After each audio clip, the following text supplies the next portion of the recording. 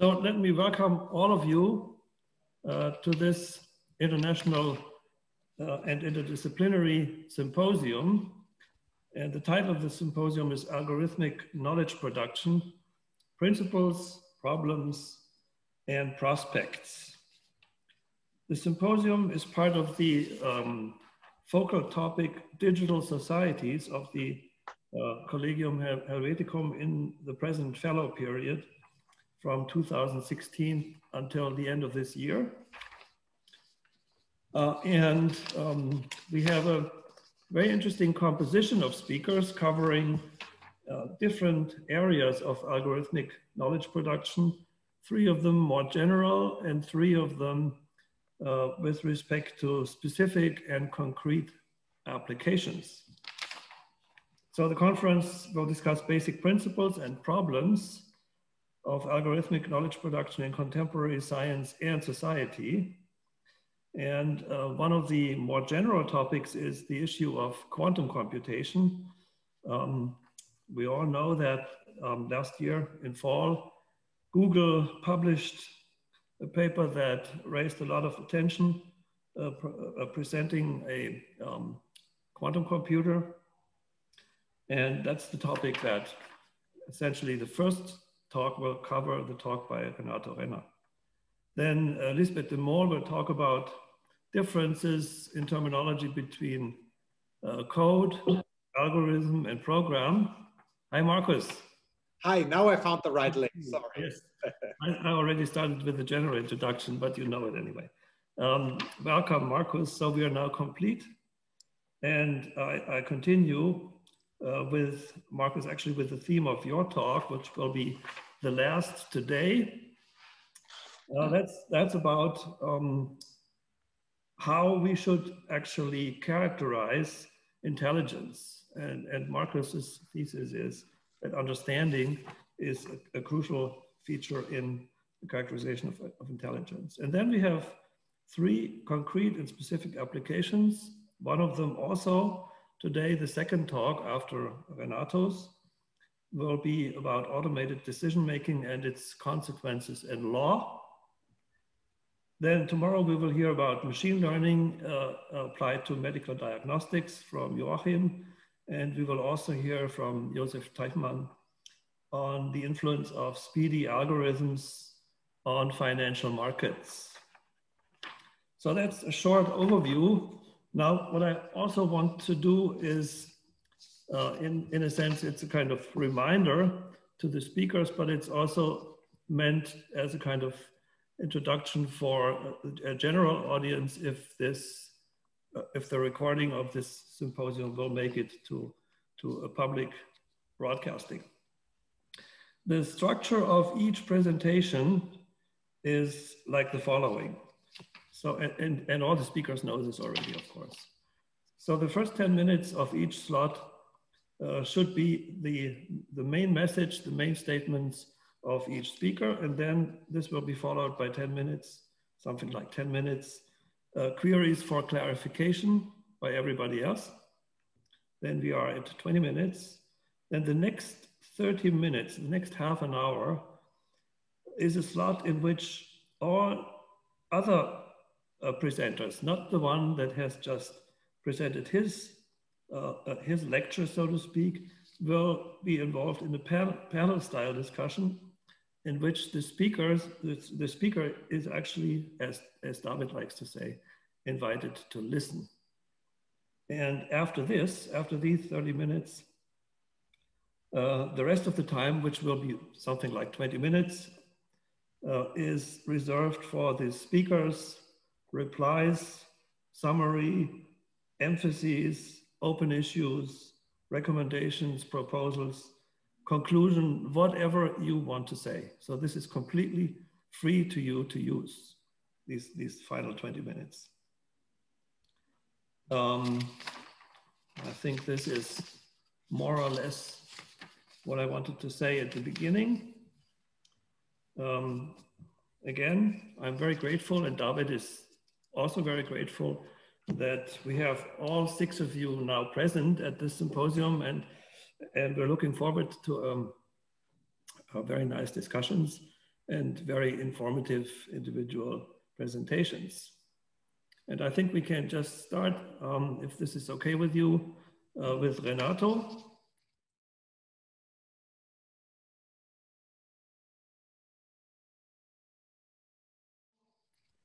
Renato Renner is a professor for theoretical physics here at ETH, and his research interests and also his fields of work are on quantum information theory and also quantum computation.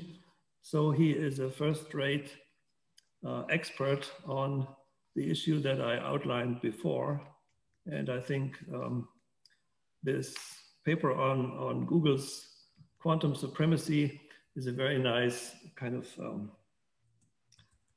idea to really introduce what quantum computation is all about, what its problems are, and what its prospects are. So, Renato, I just opened the screen for you, and I put my microphone, switch it off, so that no noise from here will disturb you. So, Renato, please. Okay, thank you for the introduction. I actually don't have any slides. My understanding of the emails that you sent around was that you kind of wish to see the speakers, and that slides have to be decoded by the audience, and I don't want you to need to do any decoding at this point. So yes, the title of my talk is Knowledge Production by Quantum Computers. Now, yes, quantum computers have really been in the focus of attention in the past, actually not years, but maybe, yeah, I mean, for 10 years ago, when I started at ETH, almost no one talked about quantum computers. No one knew what they are. And only in the last 2 years, this has changed. Now there's, however, an aspect of quantum computing that was used in a way already before we had any of these machines that Google and IBM and so on are producing. And this is the aspect of randomness. And it's actually interesting to see that the first application of, if you want, quantum information technology was a quantum random number generator. So this is a device that generates numbers that are random, and the difference to any existing classical device is that these numbers are fundamentally impossible to predict. So if I take a coin and toss it, then one could always claim that as long as this coin is described by classical physics, there is in principle, if I had enough data, enough precise information about the initial position, a way to predict where it lands. And one of the main claims of quantum theory is that this is not possible. It's also stronger than just saying the theory doesn't allow us to make a prediction. The claim is even that it's impossible to extend the theory with additional information, maybe some super quantum theory that would allow us to make these predictions, because the mere possibility to predict the outcome of certain experiments would actually contradict certain very basic physical principles. Of course, these principles may be wrong and then everything is possible, but essentially the principles are, for example, that space-time is the way we think of it, that if I do something here, I push a button, then the fact that I push this button can only have an influence in what we call the future light cone. So this influence can spread all over the universe, but it could not have influenced anything, for example, in the past or anything that is very remote at the same time. So that's one of these principles. And as long as these principles are correct, it's impossible to make predictions about the outcomes of measurements. Now, this is on the one hand a useful thing. It has been used, for example, in cryptography to generate cryptographic keys. It's obviously a desirable property to generate cryptographic keys in a way that are not predictable for an adversary. But if it now comes to computation, the randomness is in principle an obstacle. There, it somehow comes in as a an element and the source of possible errors in the following sense. So if you look at typical quantum algorithms, by the way, we don't have that many, but if you look at those that exist, for example, the famous Shor algorithm that factors big numbers, then these algorithms usually don't produce a result in one run. They usually give you a number that is with a certain probability the desired outcome of the computation, but also with a quite big probability just some random thing that depends on how the algorithm was designed, but has actually not much to do with the desired result. So the way this, or you still exploit the power of quantum computing is that you usually need to run these algorithms many times and then do certain statistical analysis on the data, and from that you can extract the result. So one should really think of quantum algorithms like a probabilistic experiment that has a rather random behavior, but repeating that many times still gives us a useful answer. But this is very different from, let's say, typical classical non-probabilistic algorithms, where in principle I could run one computation, I could even track each step of the computation and see how this result actually emerged. And it's actually different in several ways. So I already pointed out one difference. We need to repeat the algorithm. In addition, we are also not able to actually track the computation. That's another property of quantum theory that you might have heard of, even if you're not quantum physicists. It's this famous thing that if you look at something, the mere fact of observing changes the state of the system. And this is very true in quantum computation. If I did stop the computation at a certain point and would go there and read out the content of the memory registers of the computer, that would destroy the computation. I couldn't then continue the computation. I would have to restart. So it's essentially impossible to track the process of the computation, to follow it and have somehow a log file that tells me what happened. So to a large extent, a quantum computer is a black box that just gives us a result that we don't even know whether it's the correct result or not. And only by these statistical methods we get at the end, we can extract the desired information, or if you want, the desired knowledge. Now, is this a problem? And essentially my claim that I want to make in this short presentation is that this is actually not problematic. So first of all, the way this is solved I mean, people are already running quantum computing. I have several master students who are, for example, working at IBM. So I'm not talking about something that is not real. So they run very simple quantum algorithms. And usually you have, even if you have a success probability that is relatively small, by running it sufficiently often, you can make the probability that you still get the same result arbitrarily small. And you can even make it small exponentially fast. So if you, for example, have at the end run it 1,000 times and there's still an error of, let's say 1 over 1,000, then you would just run it again the same amount of time and your error is 1 over 1,000 squared, so only 1 over a million. And so this exponential behavior allows you to very quickly make the error by which you don't get the right result as small as you like.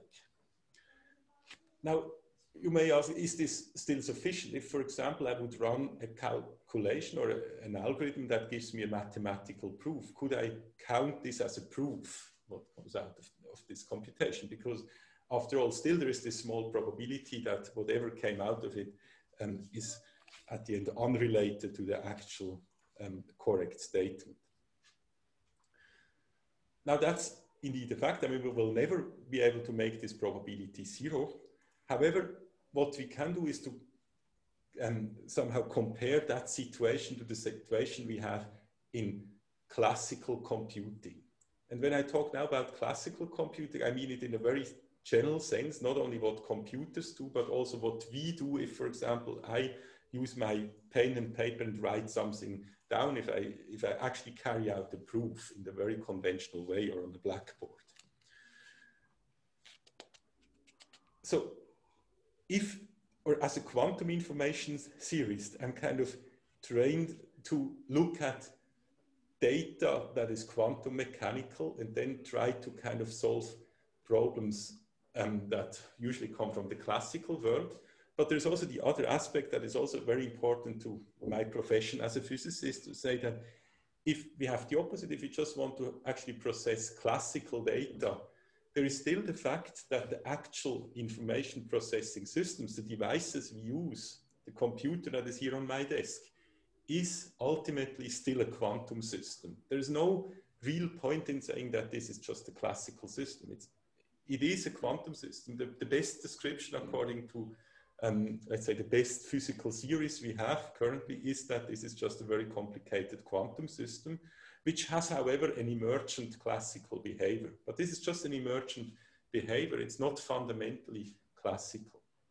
So therefore, when we talk about something like the classical computation, this is to a large degree just an abstraction of something that is actually not classical at all. And therefore, we inherit all these problems that I actually pointed out before from the quantum domain. Of course, what it means concretely is that if I store a bit zero in my classical computer, and if I really analyze what this means on the quantum level, I would find that with a tiny but still positive probability, this bit zero could just, by certain processes, not by an error introduced from the outside, even in a perfectly isolated system, somehow at the end when I read it out, be read out as a 1. This is just a consequence of the fact that according to quantum mechanics, it's never possible to have some probability 1 outcome. I can, with an investment of resources, make this probability very close to 1, again, exponentially fast, like in what I said about quantum computation. So this probability is really so close to 1 that for all practical purposes, we wouldn't actually mind, but it is not 1. And that's therefore exactly the same situation that we already have in quantum computation, where we have a probability of error that is non-zero, but we can make it exponentially very small. But so maybe my point is that if you now look at the two situations, quantum computing, which has this unavoidable error probability, which can be be made exponentially small, and compare that to classical computing, where I said, actually, at the end, we still also have this small error probability, because on the very basic level, the processes are at the end quantum, then the difference essentially disappears. So we end up with a choice, and that's almost the last thing I want to say now. We have a choice. We could even either say that for all our reasoning processes, for our processes where we prove theorems, where we try to establish knowledge, I mean, when we do measurements, all that, we don't accept this small error probability. We really want to have certainty. Then clearly quantum computation is not of any help. But as I try to explain now, the same is true for what we call classical computation, for the mere fact that it's ultimately something going on a quantum system with all the implications that arise from the fact that it's quantum. And even, I mean, the fact is true that even a theory beyond quantum wouldn't be able to alleviate that, because this randomness that is still there is inherent. Or we can say that we have to accept the fact that we are usually working with abstractions, and we just have to accept that if we look behind this abstraction, there is this very small error probability. And that's then, however, exactly the same in classical and quantum computing. So in both cases, the difference in a way disappears, and the problems that potentially arise are there in both cases. I think that's all. So to repeat my postulate, the claim is in quantum computing we have this inherent error probability, but there is actually, this is not anything fundamentally new, because if you think also in this fundamental physical manner about classical computing, it was always already there. Thank you very much, Renato. Now we go into the second part of the whole slot. That would be clarification questions, if there are any. Maybe one question from my side, from my own side. I mean, the way you presented the error that arises in a, let me say, genuine quantum computer is somehow you can control it pretty well. You know how much error there is and how it can be diminished by running the same algorithm additional times. While that would be the question, actually, in a classical computer, you know that it works quantum mechanically, but you do not know how the error, how big the error is and how you can make the error smaller or whatever. Is that true? I would say, it's true in the way that we usually don't care about it. So we don't usually, let's say if I have here my computer on my desk, I cannot control the error. There's simply not a button or any software that allows me to control that error from the outside. However, this is just because we didn't care about it. If we really do, then it's not any more difficult than in the quantum case, because we could just apply the very same technique that we applied in the quantum case, which is a very simple technique, namely just to repeat the computation many times and take something like a majority vote.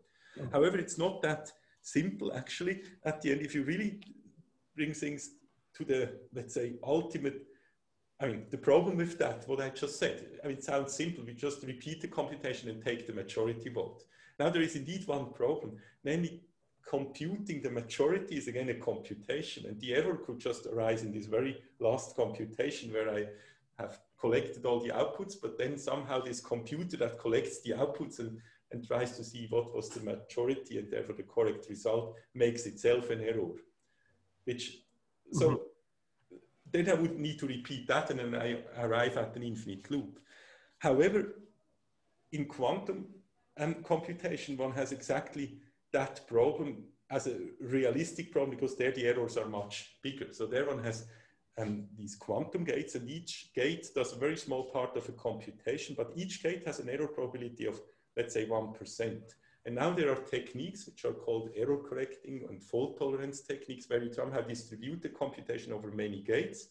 And if a majority of them is correct, then you still get the correct result. However, to get the correct result, you need a decoding procedure, which at the end collects the information from the gates and puts it back into one. And if this decoding procedure is itself error or is itself built from faulty gates, maybe if the very last gate that just shows the final result is faulty, again with probability 1%, then you still have this probability remaining in your computation.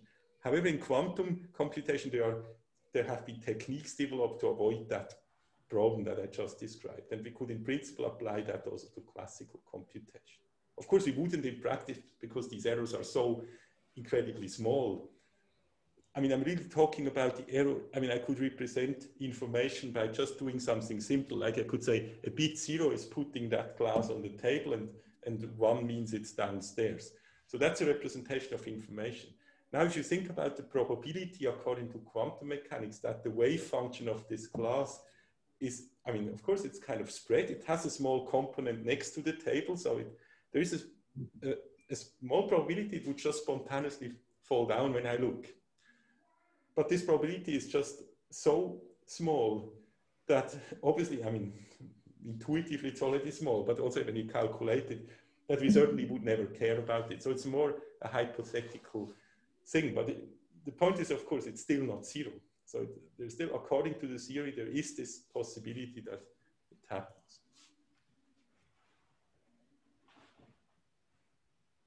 Okay. It's a long answer. I'm sorry for being so. No, that's okay. That's maybe perfect. I said more than I should. I see Markus, and I also see Joachim, and also see Florent now with questions. So maybe start with Markus. Well, yeah, thank you very much. I have a question about, as it were, the background logic. So do you think, because you talked about reasoning processes and computation, so actually carrying out a computation either as a human being, the physicist with paper, etc., clearly on the mesoscale, right? We approach classical conditions, but what do you think about the logics, right? So, would you think that the logics for the algorithms and so forth is the logics classical, or do you think that we need anything like good old quantum logics in order to repair some of the problems? Because if it's classical, then then the reasoning process doesn't seem to be affected at all by these error possibilities, right? Because you know, whatever modus ponens is not fallible. Modus ponens is just a valid form of inference, not in all logics, to be sure, right? But in say very classical logics, no one would worry about modus ponens. So do you think that, you know, the logics is, you know, does this play any role for the kind of problem that you're characterizing? And then the second related question, the black box problem, right? I mean, as a matter of fact, on the emergent level, to use your language, right? I mean, every information processing system is a black box, right? I have no idea how my brain is a condition of possibility for seeing you, right? I mean, what's going on here is, for all sakes and purposes, right? In principle, I can imagine my brain is a classical system, right? But it's going to remain a black box, right? For these emergent epistemic reasons. So do you think there's like a deeper problem? I saw some of your thoughts seem to clearly indicate that you think quantum computation is a deeper problem than just, as it were, any old black box. But I want to know where exactly you draw the line, why quantum computation raises more of a black box problem than any other system, which epistemically to me is random, even though objectively it isn't. Whereas in the quantum case, I know it's objectively random, but epistemically, I don't necessarily see the difference yet. Okay, yes, these are really excellent questions, and I'm not sure I have really good answers to them, but let me start with the first question about the logic. So as a physicist, at least that's the approach I follow in my research, I always think operationally, meaning that when I talk about a process, for example, reasoning even reasoning in a physical theory, if I apply quantum mechanics, then I like to think of it as that this whole reasoning about quantum mechanics is itself a process that has to take place within a world described by quantum mechanics. This is actually an important, let's say, ingredient to much of my research, that I try to actually investigate whether there are some consistency problems. If I say that there is a theory, it doesn't need to be quantum mechanics, but if I want to use that theory, I need some means to reason, and this reasoning doesn't take place away, remote from the actual world. It takes place in the same world that is described by this theory. So if I think in this operational manner, the question about logic in a way doesn't even arise. Now, of course, logic I just regard as an abstraction, and on that level of abstraction, this problem disappears completely. So we are just on that level of abstraction, not talking about that part. That's how I would see it. And therefore, I would say, yes, if you're just talking about logic, there is no problem. But the question is logic something we can actually carry out in this operational sense? Can we logically reason? And there is where the problem arises, but not in the logic itself as an abstraction of the reasoning process.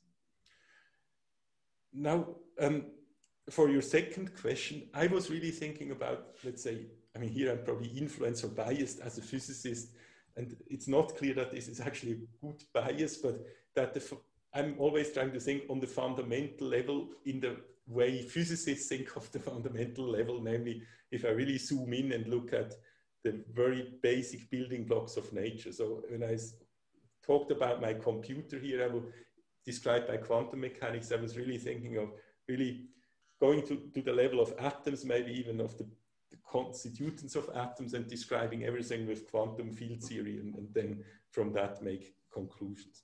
Now, of course, that's, as I said, not necessarily a good view, because there are also emergent theories and so on. And I would say probably, but I didn't think of that, one could now apply what I said also on this emergent level. And I mean, there are even, of course, people who are, for example, trying, just to make this connection, trying to apply something similar to the quantum formalism to explain our way of reasoning, or our psychology, even how we reason, that there's this uncertainty. If you ask someone something, the very fact that we ask this question changes the way this person reasons, which is certainly true. The question is whether this can be accurately described by quantum theory. That's a different question. But indeed, if you regard it on that level, I would say probably things can also be applied on that level. But for me, what I had in mind was this physics fundamental level in terms of fundamental physical laws. But yes. Thank you, Renato. I just want to remind everybody that this is still the part of the slot which is on clarification questions.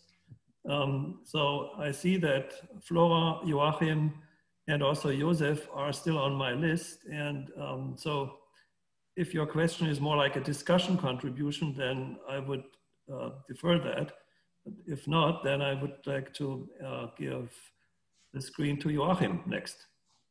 Yeah, I would simply like to ask about the programmability. So the versatility of classical computers comes from the fact that we have this notion of a universal machine and of algorithmic developments, and this is extremely flexible. Now, if you look at quantum computers, you pointed out that there are only few algorithms. I have a colleague who claims, Thorsten Höfler, there are only 10 algorithms there. Yes. So why bother? That's one question. And the other thing is, in computation, especially in data science, we, to the best of our knowledge, model many situations as random processing. So if the input is random, the output of an algorithm is random, nevertheless, that the algorithm might be deterministic. So do you see sort of a preferred model of computation when the randomness is actually naturally built into the computational steps? Because maybe the deterministic computation is an artifact of our thinking, and it's not very applicable in many situations. Yes. Okay, so I'm not sure whether the first question could be understood in different ways. One way to understand it is when you talk about these 10 algorithms that Thorsten Höfler talked about, I would maybe agree with him depending on how exactly you count. And I mean, of course, he probably counted classes of different ideas in algorithms or something like that. And then I would agree with that. But all that is about like something that is maybe only true at this point in time, because it depends on how many people already try to develop quantum algorithms and so on. And it's about the usefulness of quantum computing, which is a topic that is interesting. And it's indeed debatable whether a quantum computer will be a useful machine if you have only that small collection of algorithms. And the answer will depend on, I mean, has to depend on whether new algorithms will be found. If the answer to that question is no, then a quantum computer will not be useful. If people come up with new ideas and new algorithms, then a quantum computer may be useful. That's my answer to that part of the question, which, by the way, means that if you want them to be useful, at least you should try and invest into the development of quantum algorithms and have more people working there. But at the moment, we are not there. That I would certainly say. So if you give me a quantum computer today on my desk here, I would not be able to use it because simply I wouldn't have so good software for it. So in that sense, we should, but this is a kind of something that will change in history. Now my talk was my topic is something more on the, let's say, fundamental level, which doesn't depend on the current state of development. And so there you could interpret the question as, is a quantum computer in principle a universal machine in the same sense as a classical computer? So one answer is, of course, any classical program can also run on a quantum computer. So it's certainly not a weaker machine, but there is indeed something which is called the no programming theorem. The no programming theorem tells you that if you just come up with an arbitrary, let's say, I mean, to describe what the machine should do, you describe it in terms of a unitary. So you come up with this mathematical description, this is what your machine should do. And now the question is there a program that realizes this unitary? Then the answer is essentially no, you cannot have a universal machine where you put in any unitary as an input and it executes that unitary.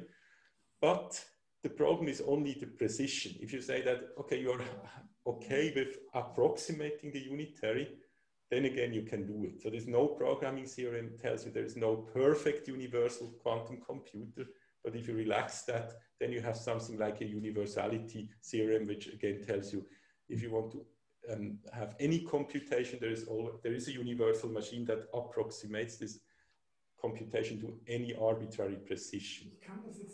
Incidentally, there's just a paper that I wrote with a colleague coming out during this week about exactly that statement.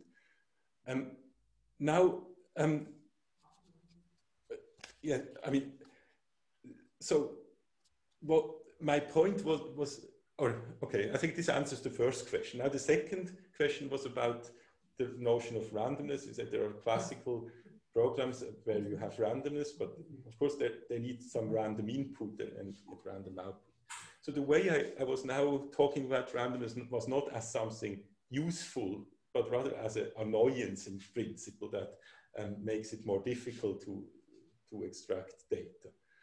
And so, of course, that's not generally true. Of course, randomness can help us. There are much more, I mean, of course, that's at least what I know about classical computing. Before I started studying, it was, for example, still not known how to determine whether a number is prime or not in an efficient way. And I think we can now do that.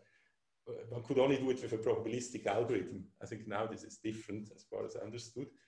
But it's clear that the idea of using randomness in algorithms as now not as an annoyance, but as an actual new element, that's something different. So randomness can in that sense certainly help. And in quantum computing, we have I think the major difference to classical computing is that we can have randomness even if the input is deterministic. That's the simplest example is a random number generator. It's a very simple computation if you want that takes no input and produces a random number.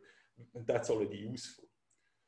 But okay, here it wasn't fully clear to me whether you want, I mean, there would be a lot to say about the usefulness of randomness, but I don't want to go in that direction because my talk was directed towards the other side of randomness, the negative side, if you like, the fact that we are never certain. Yeah, thank you, Renato. Florent, is that also for clarification? Yes, to some extent, I think, Renato, you have already provided some sort of answer because it was related to the question of Joachim. Now, my simple question as a lawyer would be, what would be the major advantage of quantum computing? I understand it might be faster than what we have today, but other than that, what kind of hopes are connected to this sort of technology? I think the only reason is that they are faster. It's not that we can, so, I mean, we should be very clear, a quantum computer will not be able to solve a problem that was not with sufficient time already solvable by a conventional computer. So, but they are, of course, much faster for certain problems. I mean, not just by a factor, but by essentially the asymptotic behavior.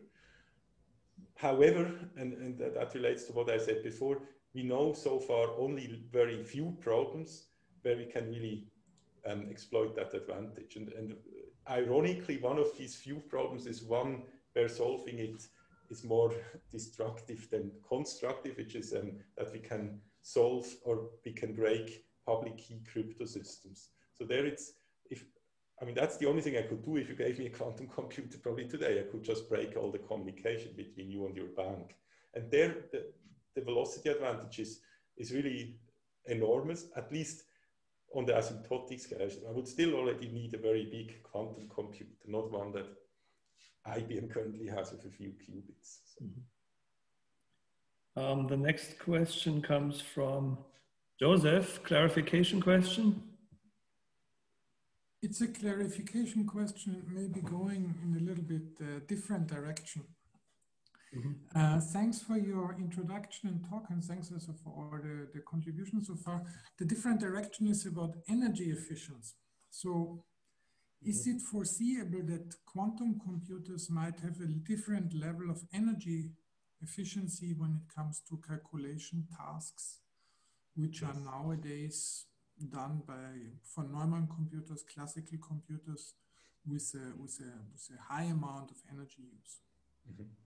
Yes, that's really an excellent question. Thanks for asking that, because that sheds some light on a completely different aspect, which we haven't covered so far. So, and the short answer is, yes, the energy consumption of a quantum computer is very different from that of a conventional computer. And let me explain what is different. So I think the best way to see the difference is to think of a kind of a car. A car uses energy, first of all, because when you start driving, you have to accelerate. And by the laws of physics, if you accelerate, that requires energy. But then, of course, it consumes a lot of energy just because of friction, because of the air resistance and so on.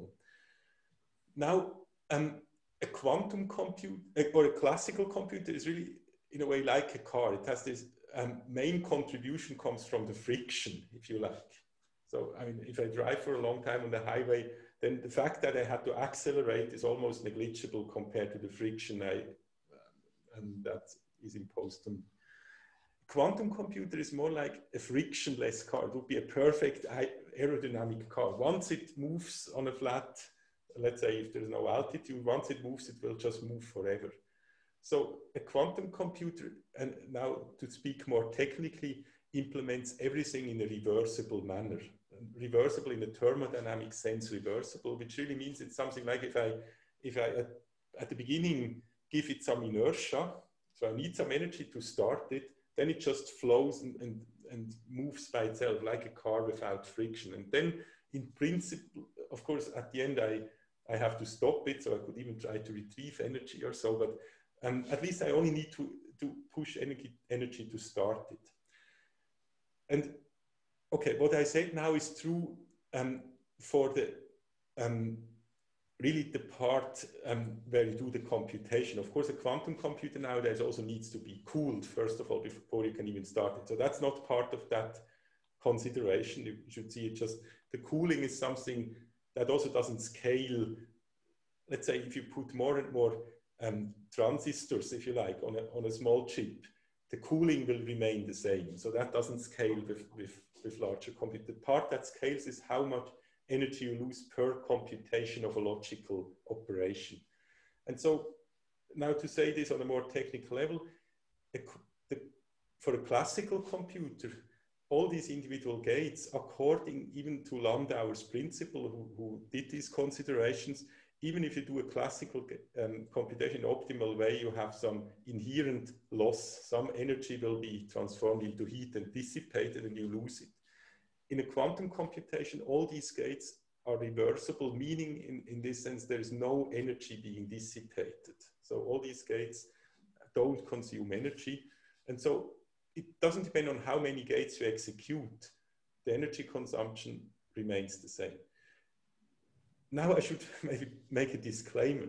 Today's quantum computers are not like that because they have a lot of classical control electronic around them and so on. So what I'm saying, it would really only be true if all the relevant components are on that quantum level. And this is not the case today. So nowadays, a two-day quantum computer is not a very energy efficient thing, but ultimately once you scale it and have billions of qubits, you will not gain more, or the energy requirement will not increase as you scale it more up once you have cooled it down and so on.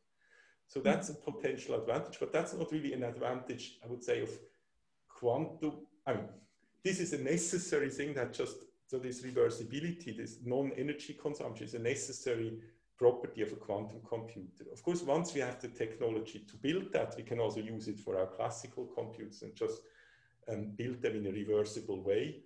So it's not something, so quantum computing implies this, but we can, at the end, once we have it, also just do it with classical computers. So it's, let's say the technology currently developed for quantum computing will maybe on some day be just used to build very, very energy efficient classical computers. That's a possible scenario. That's maybe even the reason why some companies are interested. Maybe they have that in mind. Even if you don't find any great algorithms, you still could do that. Thank you, Renato.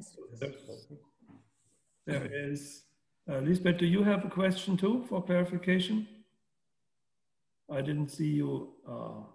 You're muted, I think. We don't hear. Yeah, most of the questions I had, which I actually saw more as comments, have already been raised. So I can continue, but perhaps it's better to move to the next part of the talk. I don't know. Next part, but before that, David had one other question. Now we learned in quantum computing there is statistical treatment of errors, or a way to control for errors. And I wonder whether there might be, in your terms, a third category of errors which searches in conventional supercomputers that we are running these days, where you actually very often can't get the same result twice for various reasons, for reasons in the program structure, reasons of the operative systems, but also because of hardware behavior. So if you had the money, the time to repeat in a supercomputer the same program, you might get a different answer. Luckily enough, you don't have the time and the money to do that twice, so you stay with the result you get first. That might be fair enough as a result.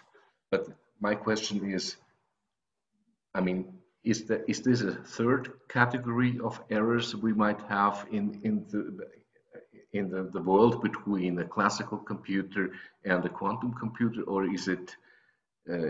Can you explain it from your general theory on computation derived from quantum computing?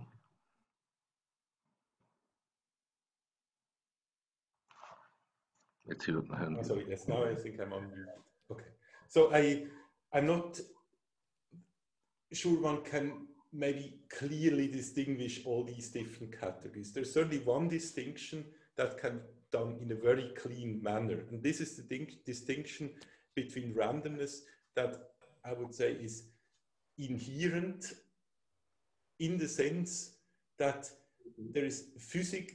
If you look at the laws of physics, there is no way to actually replace these random values by known facts. So this would just be randomness, which, as I explained at the beginning of the talk, is something that is inherently unpredictable. Inherently, maybe another way to phrase what I mean by that is, if you had all the information in the universe around, everything, if you had access to everything, this is even much better than repeating the computation on your supercomputer. You have just control of every atom in the universe, you would still not be able to predict that random value. So it would still come out differently.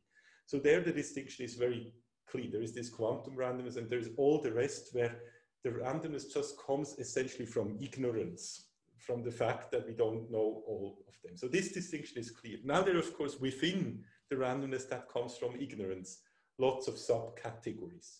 I would just think that the category you described in supercomputing is also something that comes from ignorance, in the sense that certain parameters or data that went into the computation is not trackable. This could just, I mean, this naturally happens if you, for example, have parallel computing, and the scheduling of what computation is done at what time may depend on external influences, even on the available energy or whether other tasks run. So it's not in your control, but it's not on a, let's say, physics level, inherently not predictable. If I had really control about everything, about the whole supercomputing center, let's say, with all the atoms of it, which is completely unrealistic, but then I could still predict.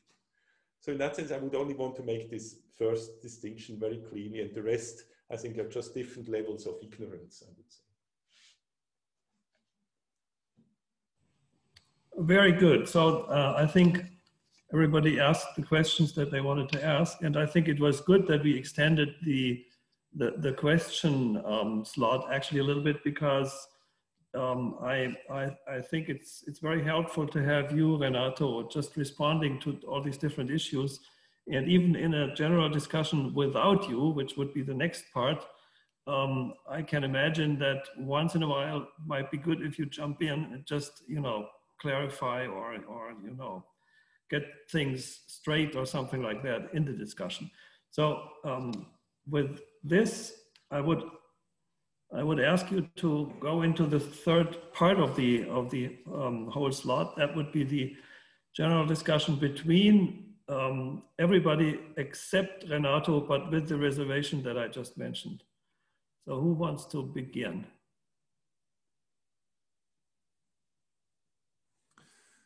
Well, I could make a short statement because I have to also run off for the class.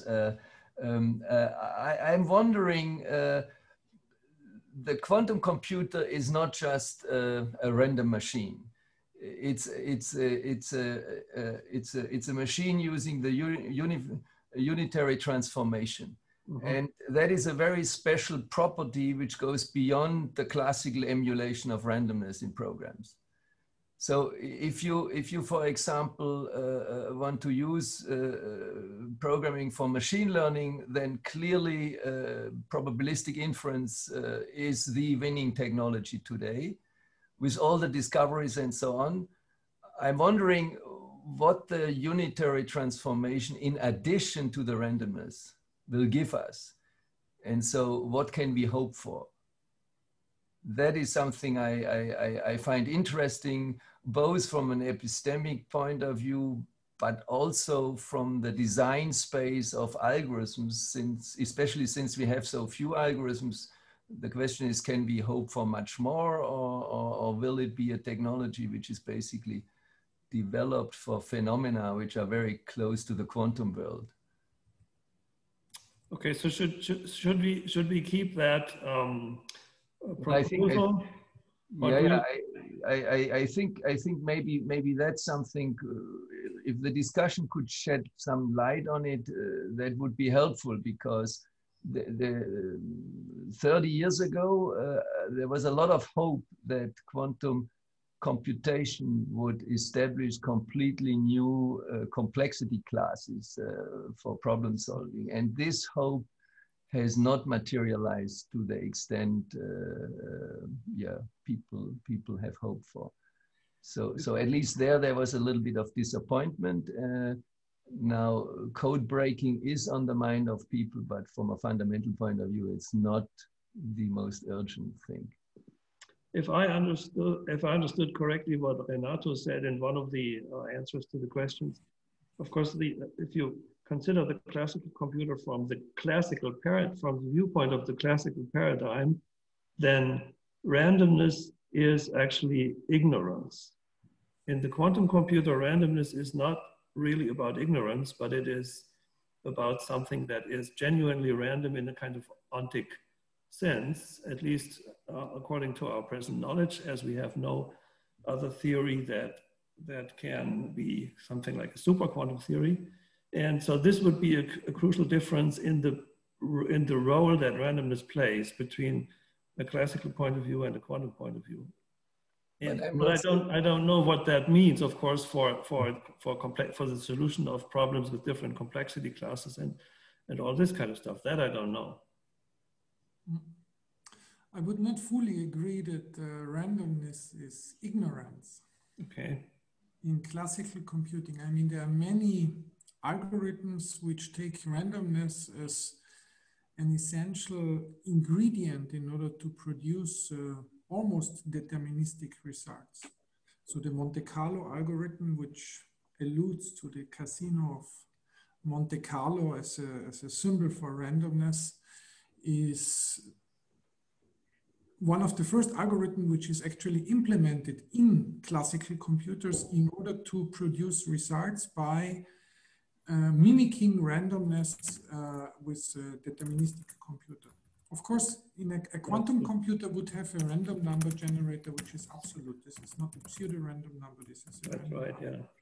I was always curious if at least this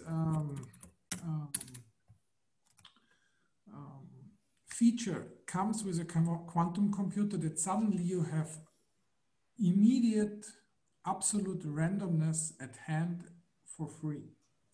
You don't need to generate it with some algorithms. And I was never actually seeing implementations where this is somehow a realized technologically, but that's maybe because I did not follow so much. But I just want to say randomness plays a big role also in classical computing in order to, because it plays a big role in many algorithms. Oh yeah, I don't dispute that. Of course, you already said how randomness appears in classical computing. It's in terms of deterministic algorithms, and therefore we talk of pseudo-random number sequences, right? That's the idea. Exactly, yeah. Anybody else? Well, I'm still trying to understand what exactly is the fundamental difference between quantum computation and, you know, the classical form of computation. Of course, I get that the difference is the fundamental randomness. But if I look at this from a more pragmatic perspective, if I can call it like that, and I go back to the three properties you kind of summarized as being intrinsic to quantum computing, then I can give you a lot of examples where you also have exactly the same properties. So if just to repeat what you said, so your three, please, yeah, I know you cannot say much, but so if I understood correctly, your three basic properties are the need to repeat, the fact that you cannot track the computation, because as soon as you make an observation, you kind of destroy the computation. And then the black box, which was already brought up by Markus. So I see that if you see it from the physical side, you are coming from that this is really kind of essential, physically essential to the quantum computational process. And you could argue that this is not really the case in a context of a classical computation, but that if you look at it from the outside perspective, when you do, for instance, experiments in the context of mathematics, then you will always be confronted also with this kind of properties. So I wonder how, and this brings me to another point. So when we have been talking about randomness, we have been talking about non-determinism, we have been talking about ignorance, we have been talking about unpredictability. I think it would be useful to kind of try and build kind of explicate what we mean exactly with these different terms, and whether they are kind of used in an epistemological way, in a physical way, or in a pragmatic way. Yeah, I don't know. Like I was thinking, for instance, of nonlinear dynamical systems. So in the late 40s, I think it was, von Neumann and Ulam were looking at error propagation. And then Ulam came up with what is known as the quadratic iterator, which is now kind of the typical example of a chaotical system. So in a chaotical system, you don't have intrinsic non-determinism. The unpredictability is due to your inability to specify the initial conditions. But is this ignorance of, I mean, I cannot kind of think an infinite number and then do the exact computation. So we should be clear on how we use our terms and how we categorize them as epistemological or, you know, what, historical maybe. So that's my comment, my contribution. So if I may attack a little bit my dear colleague from the historian side.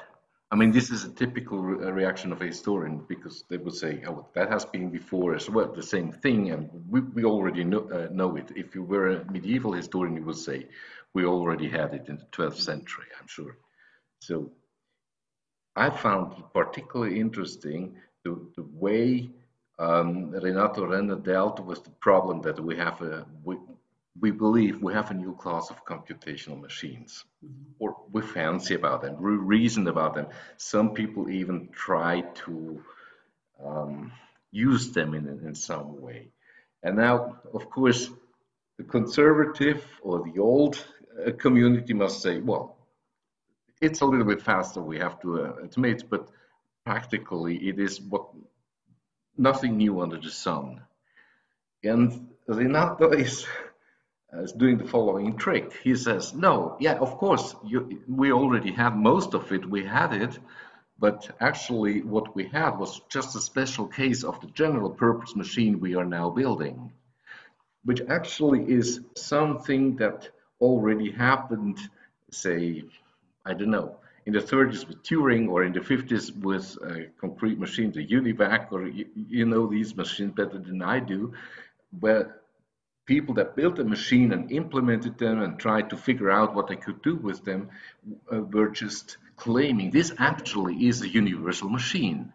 And now Renato comes and says, well, the real universal machine is what we are thinking about, and turning by that the original universal machine and the well-established classical computer into a special case of what they are doing. I think that this is a very, very intelligent way to try to gain supremacy. You could say this is just a question of discursive supremacy, but it is what then happens in this turn, and this is the really exciting thing for me, at least not knowing that much on the field, but what then happens, you actually see, you gain a different perspective of what used to be the general purpose classical computation realm. All of a sudden you learn a lot by looking through quantum computing at the classical conditions of computing, its limits, its possibilities, its growth, its energy consumption, or whatever. You might see, oh, we understand now the universal classical computer in a much more differentiated way, thanks to a new perspective on it. And I think that was, for me, this was a very exciting experience while listening to Renato. Okay. Maybe I think we have 5 or something like that more minutes before we get it back to Renato. And I just wanted to make one comment on what Liesbeth said. I think the example of nonlinear dynamics or chaotic attractors, I think that's a very interesting example really to clarify these notions. Because in deterministic chaos, that's the notion that many people now use. If you want to mathematically model a system that exhibits chaos, then the equations are completely deterministic in the classical sense, also mathematically deterministic. Now, when you want to make a prediction of the behavior of that system into the future, then of course you always have uncertainties in the initial conditions. And if you want to implement that on a computer, then of course the implementation of the initial conditions depends on the precision with which you can represent, for instance, real numbers on that computer. And the higher the precision, the more digits after the comma you have, the longer becomes the temporal horizon over which a reasonable prediction can be made, right? So in that sense, the system is still deterministic, but due to the uncertainty of the initial conditions, it may appear completely stochastic or random after a certain while. And this also shows in the time series. When you look at a system in reality that behaves according to a deterministically chaotic equation system, let's say, then what you see is, in the time series, you see completely irregular behavior. And of course, for instance, Fourier analysis or the typical time series analysis techniques that people have been using over decades, these techniques will not allow you to distinguish between stochastic and deterministic behavior. So you need additional techniques, additional analysis tools, which we now have, in order to find out what the noise comes from, right? And so we have both. We have the determinism at a kind of ontic level, but epistemically, operationally, the system behaves as if it would be random. But we know that this randomness is only due to the imprecise initial conditions, right? And the instability of the motion that amplifies the initial uncertainties. So I think this is a very good point, Liesbeth, that you made.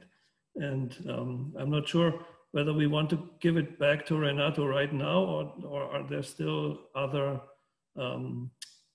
contributions to the general discussion?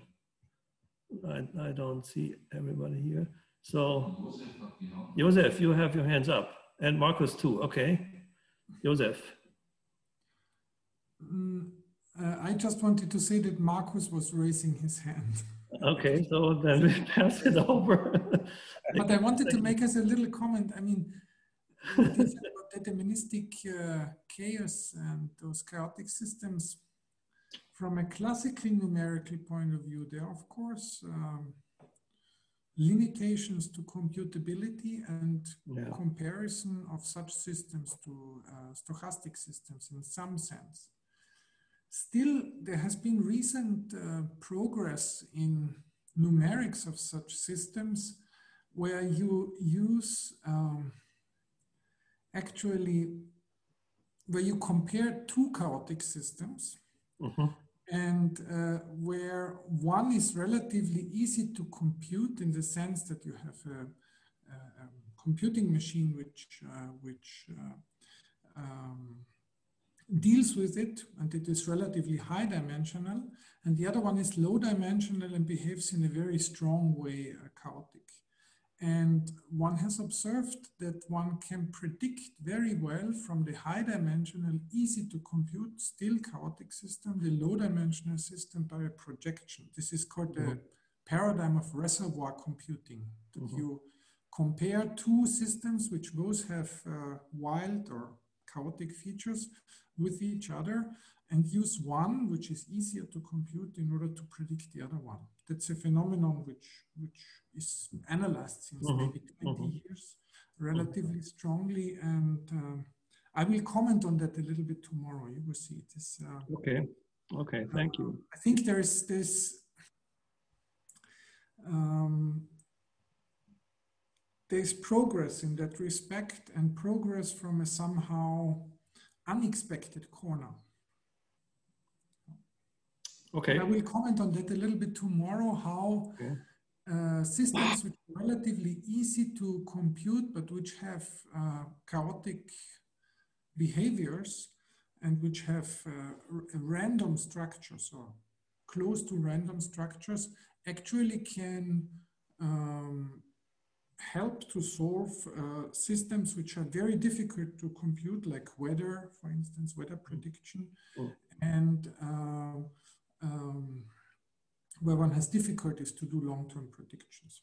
I mean, this also has to do with machine learning and what I'm going to talk about tomorrow. Great.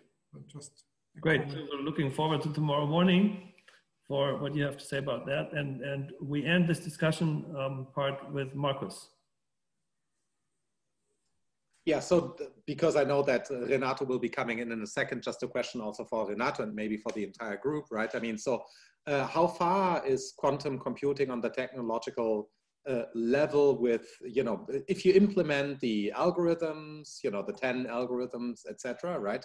Then how do you guarantee that you can ever reach enough qubits in order to keep, as it were, the collapse of the wave function at bay, right? I mean, that seems to be a very practical problem. As you mentioned, a lot of the electronics is, of course, classical, and the description of the electronics is classical, and therefore some algorithms will be classical. So how far can you extend that, right? And this seems to be very hard. Does the cooling do it, or, right? I mean, how do you keep the quantum phenomena flowing so that you can guarantee that the ontic randomness is there on the ontic level and not, as it were, just in the algorithm? Thanks, Markus. Now, I think we have 20 minutes, almost 20 minutes left for Renato, and Renato, don't feel obliged to answer all these questions. You're just completely free to do with these 20 minutes what you want to do. You also, if you want to just abbreviate them into and squeeze them into only 5 minutes and that's it, this is perfectly okay with us too. So it's completely liberal now. Okay, thanks a lot. Yes, so I will probably not talk for 20 minutes, but I want to make a few comments about some of the points that were raised. And I think I should just start essentially in a random order. We anyway talk about randomness, so that's one use of randomness. And I think Josef made this statement that in computation, seeing randomness as ignorance is not necessarily the correct view. Now, maybe I should have been more precise when I used this word ignorance. I'm certainly I should have been precise in all these statements, but there is, actually ignorance has also this kind of negative aspect to it. But in the concrete case of randomness used for computation or in an algorithm, I would actually phrase it now in kind of the opposite way and say that a classical algorithm that uses randomness is actually an algorithm which we can understand and analyze without actually knowing what the precise values are there, if you just know something about the distribution. So in a way, one could say the ignorance here is on the positive side. We don't need to know what these random inputs are. We only need to know their distribution still. I mean, you still need some, if you want, knowledge, but we don't need to know the values there.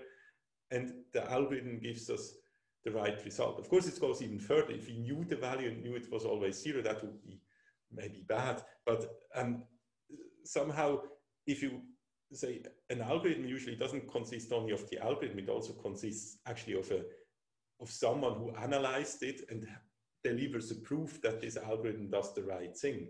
And the randomness is then mostly in this proof that we say if this input is just uniformly distributed, then indeed we, with high probability, get the right result. Whether the input is really random, I mean, for example, you could just have given all possible inputs in a sequence that would take a long time and then take the average. That doesn't even matter. So for me, it's in classical computing, this notion of randomness is more something that simplifies the analysis because we don't need to know everything about every aspect. But that's just maybe to make the point that I think what I mean by when I talk about ignorance is that if we analyze a certain scenario, for example, in physics, and for example, we take again the coin that is tossed, and we ask ourselves, can we make a prediction about the outcome of the coin? Then the only reason why we cannot do it in classical mechanics is because we don't have access to all, or we don't know all the initial conditions. So it's in that sense ignorance. And I want kind of to put that just in contrast to the case where even if we knew everything, we couldn't do it. So it's more to make that distinction, not to somehow capture all the uses. Now, there's one thing that probably wasn't clear from my initial presentation, because I talked about quantum computing, which is something that is probably still new to many people. And at the same time, I stressed a lot the point on the use of randomness or the implications that randomness has. Now, I didn't with that want to imply that randomness is really the feature that makes quantum computing more powerful, also not the other features I mentioned. So the reason why quantum computing is more powerful is more in the actual use of other, let's say, quantum mechanical properties like interference effects and so on, which a theory that has randomness doesn't necessarily also have to have. So it could be that we have another physical theory which is as random as quantum, but wouldn't have the power to give us this these better computers. So in other words, I don't think the randomness itself is the reason why quantum computers are more powerful. It's really somewhere different. And indeed, in my let's say presentation at the beginning, it was more a concern. It was more the question, is randomness damaging the usefulness of quantum computers, because all the results we get would always still be probabilistic results and never be deterministic ones. I just wanted to emphasize that again. Now, I think Harald mentioned and others mentioned chaos and so on, and this is really something I would like to comment on as a physicist. And it's also a statement I usually make when I give lectures, for example, in classical mechanics. And I think the important point, which is kind of obvious, but which one always has to actively remind oneself and the students of, is that any physical theory has always only a restricted window in which it's applicable. And this window is not necessarily a window of just a certain location. It's a window of, for example, how much we are allowed to zoom in and still say the physical laws explain what's going on in the real world about that. And of course, classical mechanics has a window where we could say it's certainly applicable to objects of the scale of, let's say, planets. And there we may need to have relativistic or general relativistic mechanics, but and maybe down to the movement of maybe small pieces of dust or so, but then it somewhere stops. Now, if we have a chaotic system, we have the problem that somehow things on the level of the very small impact things on macroscopic behavior.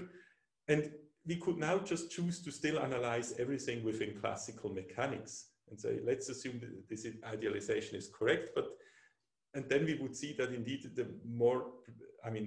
in principle, everything is already there, just in the precision of the initial conditions, and the chaotic system, as it evolves, somehow reveals more and more of the higher digits, or of the digits after the decimal point of these initial conditions. But if I think of it now in the context of physics, I would just say, there's very quickly I reach a regime where classical mechanics is just not applicable to that, and I need to move to another theory, to quantum theory. Now, the reason why I'm saying that is to actually make another distinction between, let's say, general, or not another, but to make a distinction between general classical systems and the classical computer. There's a very clear distinction, namely the following: a classical computer is not only described by classical laws of physics, it's in addition a digital machine. So we never use properties that go beyond a certain precision. I mean, it just has memory components of a finite size, and the relevant information is encoded in these digital values, and whether exactly the voltage of these electrical currents is now 5.1 or 5.0 volt is irrelevant on the level of information.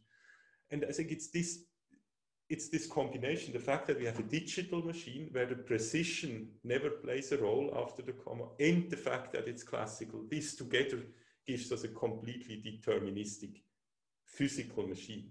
Now, if we give up one of these, namely, if you just give up not the classicality, but if you give up the fact that it's a digital machine, then we would have kind of an analogous quantum computer, one which has kind of maybe little wheels, and each even tiny change of the position of the wheel would mean another value. And there I could indeed then have the chaotic behavior, and in that sense get randomness, because I kind of leave the domain in which classical mechanics is applicable, and in that sense get ignorance from the fact that I'm now in a domain that is just not described by the theory.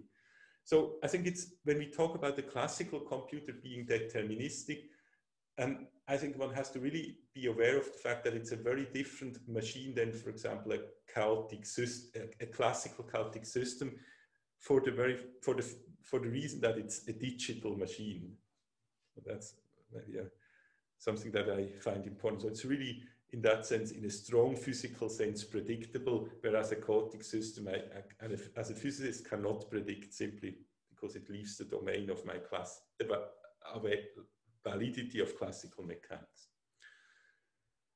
Now, that's almost all I just wanted to, because Markus asked a nice question at the end. I also want to put that answer to the end, because I think this is, for me, a very important question for myself in the following sense. I'm, of course, a person who is interested in quantum computing, but I'm even much more a person interested in understanding the laws of physics. And now you ask the question, what do we need to do when we scale up these computers to keep the coherence and all that? Now, one thing that one should be aware of, I just before said classical mechanics has, of course, a restricted domain of applicability. There we know that if we go to the very small, it's no longer the correct theory. And we also know if we go to the very large, it's no longer the correct one, because we need to take into account relativistic effects. And we can only be sure it's the correct description in the domain where we already did experiments. In classical mechanics, that's exactly from a dust particle to planets, which we can observe, but not beyond. I mean, beyond, we know it's wrong. And for quantum mechanics, it's the same. The domain where we know the theory is correct ranges from the very small, in this case, from particles, including now the Higgs particle and these all the components of atoms that can be produced at CERN. So these all, according to the best experiments we can do, are correctly and accurately described by quantum mechanics. We haven't seen any deviation. And however, the other end of it, on the larger side, ends very early. So there are almost no experiments showing quantum effects on more complex systems. Now, what complex means is a big question that people are debating, and where we can kind of have large systems which show some quantum behavior, which are, however, not very complex.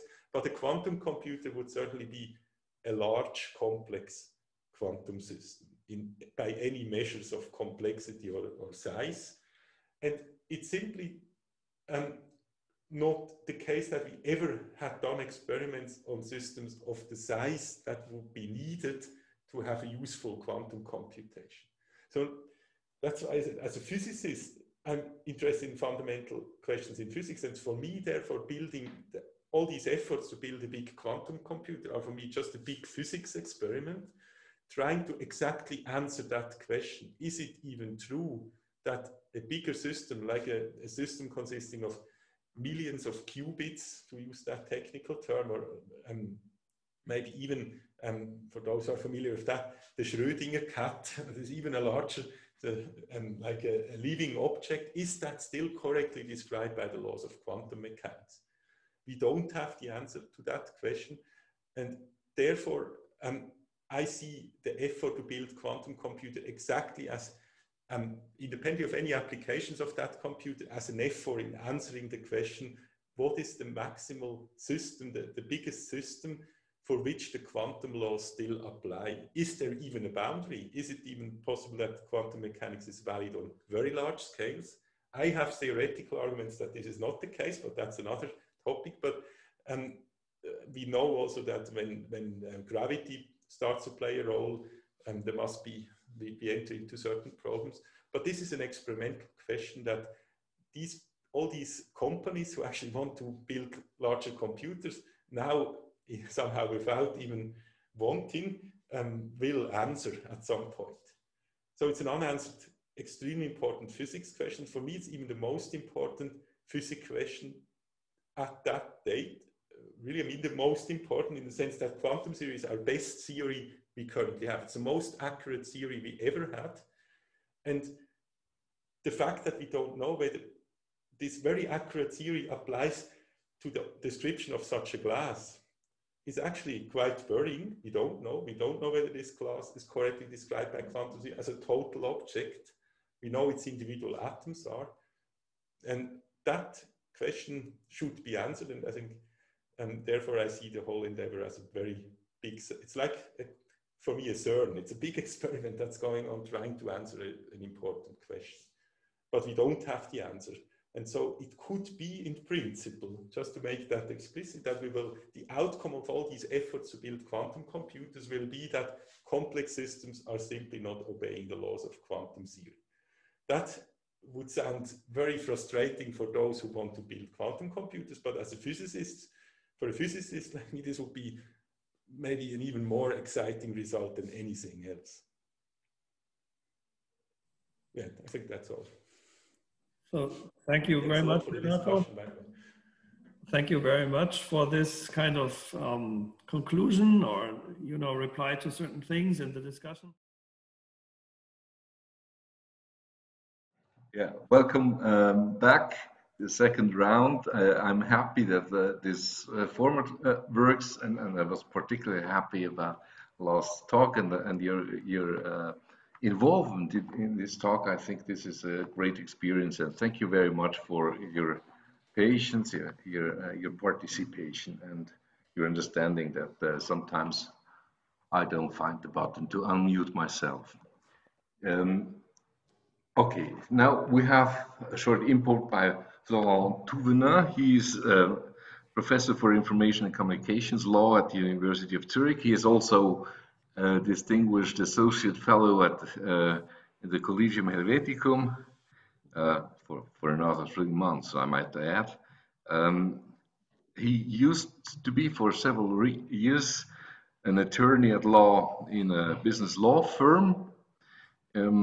So he knows what happens if all of a sudden participants of markets have a relative advantage, information advantage, for instance, over other participants, and how difficult then it becomes for their partners, adversaries, or in a special case also for the regulator to put some order into some frameworks, some new additional rules, which always have to be avoided, of course, for ideological reasons.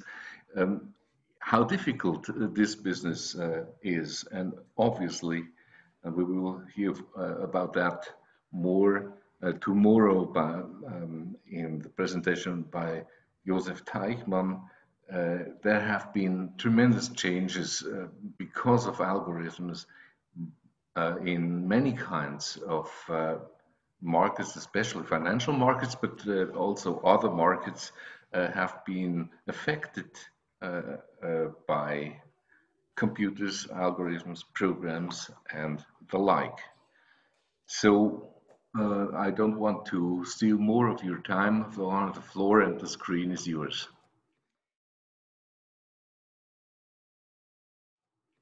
Okay, thank you very much for this very kind introduction, dear David. My talk will be very different from what we have discussed prior to the break. I'm afraid it will be not as interesting as, talking about quantum computing.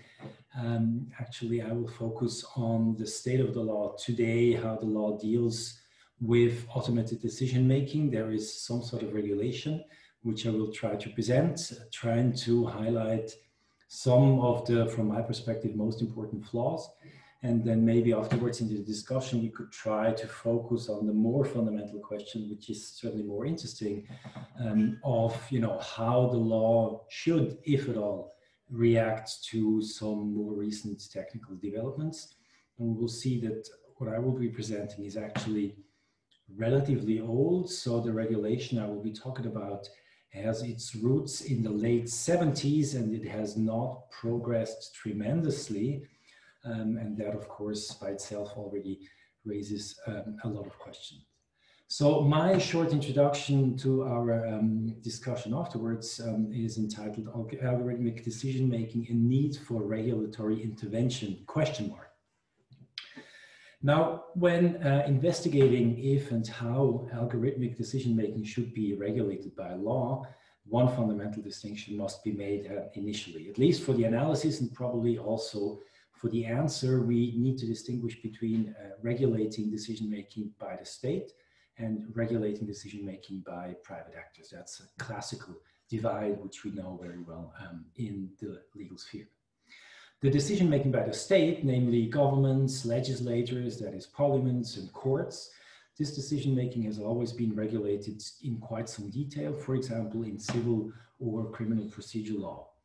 These rules also apply to algorithmic decision-making, as they are all technology neutral. That is, the rules that we have would apply regardless of whether a decision is taken by a human being, for example, a judge of flesh and blood, or by an algorithmic system, which are in this context sometimes labeled robo-judges. As opposed to state action, the decision-making by private actors has never been regulated. Instead of regulating how such decisions must be taken, the law has always limited itself to providing some sort of remedies if a decision by a private actor causes a harm, for example, a damage or a violation of personality rights. While I would not deny that some things start shifting and important issues are raised if state actors are actually using algorithms to take decisions, I don't want to focus on these questions in my talk, and probably also not in the discussion, not least because some publications in the media, for example, about robo-judges, have already triggered some sort of public debate on these issues. Instead, I would like to focus on the regulation of algorithmic decision-making by private actors, an issue that raises much more fundamental questions from the perspective of the law, not least because such decision-making until now has been completely unregulated. As mentioned, the starting point of the analysis is that private actors, which is namely businesses, but also individuals, are entirely free with regards to the way that they take decisions. For example, spontaneously or in a structured way, based on a thorough analysis of the facts and the circumstances of the case, or regardless of any specific circumstances of the case at hand. But there is one exception to this fundamental rule, and this exception is becoming more important with the further development of algorithmic systems. However, the exception is not actually triggered by the use of algorithms only, but by the fact that these systems usually process personal data. Now, unsurprisingly, the regulation that I will be talking about in the next 5 minutes is contained in data protection law, maybe in the famous or infamous, maybe EU's General Data Protection Regulation, the GDPR, and the Swiss Data Protection Act, which deals with similar issues in a quite similar way. The reason for the regulation that we have in these data protection law seems to be twofold. First, and I think most importantly, the European and also the Swiss legislature seem to be very skeptical about, let's label it for the time being, the quality of algorithmic decision-making.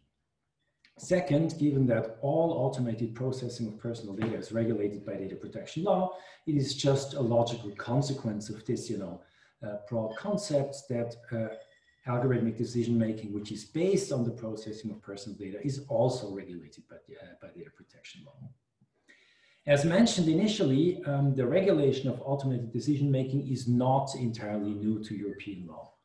There is one very early regulation that can be found in France in 1978. France basically decided that all sorts of state actors should not be allowed to use machines for taking decisions. Based on this, back in the 70s, maybe a reasonable assumption of, some sort of problems concerned or related to taking decisions automatically. Based on this relatively broad and I believe not very well reflected assumption, the European Union has included a quite similar approach in their data protection directive in 1995. So there was one provision that dealt with automated decision-making based on the processing of personal data. And we have a similar, more strict regulation now in the GDPR since 2.5 years, since May 2018.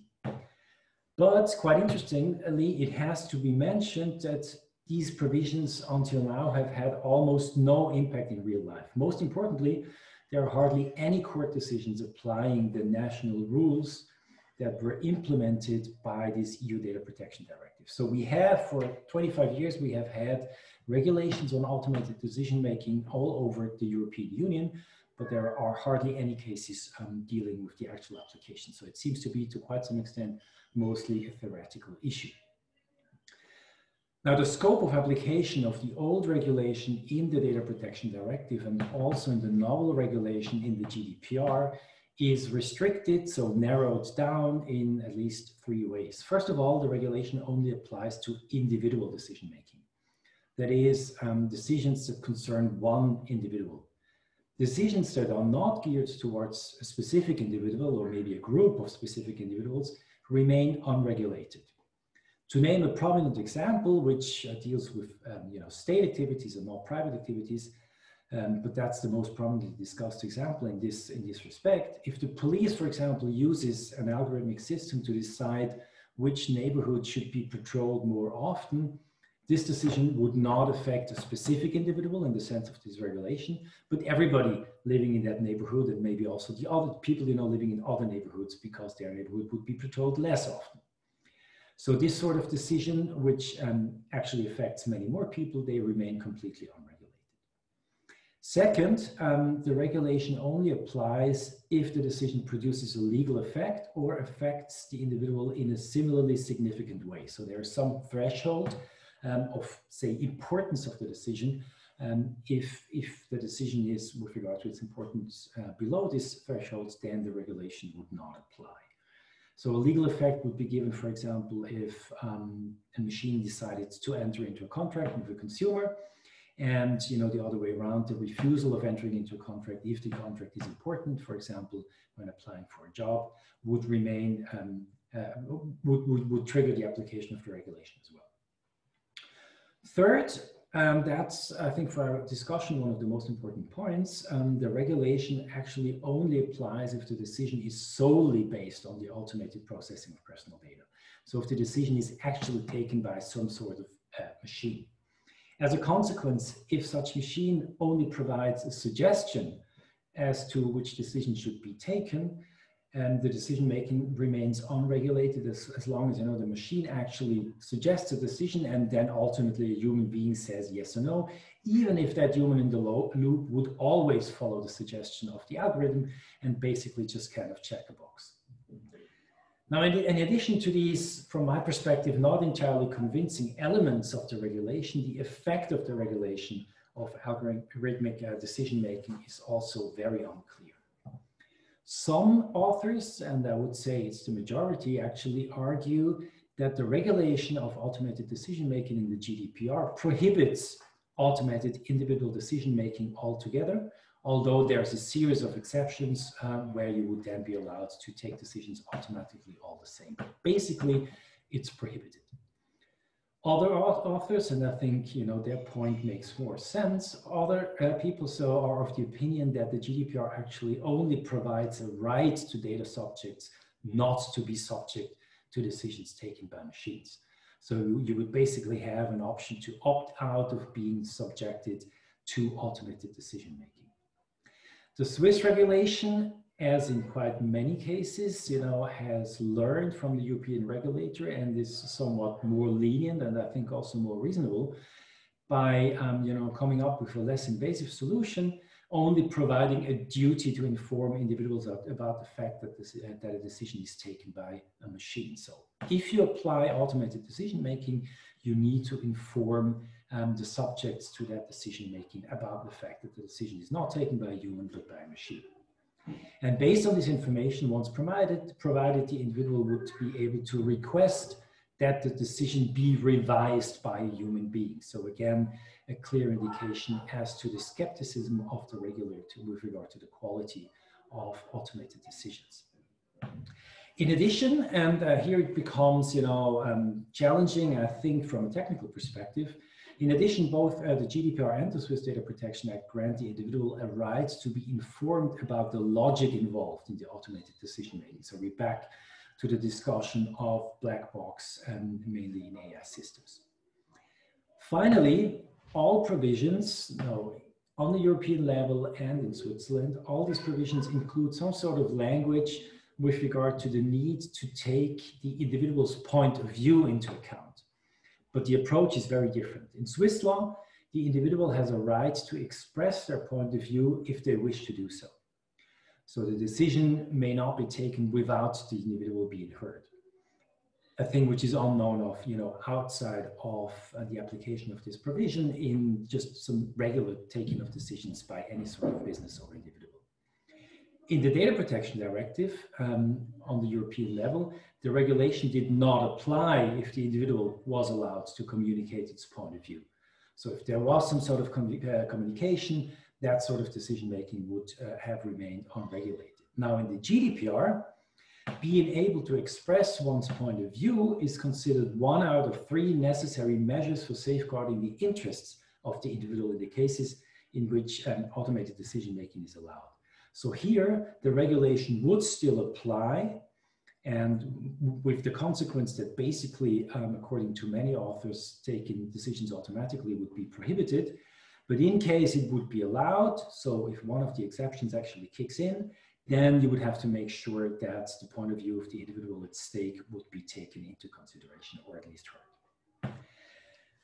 Now, I don't want to discuss with you, of course, the details of the regulation, how it should be applied in practice. The whole point of this short introduction is to give you a brief sketch of the state of the law.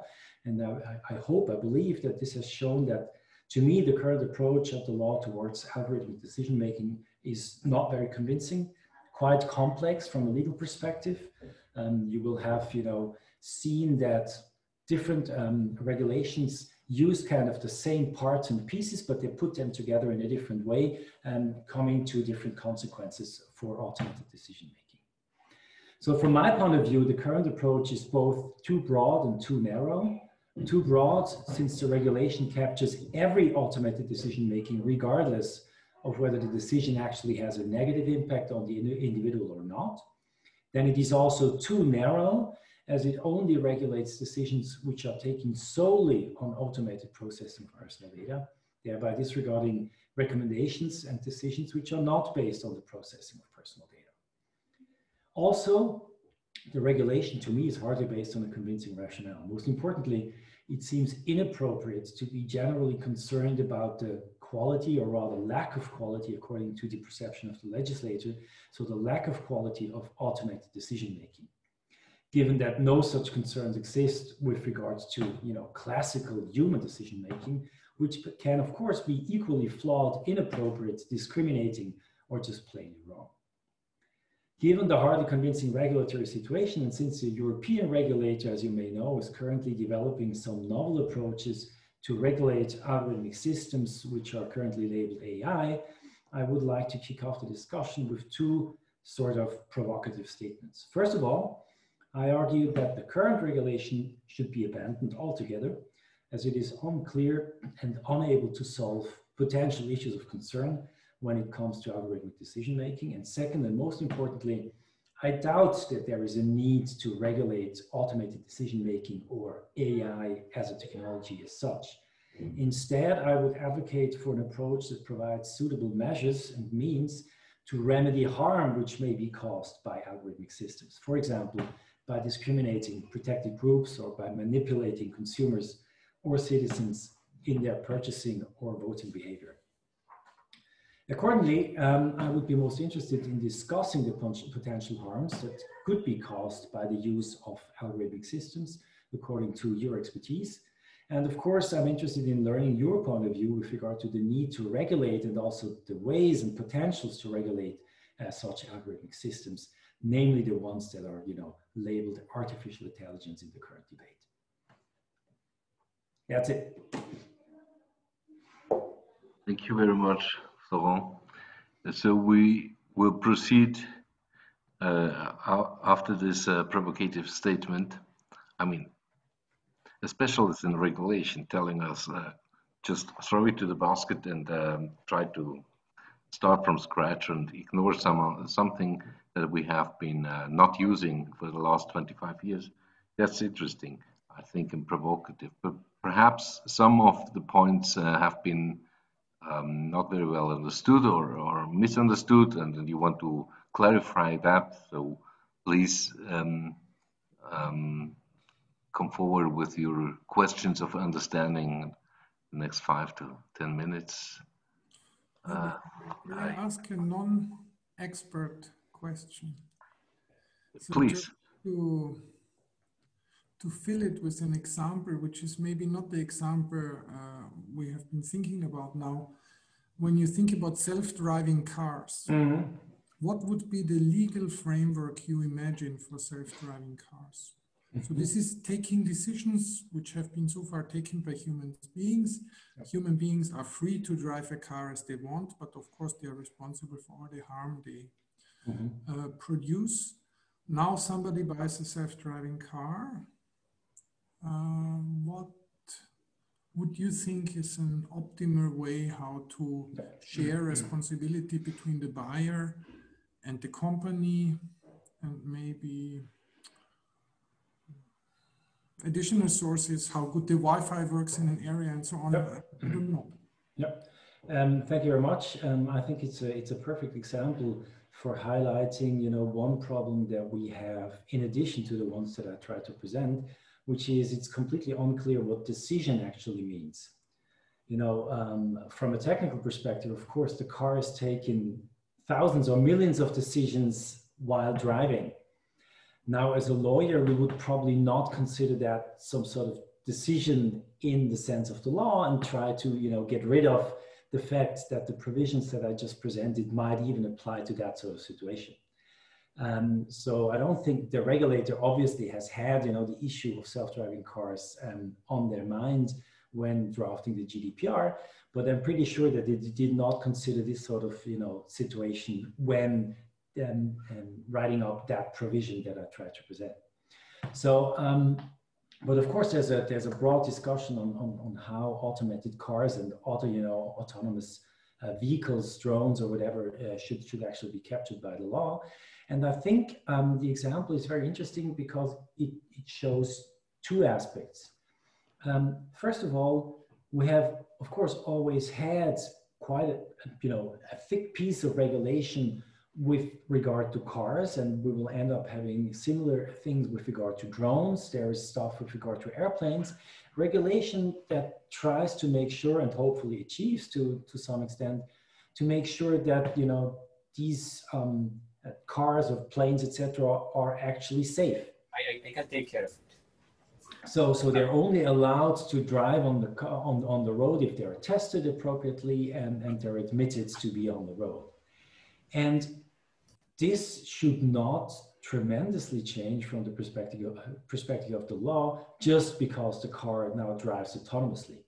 So it has always been a dangerous thing, and it might be more or hopefully less dangerous once it drives automatically.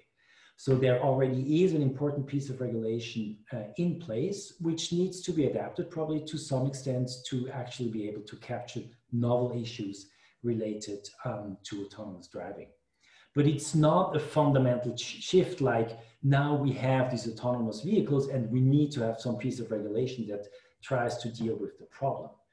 So there will be need to be some adaptation, and it's already in the course of being adapted on the basis of tests, etc., which are carried out around the globe. And then on top of that, we will also have to change to some extent the liability systems in place. And this not only applies, I think, to autonomous cars and drones, etc., but also to other products. Now there is, you may be familiar with the fact that there is some sort of product liability regulation in Europe and also in Switzerland, basically making sure that products that are sold to consumers are safe for consumers in their use. If they're not, if there is damage, then there's liability, which is connected, liability for actually the producer or the seller of the product. Not necessarily the one where you bought it, but the one that produced it, so the one who would have been able to actually deal with the problem. And these regulations will also have to be adapted to some extent, because the initial idea of that piece of regulation, which came into being in the mid-90s, was that you would produce a product according to the state of the the state of the art technically at that point in time, and you would have to apply state-of-the-art technology to make sure that the product is as safe as possible.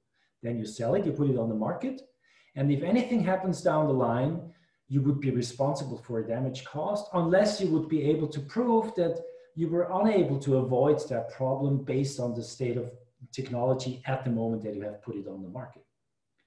Now, this is different today, but not only with regard to autonomous cars and automated decision-making and AI, but with regard, I think, to all products which are kind of still, connected to the initial producer. So if you have a mobile phone, which is currently updated, then how can you say, I was not able to provide appropriate security for your data at the point of time when I, produced that phone. I know today I am, but I did not provide you, or today I would be, but I did not develop and provide you the necessary, updates to make sure that your phone is still safe. So there's an issue here, which also applies to autonomous driving, because of course you would have to make sure, on a constant basis that you would apply state-of-the-art technology. But again, here, I don't think it's actually a fundamental shift with regard to liability, but more some sort of development where companies could not anymore excuse themselves saying, I produced it at point X in time, I sold it, now that's it. I'm not responsible for anything that happens down the line anymore. Does this answer your question to some extent? Yes, of course. Okay, okay, great. I mean, what I see a little bit, if I may say, yeah. In order to assess whether a company which produced the product is liable, very complicated yes. reviewing procedures will start, because if you have a classical product, it's relatively easy by one reviewer, and it is undisputed what the liability means and what is no liability. So there's a laymen are able to judge after a certain explanation. But when it comes to a big software product, which is technologically so advanced that only a handful of people really understand what is going on, it might be very difficult to judge. Yes. What is now, who is liable for what? Yes. And I ask myself whether it is not better in such a case to, I don't know. Okay, let's try to stick to the format and ask some clarification questions, and then of course we will have a long discussion on these issues. Can I nevertheless just briefly reply? I think I can be very brief here, because yes, I do agree that's a problem, and it is not so much a problem for the consumers, because we have here a concept which is called joint and several liability. So with regard to the consumer could call, could sue anyone who was, part of the production chain, and could claim its damage from that company. But then afterwards, the companies within themselves would have to resolve the issue of, who would be responsible for the actual problem, and then kind of dividing, maybe it would be 3 of them who would have to, take, part of actually and cover a part of the damage, and who would not. But for the consumer, we would be safe. The problem is there, but it is not, it is not a problem for the consumer, but rather for the companies, and maybe also for insurance companies actually that would have to cover the cost. Yeah. Thank you. Okay. Is there another? Yeah, Markus, Gabriel. Well, thank you very much. I have a question about, so if you, the extreme, I'm more in the, but my question will not be about this specifically. I'm on the other end of extremes. I would regulate everything down to the ground. Okay, wow. But there are reasons for this. But anyhow, so now assuming your position, right? I'm not arguing against this at this point at all. I would just like to know how you would guarantee, right, that, like you use discrimination and manipulation as, some, much highlighted examples in the ethics of AI, of course, plus the self-driving cars. Now, the question is, how do we detect that, right? So, I mean, this is similar. Florent raised an issue in that neighborhood as well. So, how do we, like, if we assume that regulation kicks in only once we understand, right, that a given, and what it means for a given algorithm or a given system, right, of various algorithms and so forth, to be discriminating and so forth, right? I mean, how do we even detect that? There's really literally just a handful of people, then we don't get the data sets, etc. I mean, what we do here is we do run an AI certificate project run by, our state of North Rhine-Westphalia together with computer scientists, philosophers, and lawyers, and we actually get the code, right? So what we do is our tech people tell us, such and such are the consequences. The ethicists then say, well, this is discriminating and manipulating, etc. And then we ask them to check, right? But how would how would a government say, right, or a regulating agency ever be able to get Google's data, right? Or, this would undermine the whole business. That's why I think that the way you put it is not feasible and necessarily leads to the impossibility of regulating anything. That's maybe a problem on this extreme spectrum. Okay, I'm actually very much looking forward to that, more fundamental question and discussion on the general issue of how to approach these problems. I think what is often quite helpful when talking about these questions is to make some sort of comparison with, what the world used to be like 20 or 30 or 40 years ago.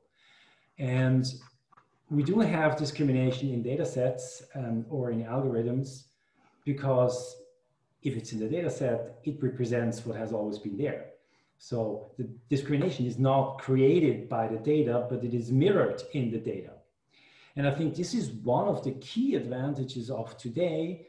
And I think people tend to forget that today discrimination suddenly is visible. You can prove it, it's in the data, you can see it. And if you can see it, you can also face it and you can remedy it. by triggering the algorithm, by making some subtle adjustations, by maybe getting rid of data which is discriminatory in itself, and the same applies to manipulation. So I think there is a huge advantage in technology because we can see it and we can solve the problem. Whereas prior, to the application of these sorts of systems, it was always there. We knew it. We encountered it maybe, on face-to-face situations and thought, oh my God, what's going on here? But then you could also ignore it. And now these things are different. So I think that's one of the key advantages of these technologies. And then with regards to how to tackle these questions, if you don't have access to the data and if you cannot tweak the algorithms, you will have understood that I'm basically, my perspective is a private law perspective. And I think it's quite interesting to see how this changes perceptions of things. Also, if you, talk, for example, to computer scientists, because from a private law perspective, you would usually try to solve the problems once they're there. You would not try to prevent everything, and you would acknowledge that you're actually unable to kind of see in advance what problems might emerge in future. So you would have, we don't have that, and that is a problem. As of today, there is no regulation in private law that deals with discrimination. But you could introduce that, and then you could say, okay, if we see discrimination, we label it as some sort of harm, a violation of personality rights, and people would have a claim that they could go in front of a judge and say, this needs to be, they need to change their practice because it's discriminating or manipulating. But you would, first have to see the discrimination to be actually able to remedy it. And I think in many cases, maybe you would see it differently, but I think in many cases, if you don't see a manipulation, maybe there is no manipulation. If the discrimination kind of does not become visible at all, if it's not manifest in any way, which can be perceived by the individuals that are discriminated, then there may be no discrimination. So I think it's actually a very, to some extent laid back, but then still quite an efficient way of dealing with problems to say, okay, we have general rules in place and we can apply them to solve problems once they emerge. But we wait until they emerge, and once they are there, we will be able to deal with them. And I think this is one of the key features of the law, which has proven to be very successful. And I know this is more than just answering the question. And I think this is also a very fundamental difference with regard to the perspective if you talk, for example, to a computer scientist or a data analyst or whoever. Now, people who would build systems, they would need to decide what data set to use, how to design the algorithm, and then once the system would be built, it would be put in place and then it would run. And of course, you could still adapt it, but basically the moment in which you can kind of govern the thing is ex ante. You have to think of the problems in advance to be able to solve them, because once it's out there, it's out there. Now, the perspective of the law, at least in private law, is different. It's an ex post perspective. So you wait for problems to emerge, and once they are there, you're able to solve them. Okay, and I take that as a very short answer to a very, very, very short question, and I will try to switch now to include the whole group of ours and ask you to mute your mic, be attentive to our questions. I think there are many, many different things on the table, but also quite a few of them touching upon problems that have been addressed by Renato Renner. It is not about quantum computing, obviously, but the categorization of things that are related between social processes and the technological developments. For instance, the question, what actually and why is a decision made, say, by a bureaucratic body something fundamentally different, or why should we consider that as something fundamentally different from a decision that derives from a bureaucratic mechanism and procedure. How much will you touch on your rent? That has always been a product of a procedure in a bureaucracy, sometimes with the help of hollerate machines, sometimes with typewriters, sometimes calculated by hand, and eventually it was programmed in a computer, and probably it can be enhanced by algorithms and self-learning machines, but that implicates not that there is a fundamental difference now, but rather we start to understand how technically shaped the old processes have been, and we get a new insight at the classical form of doing decision. So that will be, if you study quantum computing, you start to understand how classical computing works and what the limits of classical computing versus the limits of quantum computing are. So I would just like to draw your attention to this very tricky business of the new versus the old. Certainly the new sheds new light on the old and not vice versa. But the floor is open.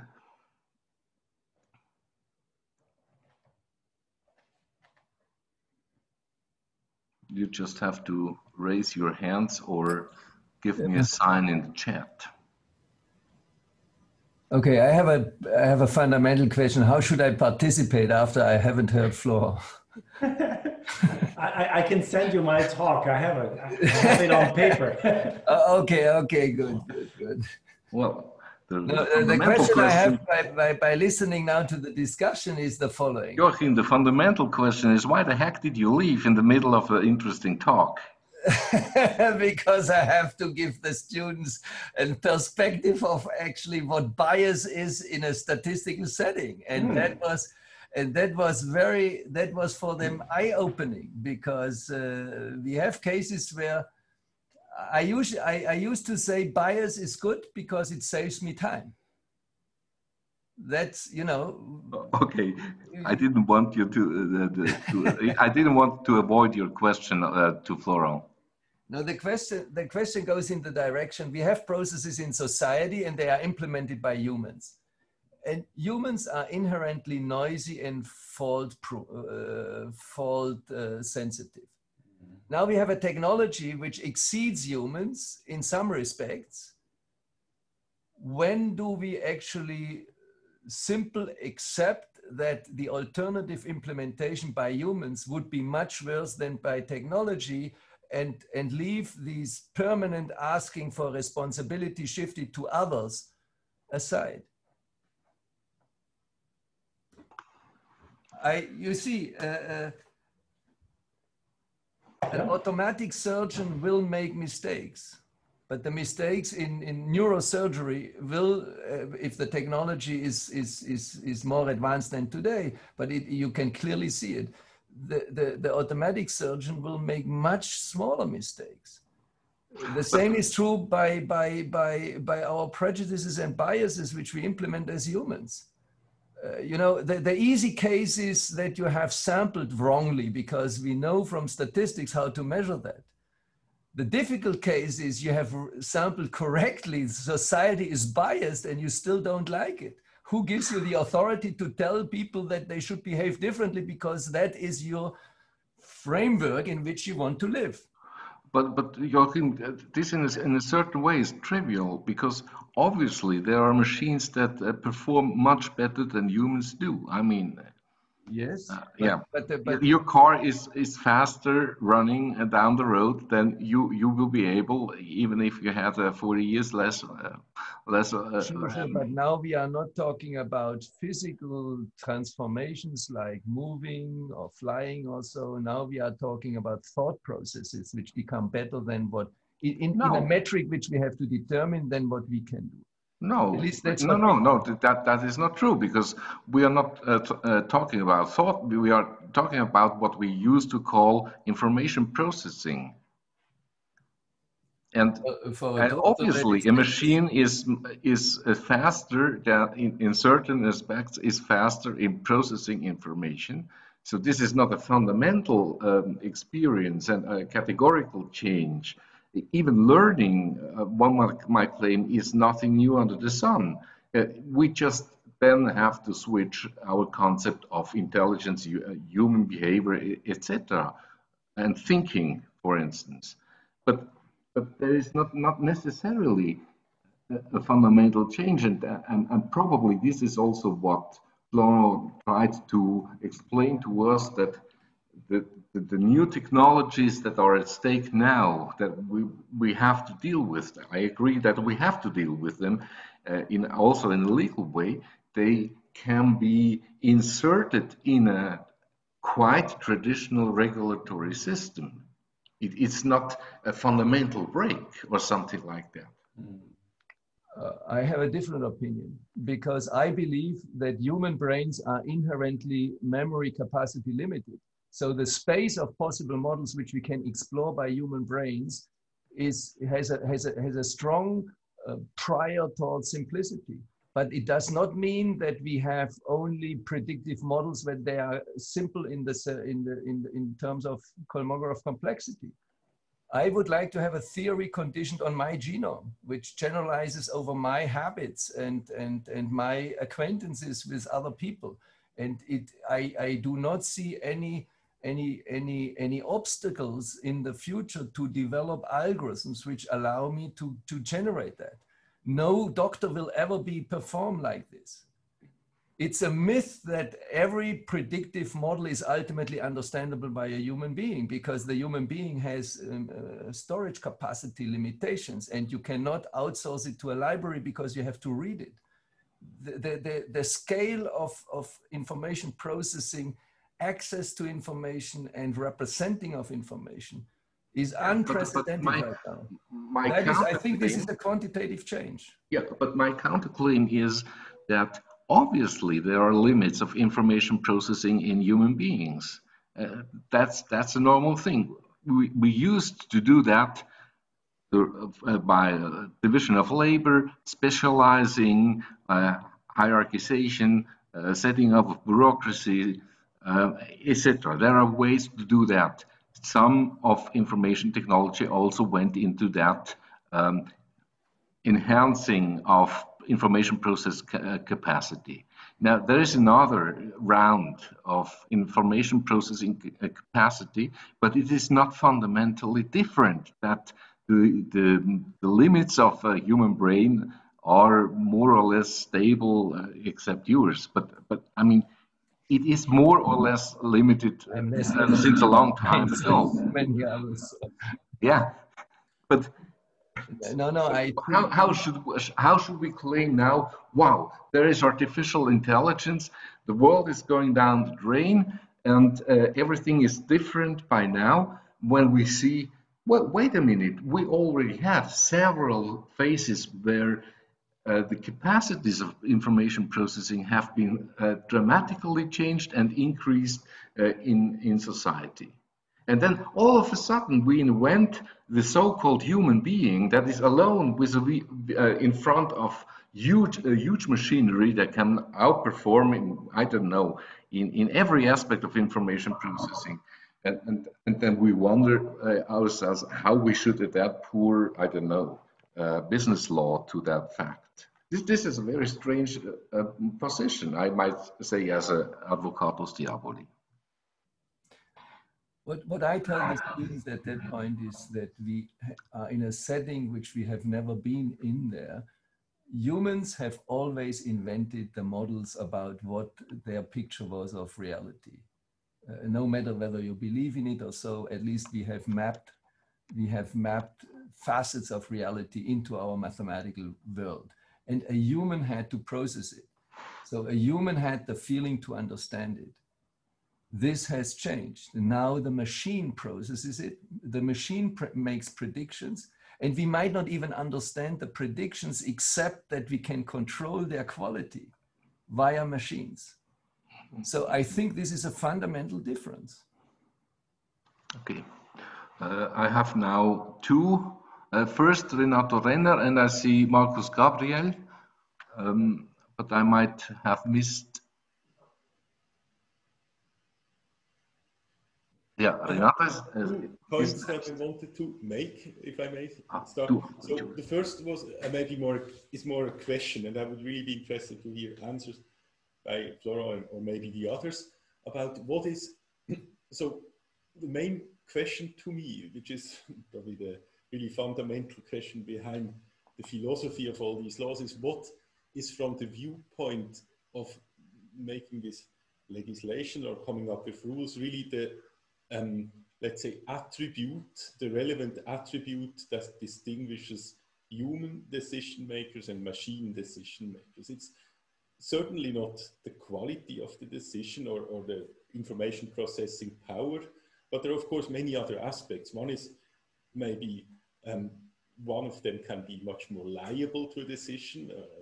We can punish a human if a decision is bad, but there's also another aspect which one could say the common sense. There's a much better safety mechanism in a human. So even, let's say, a human programmed with, or a computer program with all possible aspects, or a neural network trained with everything, a human has still today at least probably the possibility to kind of step back and say, oh, maybe all this modeling was bad because it somehow doesn't make sense. I mean, this is a question. Is that a difference?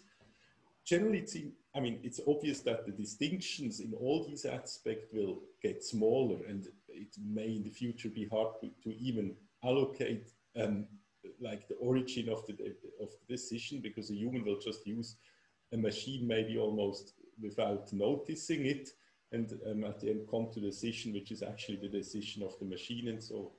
So that's maybe my question. Then I have a remark, which is something I found kind of funny in this context, which also establishes a link maybe to what I mentioned before, and it's completely different to my question. So there was, I think in 2011, was an election of the, how's it called, the National Council in Switzerland, the Nationalrat. And there was, at least in the news, this story that two candidates from the Tessin, from the canton of Tessin, had exactly equally many votes. And then the law foresees that randomness should decide on that. Now, as far as I understood the story or could reconstruct it from media, from what I found in the media and newspapers, was that there was first actually a computer that counted the votes, actually was programmed such that if two have equal votes, it would just produce a random number. And the random number came out, and one of the candidates was then determined to be the actual winner. And then I think there was a lawsuit because the other candidate wasn't happy with the computer taking that decision.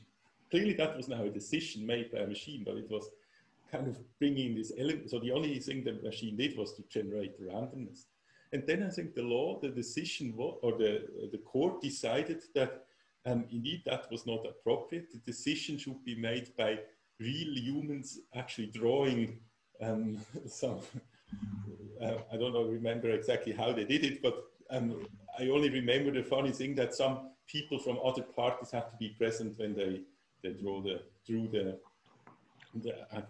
this drawing of the randomness manually, and that was then counted. So this is just an instance where the machine somehow generated randomness, which was then obviously a decision. And I would be interested to see how such a case, which is probably an extreme case, and the machine was only there to generate a random decision, would fit into this whole picture. It certainly leads back to Florent's question, what is a decision, right? So you could call that intervention of the machine, in Renato's case, a decision, or you could also call it a technological condition for the election body to accept an outcome. So, I mean, what you call a decision and what is a decision is not a very clear issue, and especially jurisdiction or law specialists in the early 60s tried to solve the problems that Florent was mentioning, and part of it, what you, Renato, now mentioned, they solved it in a different way. They wanted to maintain, so to speak, the power of the jurisdiction over the important things and leave all the others to the mechanical aspects of treatment of bureaucracy, of machines, processing sheets of paper and tons of formal forms. And they wanted to be just in charge of the very, very important questions, and they called that the decision, excluding all the other deciding processes and pre-deciding conditions, a mechanization, actually, even though it was not by mechanical computers, but rather by electronic and programmed computers. So the question, what is a decision, is changed by the introduction of machines that apparently are capable to substitute part of the previously called decision process, and then the decision has to be reframed. And I think that this is something that is akin to your argument in comparison between quantum computing and classical computing. You have to reconsider the concept of computing, and Joachim probably would say, yeah,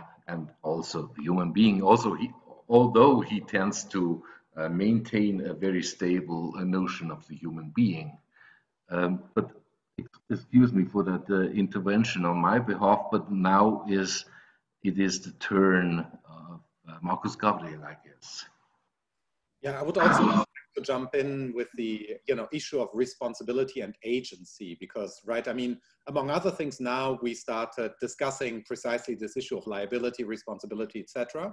And then importantly, of course, we think, I think there are very good reasons for thinking that being subject to the law, right, means that just the modern idea of an autonomous, of legal autonomy, right, means that you're capable of understanding what you're subject to. So, if you tell me, don't cross the light when it's red, while driving, and I nevertheless do this, then I'm capable of understanding what it is to have violated, right, a given rule. And I do also know that the rule is there because it serves human interests, right, such as not getting killed, etc. So the whole damn thing is, of course, a human system regulating human behavior in light of human conceptions of what it is to be human. Now, in all of this, of course, as David Gugerli has been pointing out, for millennia, we have had apparatuses, bureaucracies, cars have been there, right, all the time. And so in this whole setup of humans and machines, right, the humans have been the locus of responsibility. And I don't think that anything has changed right now at all, right? It's just that we have a different kind of technology. This technology raises, very high level legal questions, such as the one that Florent has been discussing, right? I mean, we have new cases, we cannot anticipate them, as Florent rightly pointed out. There are kinds of things that humans now can do in this new human-machine context that were not possible decades ago, and we just don't know, right, how to regulate them, if we should regulate them, etc., until we see the cases, right? I mean, how would the law anticipate, right, things that are not there yet, right? That would be mere speculation. The law has to respond to actual cases and then create a law based on those actual cases. This is what it's always done, right? I mean, for instance, we don't regulate humans flying around, with their arms, because they don't, right? You might say, but what if they started flying with their arms? That would just be irrelevant, right? So I totally understand Florent's overall, as it were, if you like, defensive way of looking at the issue, right? Before speculating about discriminating super intelligent machines that will subject all of humanity to their interests, right? Well, give me some cases. I think that's a very important way of looking at the issue before you speculate about futuristic scenarios. So I want to endorse that. And on the other hand, I want to say that, I think there's an important sense in which, the car does, of course, not take any decision ever, right? I mean, if, this just violates certain rules of grammar. I mean, a lot will hinge on it, and I don't think this is, as it were, merely terminological, right? So if I have a prosthesis, I lost my legs, right? now I'm walking in a certain sense by having a prosthesis. And I think it's a significant question. Some people reject this as a good question, but I think it is a good question, whether, you know, I now have 2 legs or 2 prostheses, right? So I am now walking again, I might say, right? But I have replaced my legs with something. And similarly, I think with the car and the decision-making, right? We do delegate some human decision-making to information processing systems, but that does not mean that the systems take decisions, right? So there might be a view, you know, like I want to like approach the kind of position that I see David Gugerli as endorsing, where we might say something like, look, you need to look at the whole system. Don't look at just the self-driving car. You need to look at the conditions of production, the kinds of liability we already have, the position of the driver in the car. And this reflects also, I think, the current situation that we're in, right? I mean, in Canada, for instance, people have recently been caught several times sleeping in their Tesla, right? It is illegal to go on fully automated cars in Canada, but they do work, right? So there now we have an actual basis of new human forms of behavior, and we should look at what happens there rather than on these thought experiments. I think this is maybe a decent way of avoiding some of the things while making strong philosophical points about the concept of a decision. Okay, thank you very much. Last comment by Harald Atmanspacher. Yeah, I'm trying to make this short because we don't have a lot of time left for Florent. In a simplistic, you know, I'm going to be a little simplistic now. In a simplistic picture, I think the answer to the question, what is a decision at a most fundamental level, is probably a decision is the decision of a binary alternative in a very fundamental way. So if you can answer a question by yes or no, this is just the production of one bit. And if you have complex decisions to make, then I could imagine someone who thinks as simplistic as I do now would say this can just be decomposed in a sequence of binary decisions. And at the end, like in games like 20 questions, you can really come up with a result which looks pretty complicated. But still, it is just the result of a sequence of binary decisions. And that's typically the way, in a simplistic framework in which computers, or classical computers at least, work. Now, for humans to make decisions, it often happens that the decision is not, of course, not so mechanistically split up into yes and no questions, but at some point, contexts also start to play a role, an important role, and even more so, contexts which can come in an unexpected way. So contexts which cannot be anticipated when you start going through the sequence of binary alternatives, so to speak. And then I don't know how a simplistic machine like I design right now, the 20 questions machine, can bring in contexts that it cannot anticipate, but which are important for the final decision to make somehow. So in a way, if you want to insist that you want to use this machine, then at least one would have to implement a kind of feedback mechanism with a human decision maker who raises the context questions, which are not part of the 20 questions game. So I'm not sure whether this is understandable to everybody. I hope I could make that clear. So I think the human decision maker in combination with a mechanistic system, that might be an interesting option to look for. And of course, I don't know how that can be implemented in law. That's not, my expertise doesn't reach that far, but maybe Florent, you can react to that in your final comments. Thank you. Which actually is now the case. So okay. Good luck, Florent. Yeah, thanks a lot. I'm looking forward to that. Obviously, I will not be able to, to tackle all the very interesting remarks. Maybe to start off with the notion of decision. I think we probably would have different points of view with regard to whether machines are actually able to take decisions. I assume that Joachim would have a different position than maybe Markus. from the perspective of the law, I think we can be relatively relaxed. Other than, usually we don't have to have a clear understanding of that term, because there's this additional factor which says the regulation only kicks in if the decision has legal effect. So we would less look at, the situation whether there is some sort of decision in the way that Harald has just mentioned, a binary context specific or not, but we would rather look at the effect for the human being, and if there is some sort of legal effect, we would assume that there is also some sort of decision. So I think it's a very interesting question, but not so much from the perspective of the law. And then several of you, I would say, David and also Joachim, of course, have raised the point with which I fully agree, that I don't think so many things have actually changed so far. Much of the discussion, and probably also partly the reaction of the European legislator, can be or must be, I think, linked to this state of discussion that I think is in the past, where there was, a lot of concerns and people believed that maybe at some point actually machines would kind of take over, and that we're close to being kind of, reduced to being mere objects, machines ruling the world, things like that.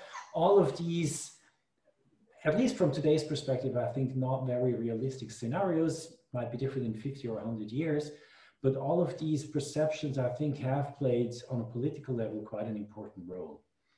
And that is also connected to the historical context. I mentioned that the first regulation in this respect dates back to 1978 in France, where the state basically decided that no state actor, no government or government agency should ever take any decision solely by automated means. And back then, I believe it was most of all, a reflection, whether justified or not, but to some case maybe correct, that the technology is just not there to make sure that we have adequate quality. And this has kind of evolved. The provision and the approach in the law has been around and has not been challenged. And that is true, I think, for many of the regulations in the GDPR, in the data protection law, that these concepts have been developed a long time ago, and they are now ruling the world because the GDPR has become some sort of international gold standard with regard to data protection, but they don't really fit our today's environment. And they actually produce major risks. I mean, I'm not the first one to say that data protection law, of course, hinders progress in many respects, not least in the field of AI. And this has also, arrived at the political level. One of the first things that Angela Merkel has, stated publicly, actually, after the entry into force of the GDPR, was that yes, we now have that piece of regulation, which is from a European perspective a big achievement, but we must make sure that it does not hinder progress in the field of AI in Europe. Well, yes, but actually it does, because it produces tremendous costs with regard to all sorts of processing of data. And I think that is, maybe, a bigger problem in the entire setting that we're discussing right now. Now, with regards to what Markus has mentioned, I think the most important problem to me, and you have also alluded to that, in your second statement, the most important to me is an information problem. How can we know today what would be the best regulation of some sort of algorithm or use of our algorithmic system? We cannot. We must be, brave and open and allow for errors to actually materialize to be able to fix them in the future. And the more and more densely we regulate today, maybe the less errors we will have, at least, kind of maybe less positive errors, but we'll lose a lot of opportunities, and others, will move forward. So I think from a European perspective, this is a real problem. Then the additional problem might be that the more complex these systems become, the more knowledge you need to have to regulate them in a meaningful way. And now, who works for Google and other fantastic companies, and who works for the regulators? Yeah, now, where is the brain power going? And are we able to solve the problem just due to a question of, mental capacity? And then the ultimate question, of course, which I'm up to, why at all? This is also what David has mentioned, I think. We have always taken decisions as humans. They were flawed, they were biased. We have, limited capacities in computing power, storage, etc. We have dealt with that by introducing liability systems and by just accepting that, the decisions will never be perfect.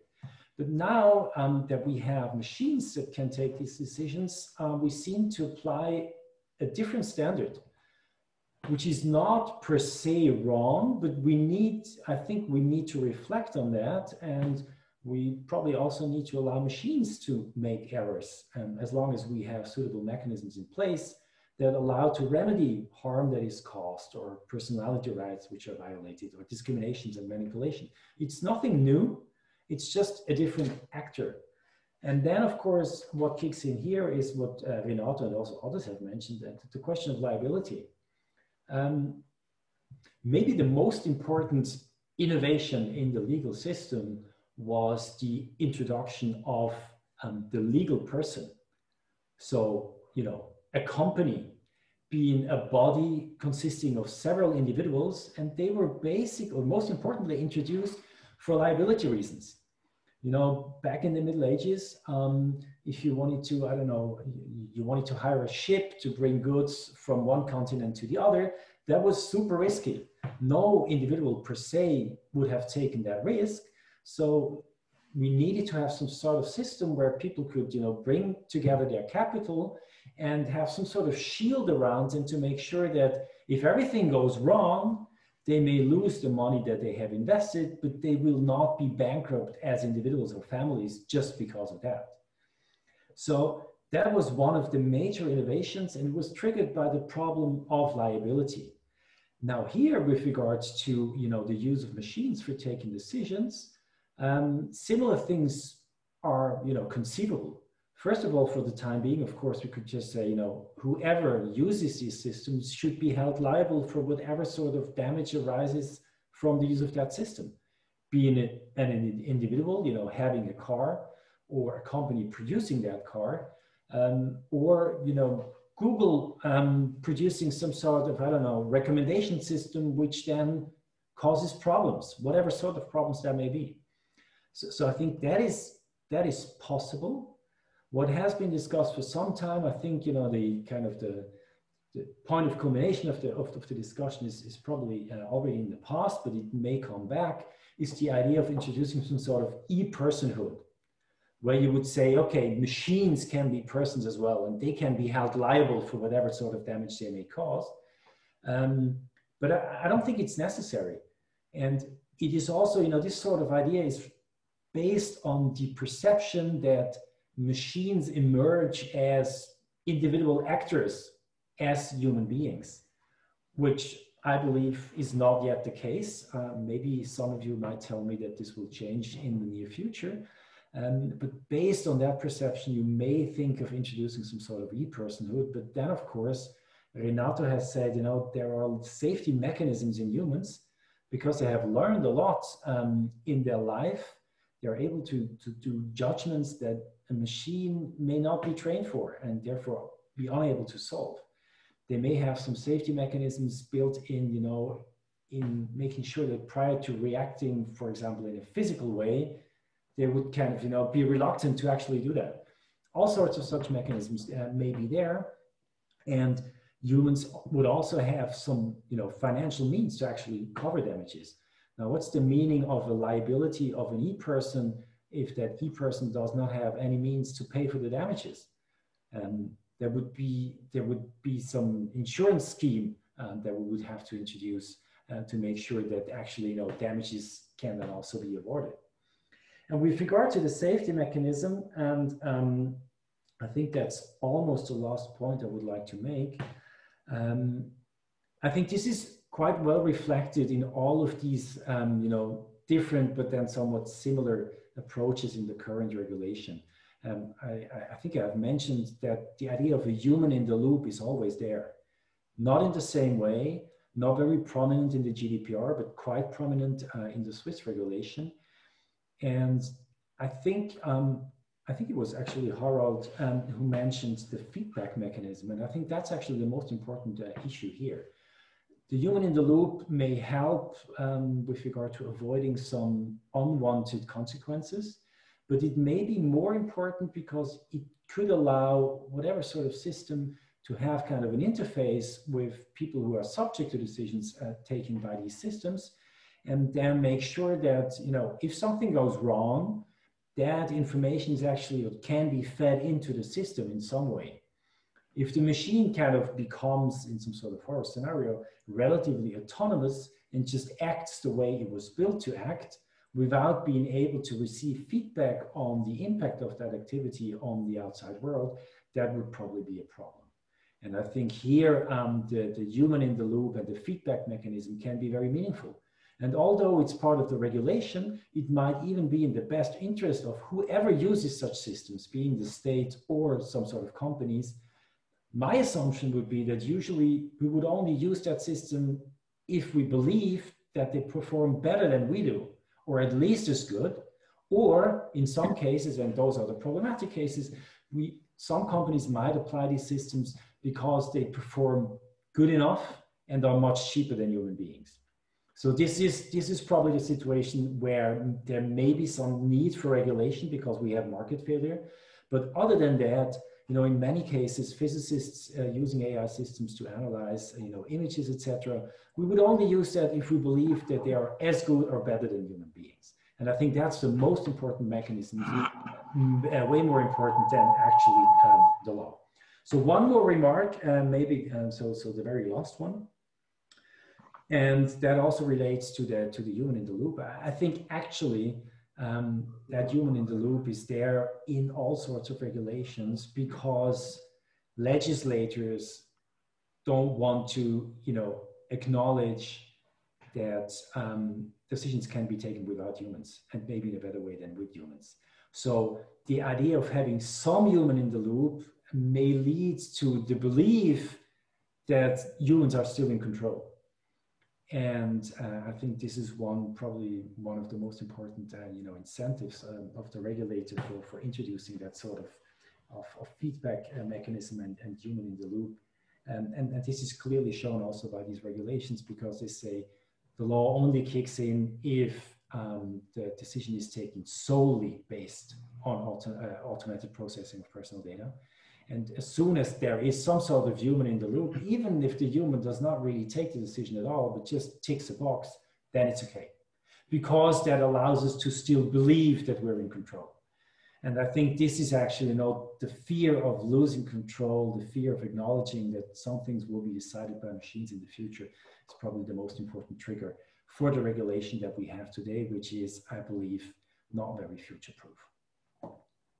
Okay. Thank you very much. We are well in time. Nevertheless, I suggest that we make a short break, like 5 minutes maximum. I want to briefly introduce Markus Gabriel. Markus is a professor of philosophy at the University of Bonn, as you could imagine from his remarks about North Rhine-Westphalia. He is a professor of philosophy, and he created, or he pioneered a new, let's say, kind of philosophical worldview, which he called New Realism. Very appropriate since it's new. And if you want to know more about this worldview, this kind of trend in philosophy, there are two books which cover aspects of it. One of them, with which he became pretty famous, is Why the World Does Not Exist, and more recently, The Meaning of Thought. And the meaning of thought is also, I guess, part of the talk that the thesis that he will deliver right now. The title is Intelligence and Understanding, Limits of Artificial Intelligence. Markus, please. Well, thank you very much, Harald, for having me.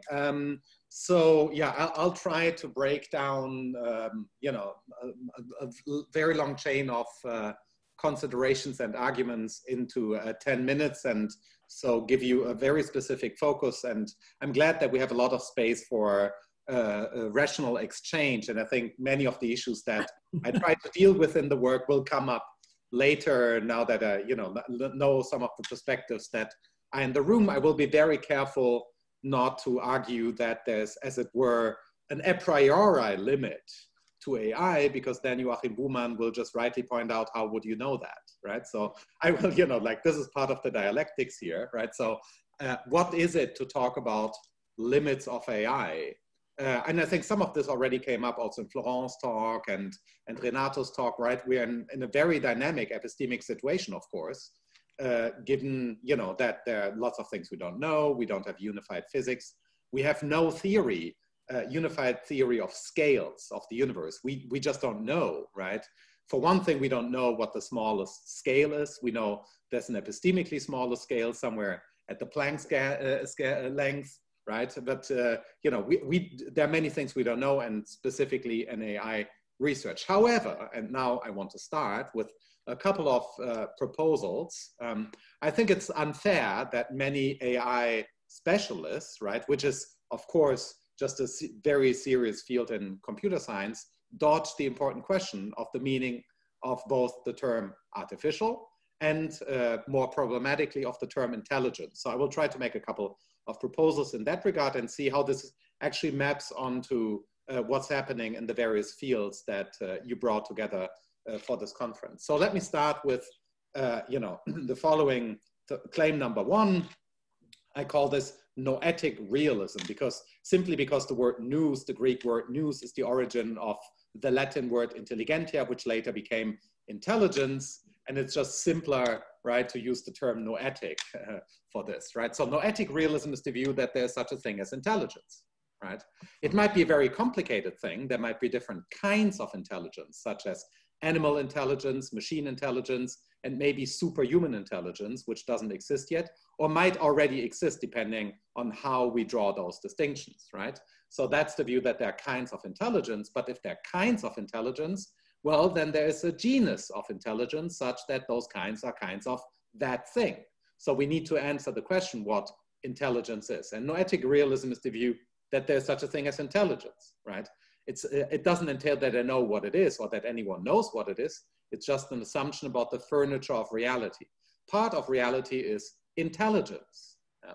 Now we have intelligence vocabulary, what I call noetic vocabulary.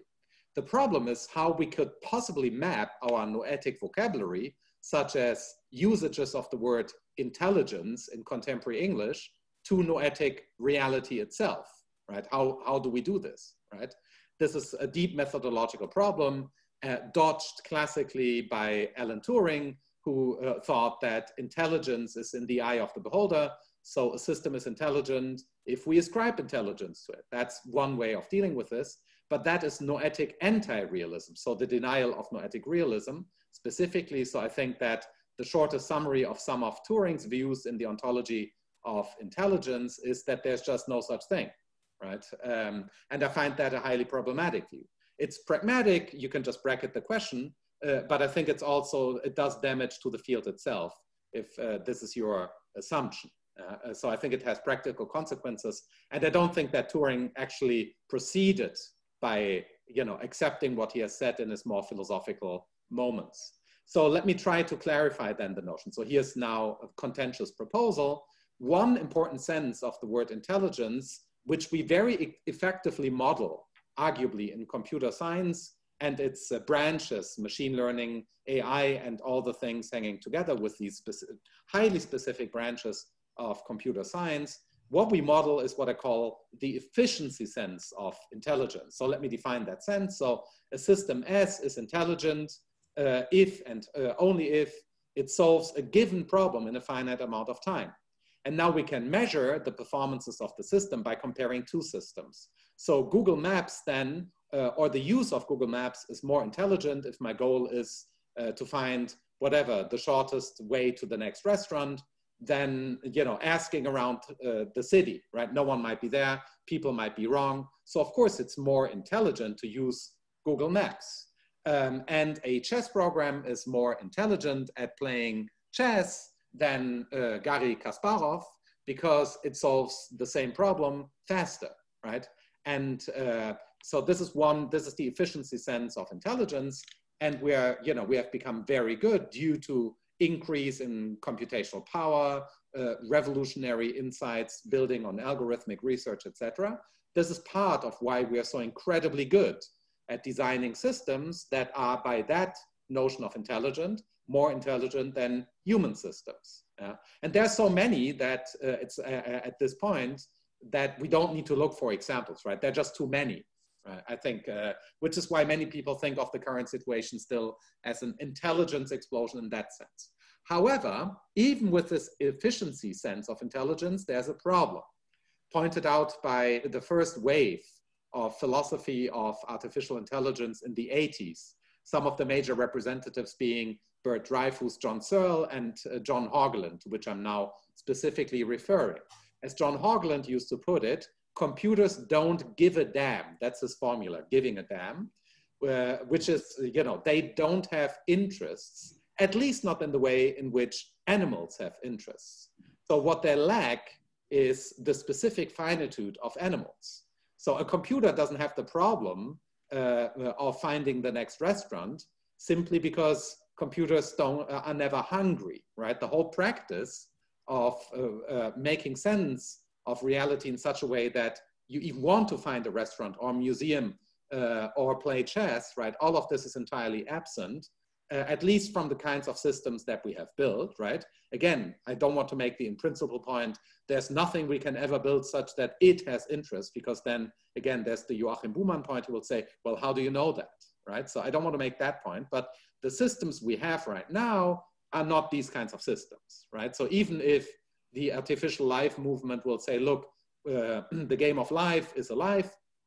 So if we use something like a game of life kind of tactics for simulating survival interests and combine that maybe with robotics, embodiment, and so forth, right? Then these things give a damn, right? So maybe that would be sufficient for creating something that has actual problems, right? I'm not denying that. But the kinds of systems that we deploy, chess programs and so forth, they are not these systems. They're not chess players.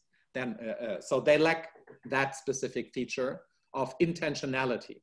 And at this point, it's important, another just, you know, recourse to, you know, a tiny bit of history of ideas. The term intentionality, meaning aboutness in this context, right? So a sentence can be about Zurich, right? A thought can be about Zurich as well. Things can be about things, semantic information. That concept of intentionality derives from the Latin intendere, which is Greek oregomai, orexis, which means desire, right? Which is why the English word intention has these two meanings. On the one hand, there's an intention to do something, right? I would really like to be with you, right? And now I drive. And then there's this other sense of intentionality where it is aboutness, right? A thought that can be about something, and that is not a coincidence. So that's efficiency intelligence. And the problem here might be to argue or not that the AI systems which result from AI research, the discipline, plus technological implementation, that those systems lack the specific feature and therefore are not intelligent, not even in the efficiency sense of intelligence. However, here's something which is intelligent in any event in that scenario, the human-machine system. So we have a system which consists of humans and machines and the human use of machines, and that system is becoming more intelligent exponentially, right? By all the laws of computer science and the ever-increasing computing power, maybe in the future with quantum computers, we are becoming more intelligent, and so far as we are part of the human-machine system. So I think there clearly is an intelligence explosion in the efficiency sense of the term of intelligence. But that does not mean that my computer is becoming more intelligent, but my users of computers are becoming more intelligent due to increase, you know, definable, measurable increase in computation power, et cetera, et cetera. That would be the kind of picture about efficiency intelligence. Now to limits. There's the second term. I've had these discussions with Harald, who pushed me, you know, to coin this notion, or to use the notion of understanding here, right? So understanding I call demanding intelligence. That's some other sense of intelligence. Sometimes we think, you know, we ascribe intelligence to an agent because she's very capable at this capacity, which I call understanding. So let me give you examples of understanding where we are still incredibly good.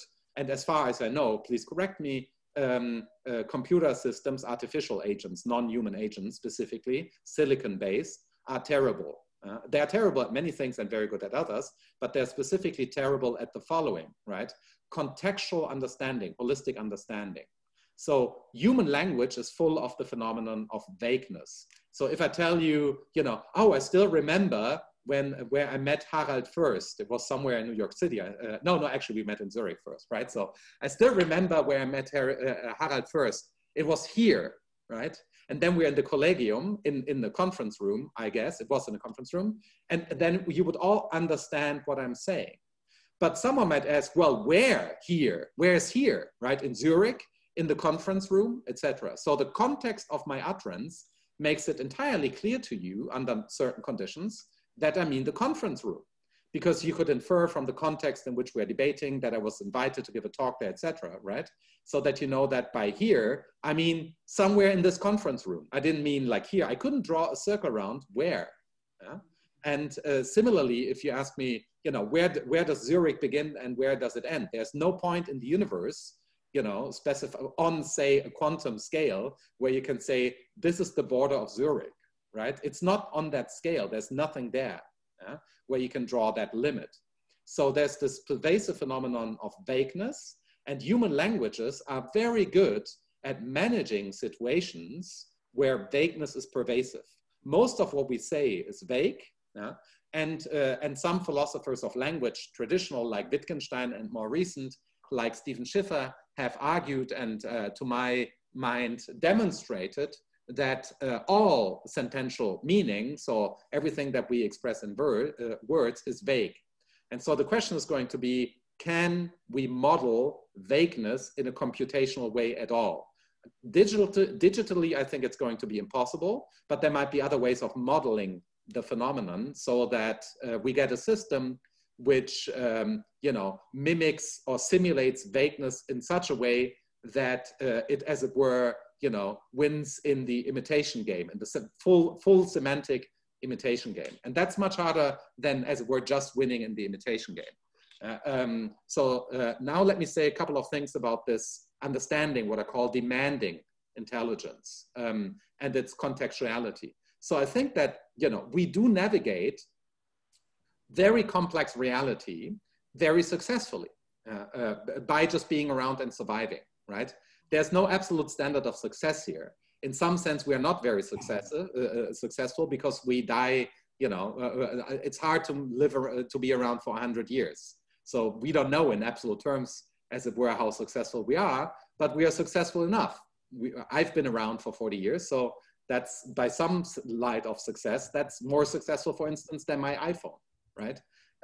My iPhone will not be around for 40 years, forget it, right? So in that sense, in survival related wise, I'm already more successful.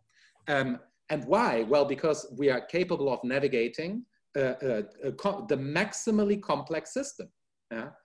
You might want to call it the universe. I have different terms for this, but let's speak in terms of the universe and say, look, the universe is clearly by definition the maximal system here, and we are navigating the universe. That's way more complex than any deterministic game scenario or even extended scenario in open systems like the ones that self-driving cars are now able to navigate in, right? But there, for a car does not relate to the universe as a whole. We do relate to the universe as a whole in virtue of being, you know, cognitively adapted to it. And this brings me to a second topic, which I call biological externalism. And then I will conclude after having elaborated a little bit on that notion. So biological externalism is the idea that noetic vocabulary, intelligence and so forth, understanding all the words that I have been using necessarily or constitutively refers to a biological reality. So in general, in philosophy, externalism is the view that the meaning of some words is decided by reality itself, or at least in part. For instance, the meaning of the word water is in part decided by the fact that watery stuff contains H2O molecules. But the Greeks had no clue. So when the Greeks talked about water, or whatever, when Kant talked about water, he couldn't know the first thing about H2O, right? Because, you know, it wasn't discovered. People didn't know that, right?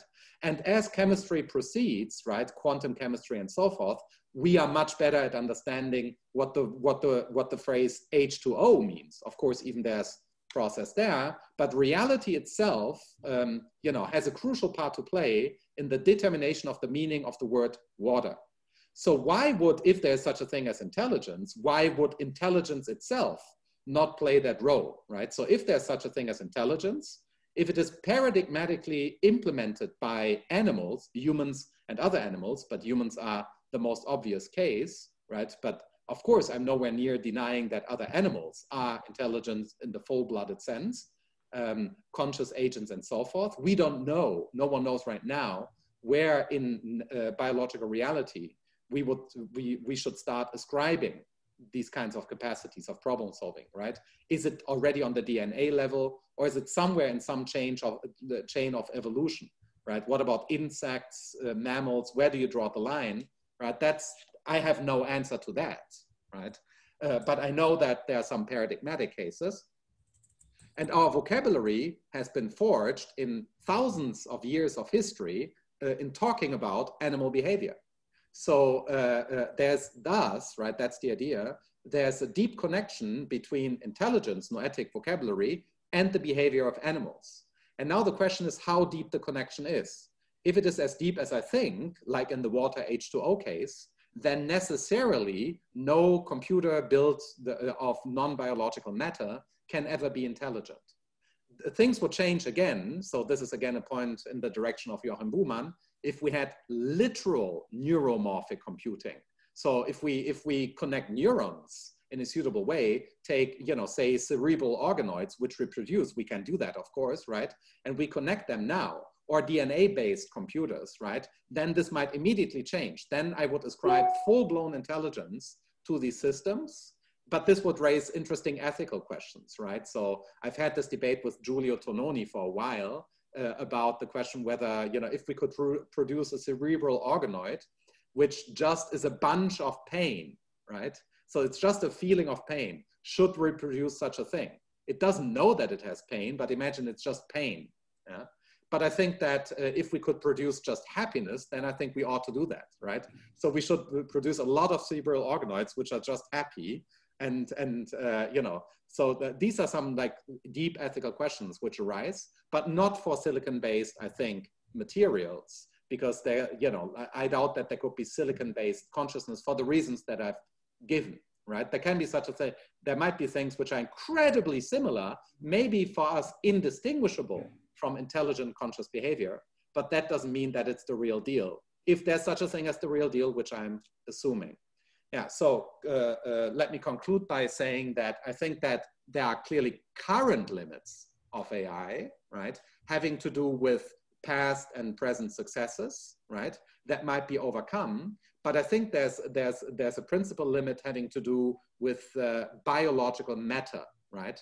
Can I prove this? Well, you also cannot prove the contrary, right? My evidence right now, I think the burden of proof is on someone who literally believes that non-biological matter, right, can achieve the kind of organization required for intelligence and consciousness. The burden of proof is not on me, because so far, you know, I have the evidence by just investigating the emergent system on the mesoscopic scale, right? But this might prove to be false in the future, depending on how we unify, or depending on if we ever achieve like a unified account of the scale. So it's a completely fallible hypothesis that I'm proposing, but there is linguistic evidence, meaning thousands of years of linguistic behavior where we, you know, got used to ascribing only the behavior of certain systems as intelligent. So let me stop there. And I leave the rest for this very interesting model of discussion and conversation. Thank you very much, Markus. I think we should still start with some clarification questions, if there are any, before we go into the general discussion. So would anybody here have, yes. May I say something shortly? Okay, so Josef and then Flora. So there was intelligence being related to biological entities. This sentence somehow caught me a little bit. Before you were saying, you were relating human mind, human intelligence being capable of navigating a very complex system. And if you take this as a definition of intelligence, why does this have anything to do with a biological realization? Well, the idea there was this, right?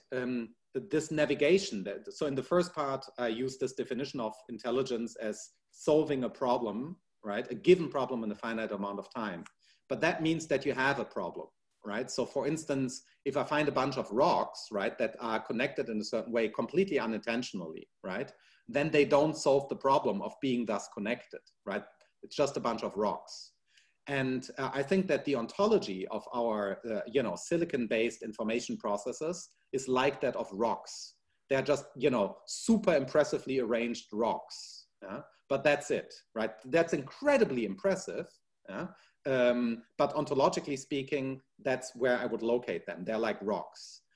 Whereas, like a snake crawling over a rock is precisely not like a rock, because it's solving a problem of how to, cross a certain path. That was the picture, right? That having a problem, that's the assumption of the third part, biological externalism, presupposes biological matter. That's a jump in the argument, right? So in part 1 and part 2 of my presentation, that was not presupposed. I drew that out of my concept box in the last part. Flagging this as a fallible hypothesis, where the burden of proof is on someone who literally believes that there's multiple realizability for human cognitive faculties. I think the burden of proof is on the multiple realizability view, not on the biological view, which is not, which doesn't entail that you cannot deliver the promise of making the case of multiple realizability. Flora is next. Yes, thank you very much. Very interesting.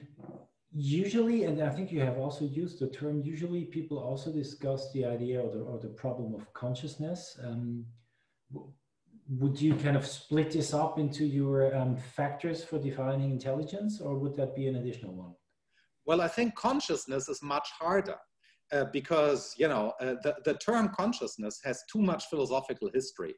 I think that if you look at the issue, for instance, I call the following the hardest problem of consciousness, much harder than the hard problem of consciousness. The hardest problem of consciousness is picking the meaning of the word consciousness so that you can then look in an animal for the neural correlate, right? I mean, we don't even know if the correlate has to be neural. It might be glia cells, or if Penrose is right, microtubules, right? I mean, I don't want to say Roger gets this right, but we don't know this, and but it's a good question, right? What, if anything, is the correlate, the material correlate of consciousness? But first, before you ask this question, you need to tell me what you mean by consciousness. And the meaning of the word consciousness is much harder, right, than even intelligence, because intelligence has become a fairly technical concept and never was quite ordinary. Whereas the word consciousness, just take, for instance, take the French word conscience, right? Conscience does not mean what consciousness means, because it has also the meaning of conscience, right? So you get into this problem of fixing the meaning of consciousness. And then if you look at what philosophers and neuroscientists have said about consciousness, it's typically incredibly confused, because on the one hand, it means something like, right, a qualitative feeling of being around, called phenomenal consciousness. But then sometimes it also means, as in perceptual consciousness, a relation to the environment. So if I relate to whatever, Lake Zurich, right, then Lake Zurich is not in my brain. But if I feel pain, then it makes sense to say that pain is in my brain, right? So, a lot depends on, you know, the meaning of consciousness, and that is just more confused for that reason. Yeah? Earlier, I thought that, you know, it would be a good path to think that consciousness is a prerequisite for intelligence. Now I would rather say that understanding is a prerequisite for demanding intelligence. So fixing some of the concepts, then, you know, I can say the kinds of things that the consciousness fans would like to say, but I don't have to go into the hard, you know, problem of answering the question what the word consciousness means. I've had that debate with Stanislas Dehaene recently in the Vatican, you know, and I didn't get an answer. You know, Stanislas Dehaene constantly insisted consciousness, and we can now find it in machines. Well, wonderful. I'm glad if you do, right? But he couldn't tell me what the word consciousness means and which scientific method he used to determine the meaning of the word consciousness. Linguistics would be a good discipline to look for, right?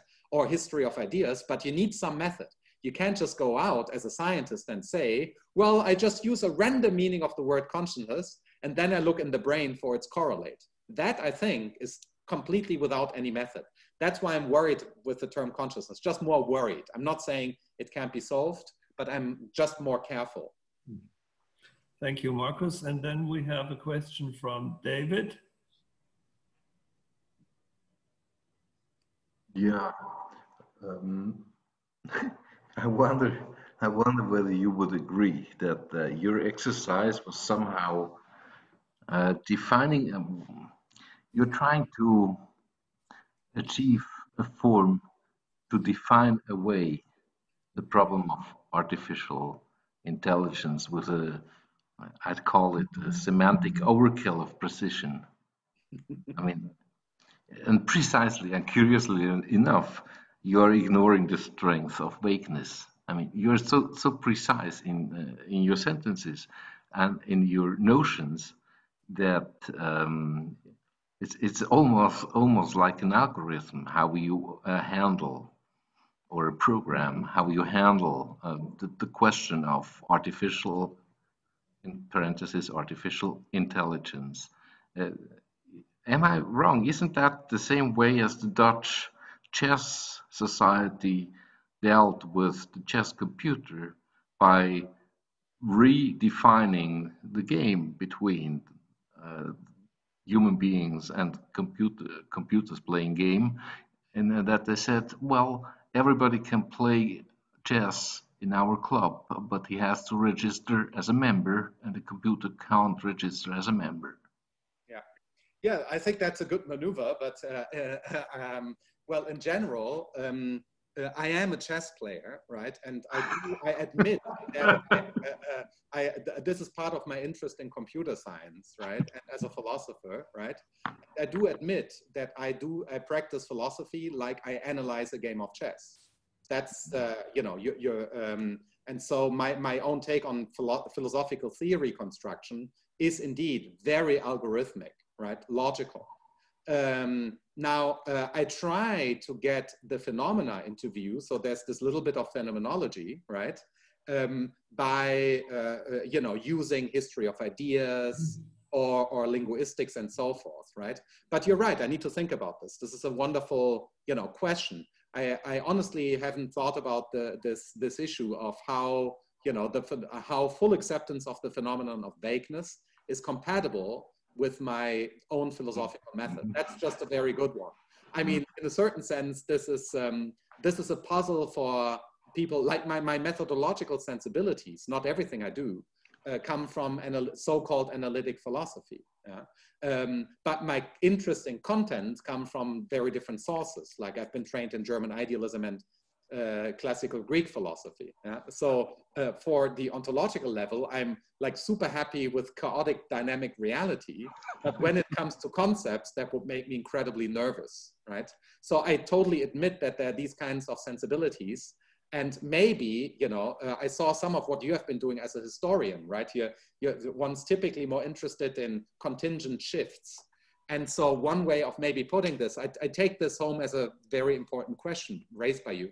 It's like, well, what if the phenomenon of artificial intelligence and also the discipline of computer science, etc., right, is itself, right, in the midst of a meshwork of vagueness? Then, you know, then my analysis would be an abstraction in Renato's earlier sense of the term. So I would have been giving you a model of a reality that is maybe indefinitely more complex or categorically different from the tools that I have been deploying. This might just make me an ordinary scientist, right? But still, it's an issue. I stop there. So as you see, I try to get out of the web of your question, but I admit that I haven't looked at this from this perspective. So thanks. Markus, I have a real clarification question because this is about the burden of proof issue. I haven't really understood why you say the burden of proof is with the supervenience people. Can you dwell on that a little bit, and then we go into the general discussion? Okay. Well, not supervenience, to be precise. I think supervenience is trivially true. So, like for everyone, like supervenience here is just a view that there cannot be a change in mental states or psychological states of reality without a change in material reality, right? I totally endorse that, right? So I'm not a dualist. Right? That's what you said. Yeah, but I'm worried about multiple realizability. I mean, in one sense, there clearly is multiple realizability because my literal brain states differ. You know, when I think of Harald right now, my brain states are of course different from when I thought of Harald 7 minutes ago, right? If you look into actually what's going on here, it's not the same. It's structurally similar enough so that I can still think of Harald, but it has changed, just like Harald's position right now, right? So in that sense, indeed, all mental states are multiply realizable by biological matter. Now, the question is, can we get a view of the form that mental states are multiply realizable by either various forms of biological matter or some non-biological matter, right? And this is very hard simply because, you know, we don't know what we know. And here's the burden of proof issue is, right? I can point to a phenomenon of exercises of consciousness and intelligence, right? Like I can point at Harald the animal and say, this animal is conscious and very intelligent, right? And then I'm right, because that's my traditional evidence base. We don't really know what's happening on this ontic level, as it were, in computers. There have been some recent attempts by the integrated information theory people, Christoph Koch and Giulio Tononi and Laura Albantakis, in particular, in a volume that I've just edited on top-down causation in the universe with George Ellis. And they argue that no computer in the Turing sense of a computer can be conscious due to the way in which the circuits in a actually existing Turing machine, not an infinite one, right, are connected. This is a very mathematical argument, which depends on the correctness of integrated information theory, and that is very contentious. So I would honestly say we don't know. You know, it's not, you know, the idea that mental states are multiply realizable in different forms of matter is clearly not a priori false, right? There's nothing I could do a priori to settle the issue, right?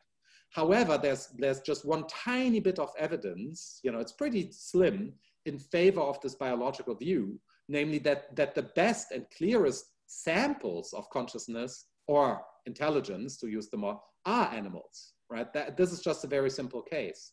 Now, you know, the computer scientists might say, well, you get that's wrong. Now we have chess playing computers and they are the clearest examples of intelligence, right? So that is a line of objection totally available to the multiple realizability crowd. But you see, all I have is this linguistic, you know, externalist evidence. But also we don't know if biological matter is special, right? At the end of physics, the notion of biological matter might disappear altogether, depending on whether there's just a fundamental level or whether there really are emergent levels. Yeah, thank you. So I suggest, Markus, that you can now lean back, and I see a sofa behind you, and we enter into the general discussion now. So I would like to ask. Harald, yes. Can I deposit one question with Markus? Do you believe that there is anything in the processing and the time evolution of biological matter which is inherently non-algorithmatizable? Because I think this is what people in artificial intelligence, when they take the artificial, the qualifier artificial seriously, what they would like to know. Because then the question is, what is the right level of abstraction to generate the counterpart of this inherently non-algorithmatizable part of biological matter?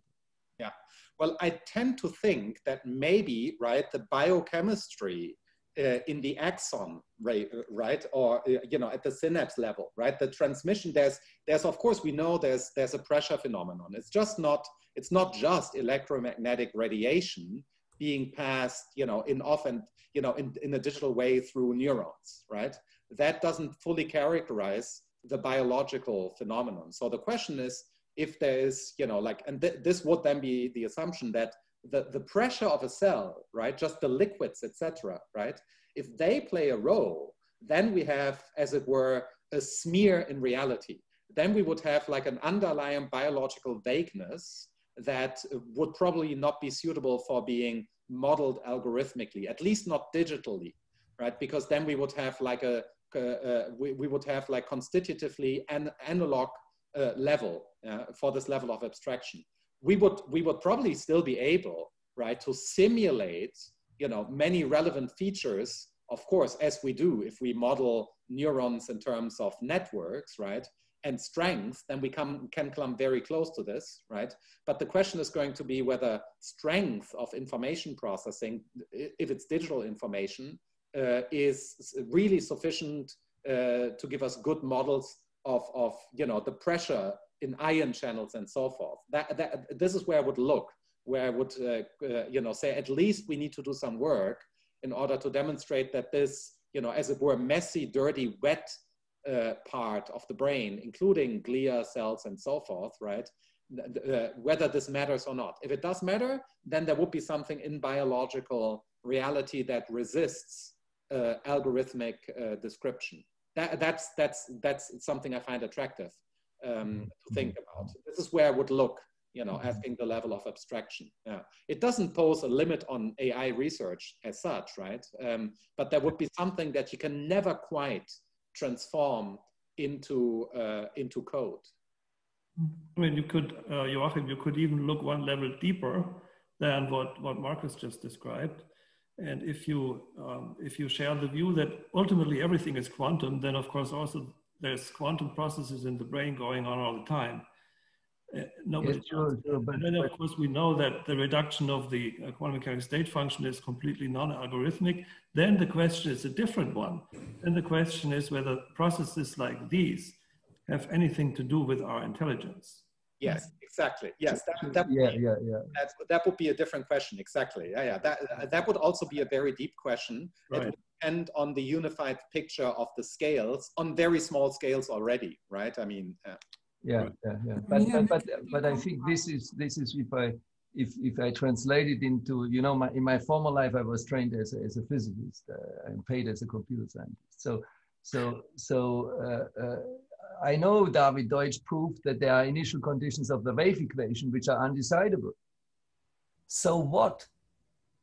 If you can't use them for decision making in a purposeful way, if they are not controllable, then they are useless.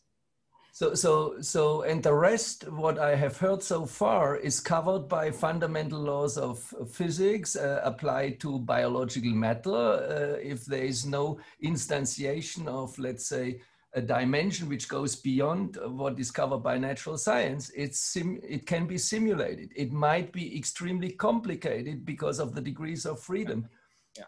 But it's not, I don't need to simulate the whole universe for that. Yeah, but I would think there is a dimension when it comes to intelligence, at least human intelligence, that is not in the, not even in the scope of natural science. Objection, Markus Gabriel. Yeah. David? No. I just was about to mute Markus Gabriel from a remote place because now there are several people trying to intervene, and it has become ping pong between Markus and. Okay, I don't see anybody on the chat list here, but we're like three. Raised hands. Oh, Liesbeth, I see Liesbeth now. Okay, Liesbeth, please. Yeah, so I had a bunch of kind of random comments. Oh, you have. I will not make all of them. I will only make two.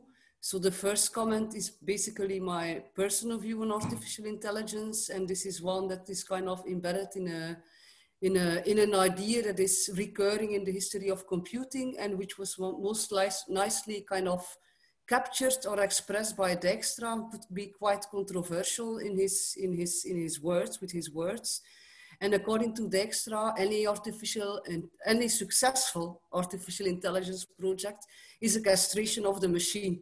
And the idea behind that, and he's not the only one who was saying that, although he was quite explicit about it, has to do with the fact that in his view, a machine should be used in a way that it is useful, and a human should be used in a way that he or she is useful. And the idea is to kind of try and find this optimal symbiosis. So this is kind of more of like my personal view. The other thing I wanted to give to you, and it's a quote I have been puzzled with for quite some years now. It goes back to, this is another thing. So it goes back to von Neumann, The Computer and the Brain, his last piece of work, basically. Mm-hmm. So he talked about artificial and natural automata. And I always found that terminology much more fitting in a sense. But completely at the end of that essay or short booklet, or whatever you want to call it, he makes the remark, and I'm quoting from the book: when we talk mathematics, we may be discussing a secondary language built on the primary language truly used by the central nervous system. Thus, the outward forms of our mathematics are not absolutely relevant from the point of view of evaluating what the mathematical or logical language truly used by the central nervous system is. So there's this idea that if you think of the programs we are using today and the way they are being built and the mathematics they are based on the mathematics that is produced by making the assumption that we kind of use some kind of mathematics in our brain. They are a production of the mathematics we are using in our brain, and you cannot kind of, to connect it back, it's extremely self-referential. So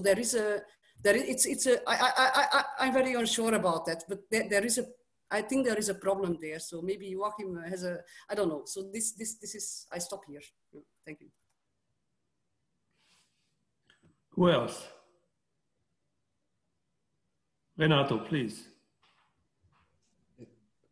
Okay, so I have a thought which connects to this discussion that was just going on between Joachim and Markus.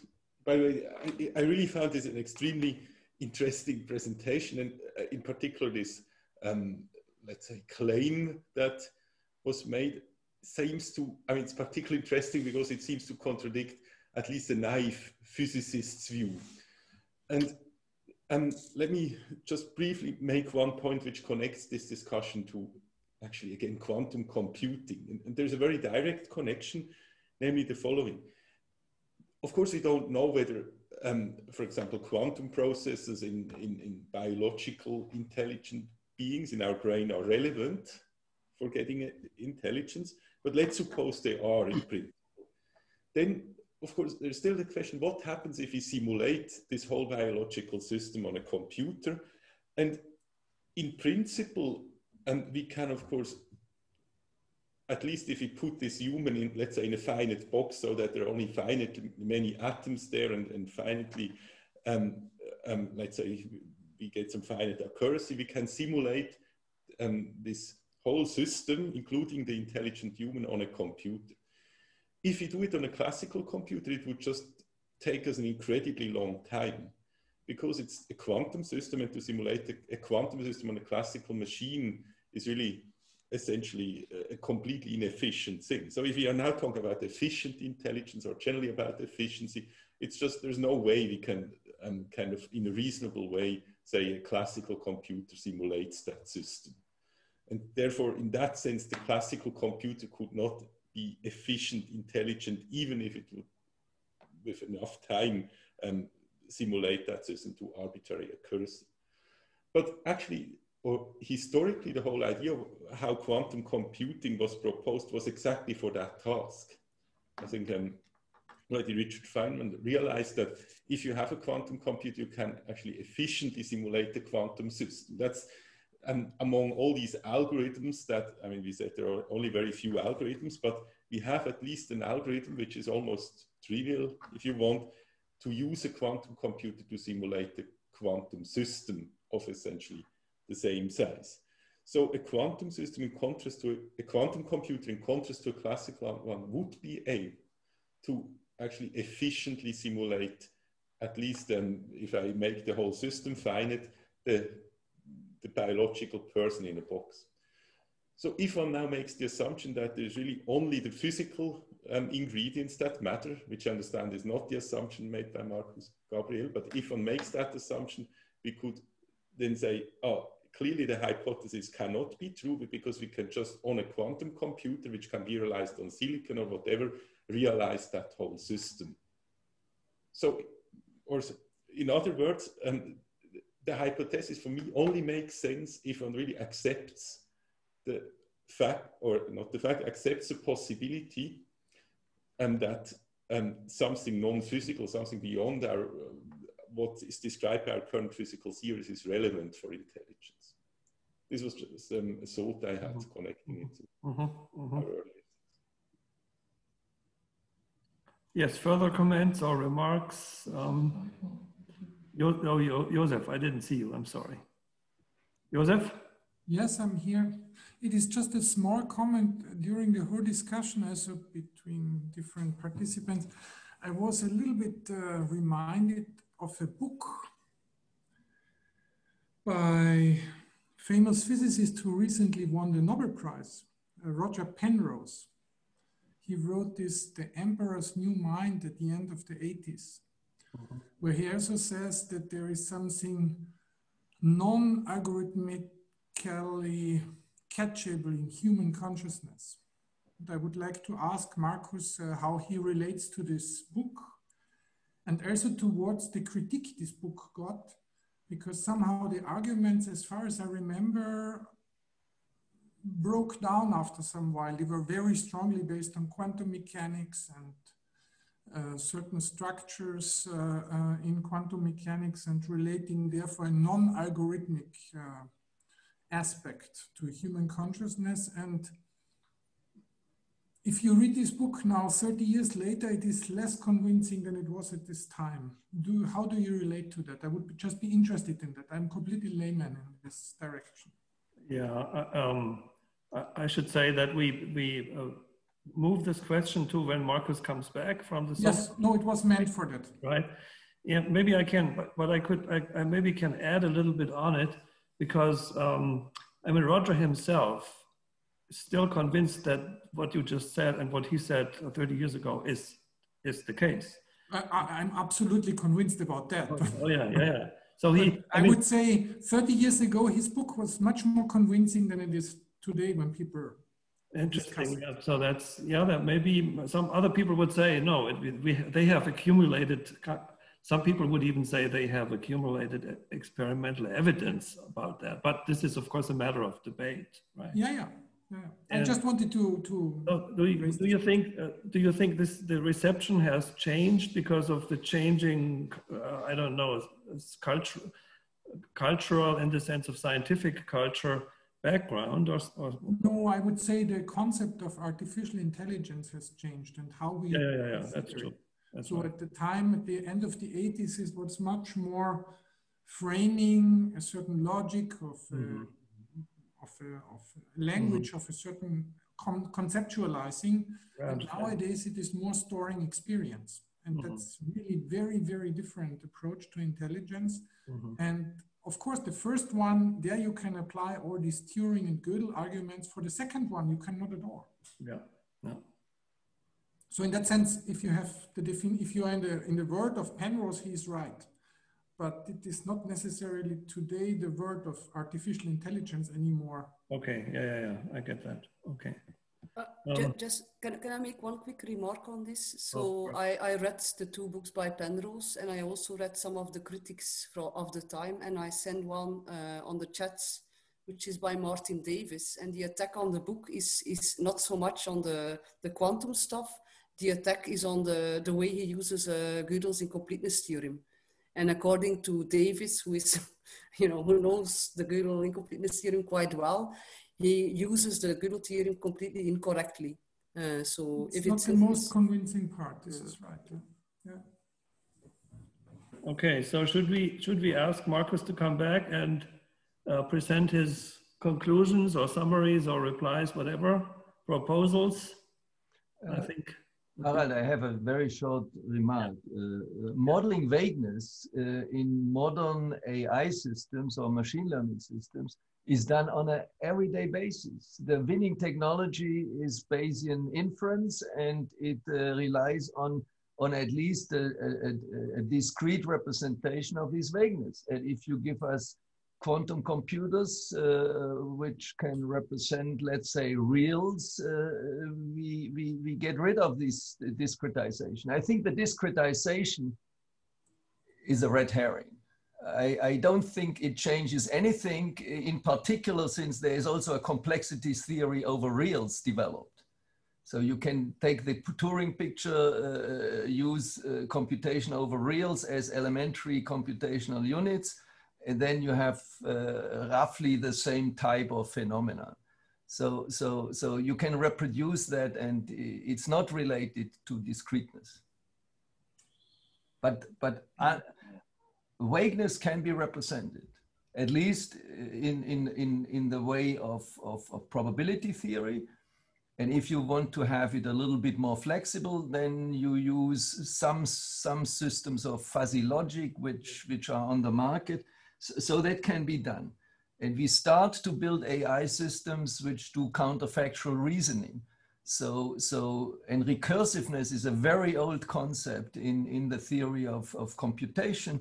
So these feedback loops which arise in counterfactual reasoning may not be implemented in today's system so much, but I think they are algorithmatizable and can be dealt with in this set of ideals. So the question whether AI exists or not is maybe just a historical question. Today, I would agree it doesn't exist, but that is not what people mean by that. We go towards AI. Okay, thank you, Joachim. And I think the vagueness issue is also an issue that Markus, of course, raised. So that might be a good point to hand it over to you, Markus, and for your final 20 minutes. Well, so many very important and good suggestions and questions. So let me try to randomly and fairly select. So my principle is not going to be, I will pick the questions I think I can answer most convincingly. So I'll try to be honest. So covering as much as possible. So let me start with the Penrose thing. Yeah, I think that there are so many, technical details, in particular surrounding the Gödel stuff, right? I mean, this is where the action is, I think, in the book. I mentioned in passing the microtubules business too, right? When he thought that there's something like the collapse of the wave function in the microtubules, so where people didn't look. And this just seems to be false, and no one picked up the idea. And the Gödel stuff, I've also written about how this specific version fails, right?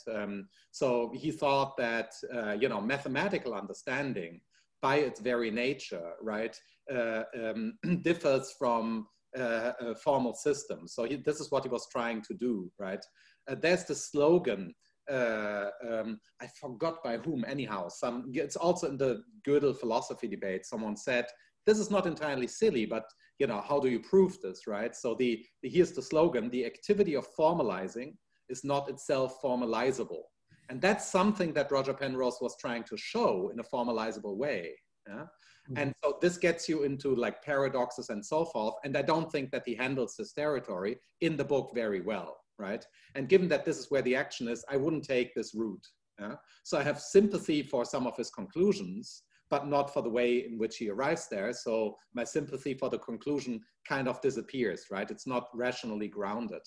And that's, yeah. And I think that you're perfectly right, Joseph, that a lot of the, 80s philosophy of AI stuff was right about research then, which was called AI research, but now we're in a completely different scenario, right? The field has evolved in so many ways so that these maneuvers don't capture what's going on right now necessarily, right? So we need to adapt that. So there I'm totally with all the comments that I've heard. Now to Renato, yes, I do clearly think, and I think you brought this out in a very convincing way, but I lay my cards on the table. I think there are all sorts of things, actually transfinitely many things that are not in the purview of natural science, such as transfinitely many sets and so forth, right? So, and even if natural science could know everything there is to know, right, it couldn't know that it can know everything there is to know, right? So even if you give me like reasons for believing that the observable universe, meaning 14 billion light years in every direction, whatever, smaller scale Planck length, bigger scale, the 14 billion light years, right? Even if you could know everything about that, you could not thereby know that there's nothing outside of that, because you cannot penetrate the wall of the singularity. And even if you can, right, maybe you go back to inflation and your models give you a multiverse, right? Then even if you gave me the landscape of the multiverse, right, how about the hyperverse, which consists of many multiverses, right? So natural science cannot give you a conclusive proof that it has come to its end, right? That's why I think that, for one thing, there's enough evidence that there are things that are not knowable by natural science. And even if natural science could know everything there's to know with the help of natural science, it couldn't know that this is everything there's to know. And I think there's, so metaphysics will always remain an option. And now the question is, though, right, metaphysics, you should never go for metaphysics for free, right? The method that I accept is natural science get things right as long as possible. But if there's something that we don't know scientifically right now, then there's always a looming possibility that this might already be metaphysical, such as, intelligence, consciousness, behavior, language use, right? How does physics study, for instance, the upcoming German election in 2021, or just the spread of the coronavirus, right? Good luck with that. So imagine you applied at the ETH for a research project where you study art history with the help of quantum mechanics. That would not be a very meaningful project. So art history cannot be studied with the help of physics, therefore there's something metaphysical. Now, how does this metaphysical, meaning not within the realm of scientific explainability, how, if at all, does this leave traces in the physical universe?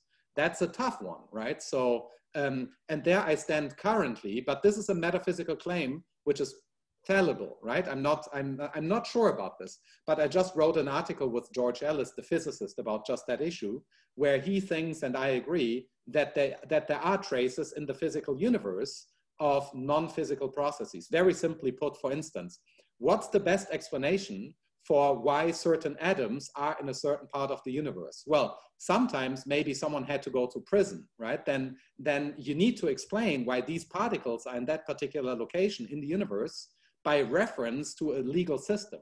But a legal system is not the object of physical science. Therefore, something non-physical leaves traces in the physical universe. That's the picture of top-down causation. Now, I think that is not the craziest claim, but George believes that even on very small scales, purely in physics, you have top-down causation. So he thinks systems emerge clearly, on very small scales, and therefore the wave function collapses, very early on very small scales. I'm not a specialist, so I have no, I wouldn't endorse that. I really don't know, right? I would have to give you his physics arguments and see if you think that they stand the test of actual physics, right? There, my method is, of course, how would I know, right? You're the specialist. But this would be like a debate about these specific cases. But I think overall, there's a case to be made for metaphysics. Well, the whole vagueness, that's a very strong point, of course. The overall phenomenon of vagueness, yeah, I think, so I just accept the Buhmann argument that discreteness is a red herring. Plus, it came out several times already by Josef, Monte Carlo, and so forth. most things are now like in the realm of both Bayesian modeling and probabilistic and so forth, right? I mean, this is precisely the strength of you know, and this is precisely why AI is so huge again now, because we have, you know, this change in method. And I haven't said enough about that, right, in my talk, how, you know, if, you know, what the relationship is between human intelligence and Bayesian inference. That would depend on my core area of epistemology. Is human knowledge acquisition Bayesian? Some, you know, part of it is, right, the way in which I update my beliefs is Bayesian, right? But is all of human knowledge acquisition Bayesian? I would doubt that. I don't think that the progress of physics is Bayesian. But that would be a very long debate. It always depends on, you know, like the specific phenomenon that we want to model, and then see if, you know, Monte Carlo methods, Bayesian inferences, or just a big set of data and pattern recognition, right, where this would get us. It would depend on the specific phenomena, but I would give you, I think that, you know, good luck with the modeling, you know, the history of art, say, you know, to come up with, again, a very obvious example, or the electoral system of the United States of America. If you can predict with any AI system the outcome of November 3, if an outcome there be, right, then I would be impressed beyond your imagination.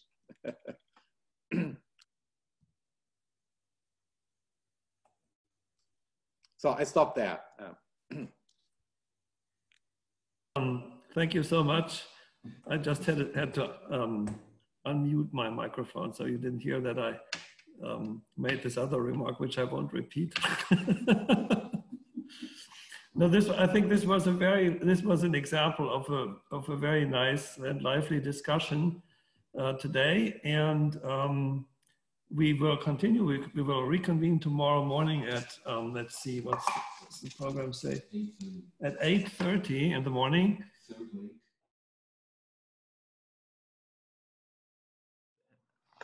I'm happy that we are now entering, after Florent Thouvenin's insights, the insights he gave us into jurisprediction. We have now this morning two fields of application. One is financial markets, mathematics and financial markets, and the other is medicine. Josef Teichmann is a professor at ETH. He's working on the mathematics of financial markets, and I think this is a very exciting field in the sense, of course, all fields are very exciting, but this is, for our topic, it's a very exciting field because you can really argue that, for instance, computing power matters in that field.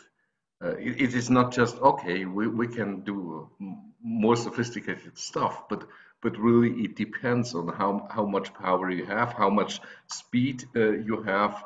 Only if you have enough speed, enough power, you might get to a point where you are able to make a judgment or even a decision on financial engagements on the financial markets before the markets arrived at that point you tried to foresee. So it is really this Hayek, what Friedrich Hayek called the market as a calculation machine or a computer, might be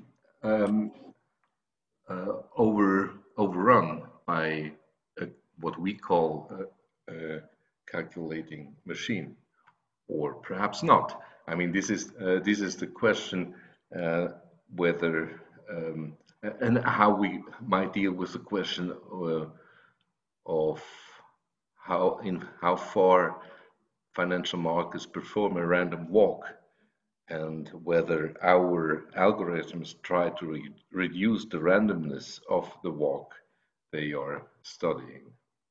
So this is I think it's a intricate epistemological setting, and I am very happy to listen to what Josef tells us. Thank you.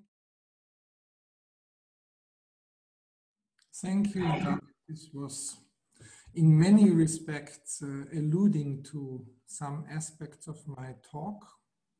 And it is definitively true that financial industry is working a lot with high computing power, maybe less than some time ago, and that markets are themselves sorts of computers where the outputs are prices and wealth production. But the ideas I want to present are go in a little bit different direction. I will talk about two machine learning inspired technologies which appeared recently in financial industry, and I want to put that in perspective with a change of paradigm for modeling. And at the beginning, I want to just start with something maybe a little bit provocative. This is an idea which I show at the beginning of my probability lecture, usually to students. Since I do mathematical finance and I do probability theory, which is the main mathematical methodology in order to do mathematical finance. And when you do a probability lecture, you want to introduce students to randomness. And what I do at the beginning of a probability lecture often is the following.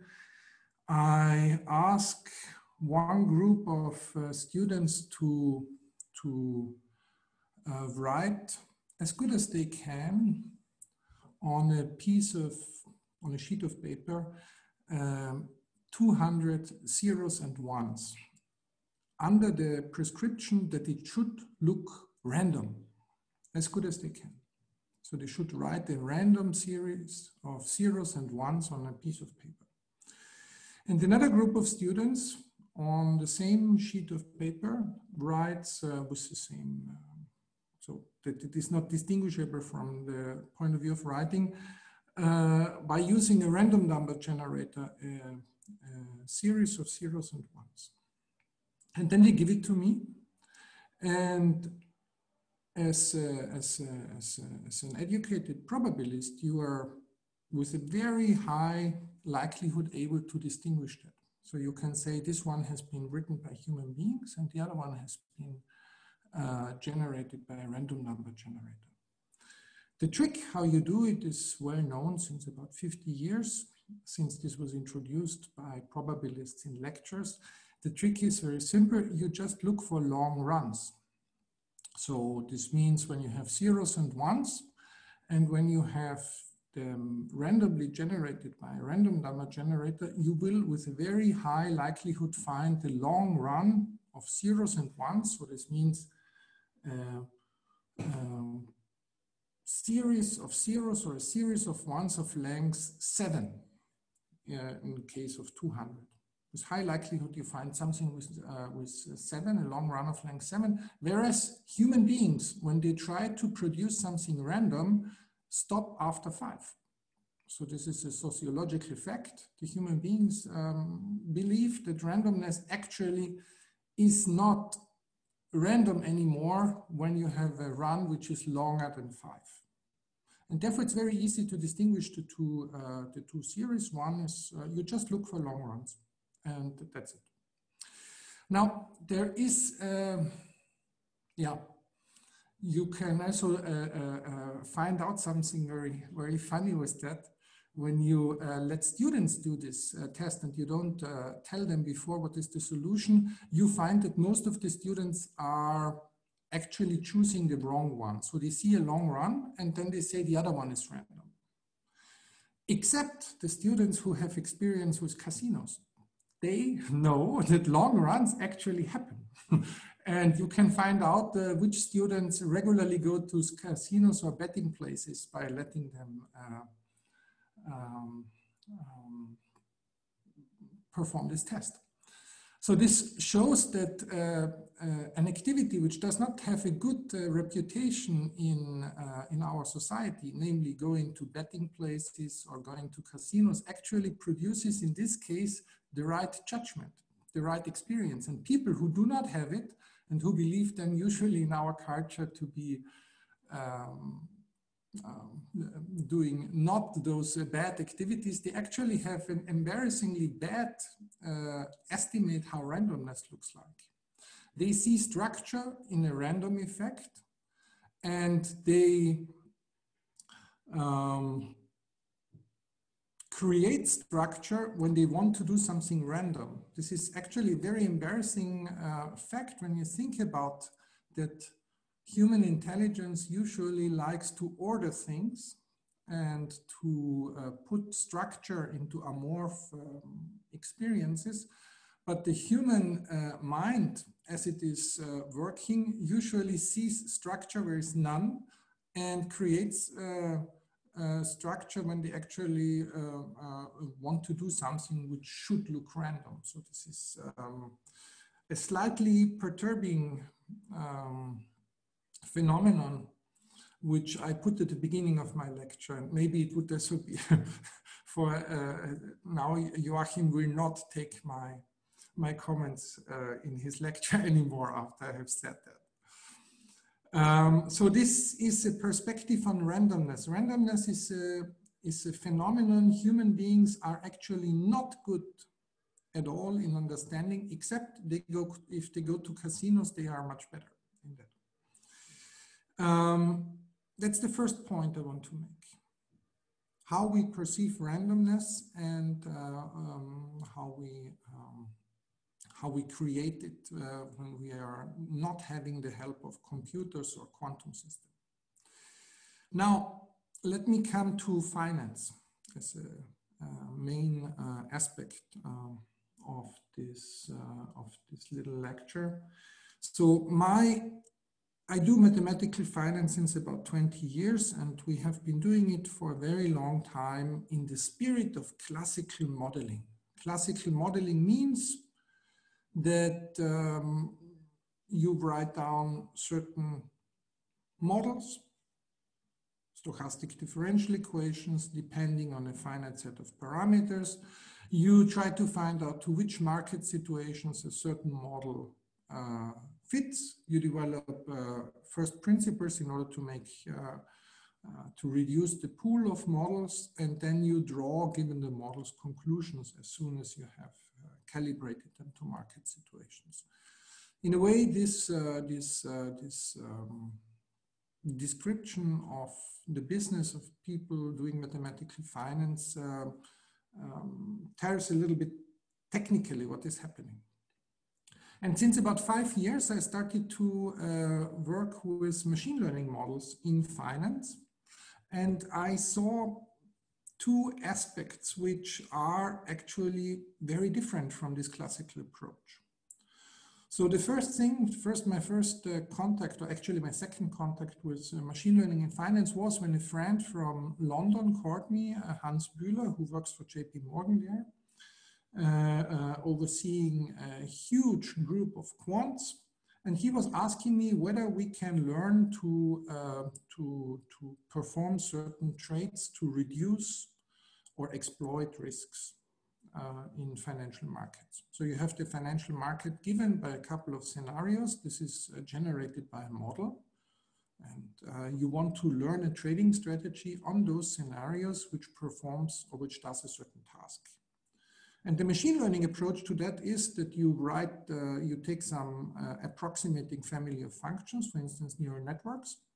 You parameterize the trading strategy by the neural network, and then you put everything into a training mechanism, and you define a loss function, which comes from economic reasonings, and then you change the parameters of the neural network such that the trading produces an output which is satisfying for you. So we have been implementing that. It is working very well. It's also used in financial industry now, for instance, in JP Morgan, in order to determine certain trading strategies. And the fascinating thing for me was when I did that, actually you do something which is against all good habits which we have learned in the last 300 years or even further, since the days of Newton. What are the good habits? The good habits are habits of modeling. What do you do when you model? When you model, you take a certain type of structure, a dynamical system, which depends on parameters, and usually you choose the number of parameters as small as possible. This is a principle sometimes I refer to in lectures as Occam's razor. So when you have a model which depends on 50 parameters and which does a certain job, and you have a model which depends on 49 parameters and it does the same job as good as the model with 50 parameters, you choose the model with 49 parameters, as simple as possible. There's somehow the conviction behind that simplicity is a feature, is something which is dictated by the structure of our culture, by the structure of nature, and a lot of scientists believe that conceptually simple equations actually work well. And machine learning models are the opposite. When you look at this deep hedging, it's called, this finding of trading strategies, you will see that this depends on thousands of parameters, and a machine learning technician does not care at all if you double the number of parameters and do the same job. The number of parameters in the model is actually not considered a disadvantage, it's rather considered an advantage. And second, the model parameters, they are not interpretable. Not that you would say that one parameter means that and the other one means that, which we usually do in finance or in physics or in technology. The parameters of those models have actually no meaning as a single object. And you can see that in the following little experiment. When you start to train neural networks, for instance, to do this hedging task, this finding of trading strategies, actually you can choose some of the model parameters random and decide not to train them at all. And very often the training result does not change considerably. And this is also done. Sometimes layers are chosen randomly and remain untrained. So here, randomness, which we consider usually as vagueness, as something which is without any information, which is an obstacle, as was said yesterday, actually is appearing here as a creator of expressiveness. So it is somehow the opposite of what we think, that randomness creates something which we can use, whereas we always considered randomness as a phenomenon which is related to bad activities like gambling or going to casinos or investing in a financial market. In that sense, the modeling aspect which comes with machine learning is a paradigm shift of huge distance. So we leave away Occam's razor, we introduce randomness in the structure of models, and through those two phenomena, we are actually creating something which allows us to do tasks which we have never done before. In financial markets, it is like that. The classical models you could solve in dimension 2, 3, 5, but then there is a bottleneck. Actually, the computing power is not enough in order to solve high-dimensional models. Now, with machine learning technology, dimension suddenly became just a number, and it does not matter. You can actually now determine trading strategies which are satisfying for you in a 500-dimensional market, and with classical technology, this was simply out of scope, not achievable. And there's even a more extreme thing which we are using in my working group and which is entering financial industry. This is the word of reservoir computing. Reservoir computing makes this, what I explained before, even more extreme. They're random dynamical systems. So dynamical systems which have completely random features, random characteristics of the dynamics, are used in order to transform inputs in a nonlinear way into outputs, and on those outputs a regression is done, and usually this is very expressive in terms of catching features of those inputs. And even more funny, what is done is that those reservoirs, these nonlinear transformations, these random dynamical systems, they are often realized physically. So this means you take a physical experiment which does not have a well-ordered structure, but you rather have, let's say, an optical experiment where you try to put mirrors and fractures and all sorts of things in a way which is as random as possible. Then you modulate information on a laser, send the laser through this thing, get out some intensities and amplitudes, and then you regress on those nonlinear transformations of the input. And this is very, very expressive on the one hand, and on the other hand, super energy efficient in order to produce a nonlinear transformation of a complicated signal. So here you have random dynamical systems which create expressiveness. Also, from the point of view of classical modeling, this is the opposite what Occam has taught us. This is the opposite what many scientists over generations have taught us, and this is a complete paradigm shift, which we in particular observe in financial markets, where for 50 years, we soon have the 50th anniversary of the famous seminal paper of Black, Merton and Shores. For 50 years, also the classical modeling paradigm was dominating, that you are choosing equations with a small amount of parameters, you choose first principles, and then you conclude. And in order to round up this little statement at the beginning, so what we see is a paradigm shift away from classical modeling into modeling with ridiculously high parameterized families of functions, using training technology which 20 years ago everybody here in the room would say cannot work, because it is such a simple-minded procedure, a stochastic gradient descent, that it is impossible to find something in such a high-dimensional parameter space in such a short amount of time. And we observed that this is working with a random initialization. So it is at the end of this little talk. At the beginning, we realized human beings, we are not good in understanding randomness, but we do not consider that as an embarrassment, because we always think randomness is something of minor structure and importance.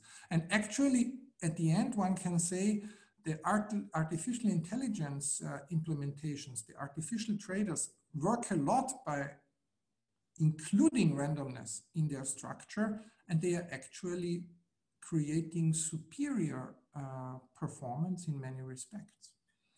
So it is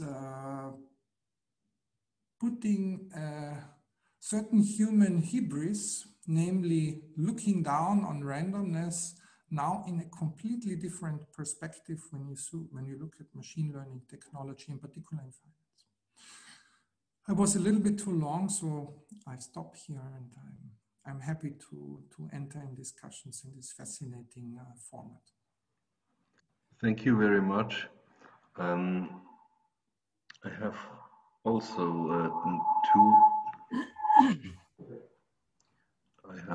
two questions for clarification. One is that apparently you are not concerned with historic data. With that, I don't mean, I mean previously observed behavior of markets as an input to your model. Is that correct? I mean, you can say it in a very, can give an abstract answer. There is nothing more than historic data. The question is, how much do you believe in the stationarity? do you rather believe that historic data have predictive power, which allow you to predict something or not? But the prediction you make is the success in trading on the market. Yeah, it is. There is often a misunderstanding when it comes to mathematical finance or economics. It is very often not about predicting the future and going into the impossible direction of trying to predict the next step of a random walk. There are many studies confirming that there is a lot of randomness, or randomness is a good model for financial markets. It is not about predicting. It's rather about finding under preferences of different agents in the market, optimal behavior, given the randomness. And this is a much more scientific question. This is like a question in a casino. You can enter a casino and you can try to predict the next black or red. And a real gambler would not do that. A real gambler is looking for playing one game and betting on another game and taking the third game and hoping to find somebody who has different preferences than herself or himself, and to exchange risks, and to that possibly both are better off after the gamble, or one is better off. But it is not about predicting the unpredictable. That's not the point. Yeah. Okay. And my second question is about the self-fulfilling effects of such advice you might get from your models. I mean, when Donald Mackenzie has argued that Black-Scholes and Merton had actually stabilized its own assumptions by being used on the market by market participants, it is to such an effect that it became kind of a law. What their model became kind of a law because everybody was attached to the model. Yes and no. I mean, it is. I mean, there's several aspects to mention here. Of course, a financial market is a sociological phenomenon, and the knowledge basis of the agents acting in the market plays a role how the market is working. And this is very clear. And when all people start to work with the Black-Scholes model, this can have in certain situations, in particular in extreme market situations, effects. The 87 crash is very often related to that. Still, there are basic principles behind the Black-Scholes model which put it a little bit above just one model, which is used.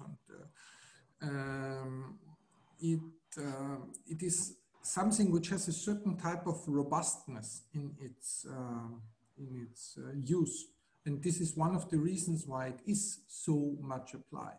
The robust nature of the structure. And when you look how Merton, Black, and Scholes, how they were discovering their modeling approach, it was actually by observing good traders in the financial market, what they are doing when they are hedging positions. Hedging positions means that you sell a certain contract to a customer. The contract has a payoff in the future, which depends on the market, and the customer gives you a premium for that. And then you are left alone what to do with the premium. Do you put it in your pocket or do you invest it in the market in order to mimic what you have to pay in the future on the market? And good traders, they were not keeping it in the pocket, this conservative approach, but rather saying, okay, I get the premium, I invest it in the market in order that when I need to pay, I get it from the market, and when I don't need to pay, I took it out earlier. And this approach, they observed that. This was well known. This is well known to everybody who is trading, observing traders in the market. This is what they do. And they try to explain that by first principles, and the Black-Scholes formula is actually the result of this explanation. And in that sense, it's a condensation of traders' experience, what the Black-Scholes model is, and has, in that sense, already existed before Black-Scholes. So in that sense, the formula is just, let's say, a condensation of the experience of traders which has been there for a very long time. I have another question for clarification by Harald, and then Joachim Buhmann. Okay, I'm here. Thank you very much, Joseph. This was a very nice presentation. I particularly like the first part of it. I might use it myself. But the question that I have refers to the role of randomness in what, you mentioned the notion of stochastic gradient descent.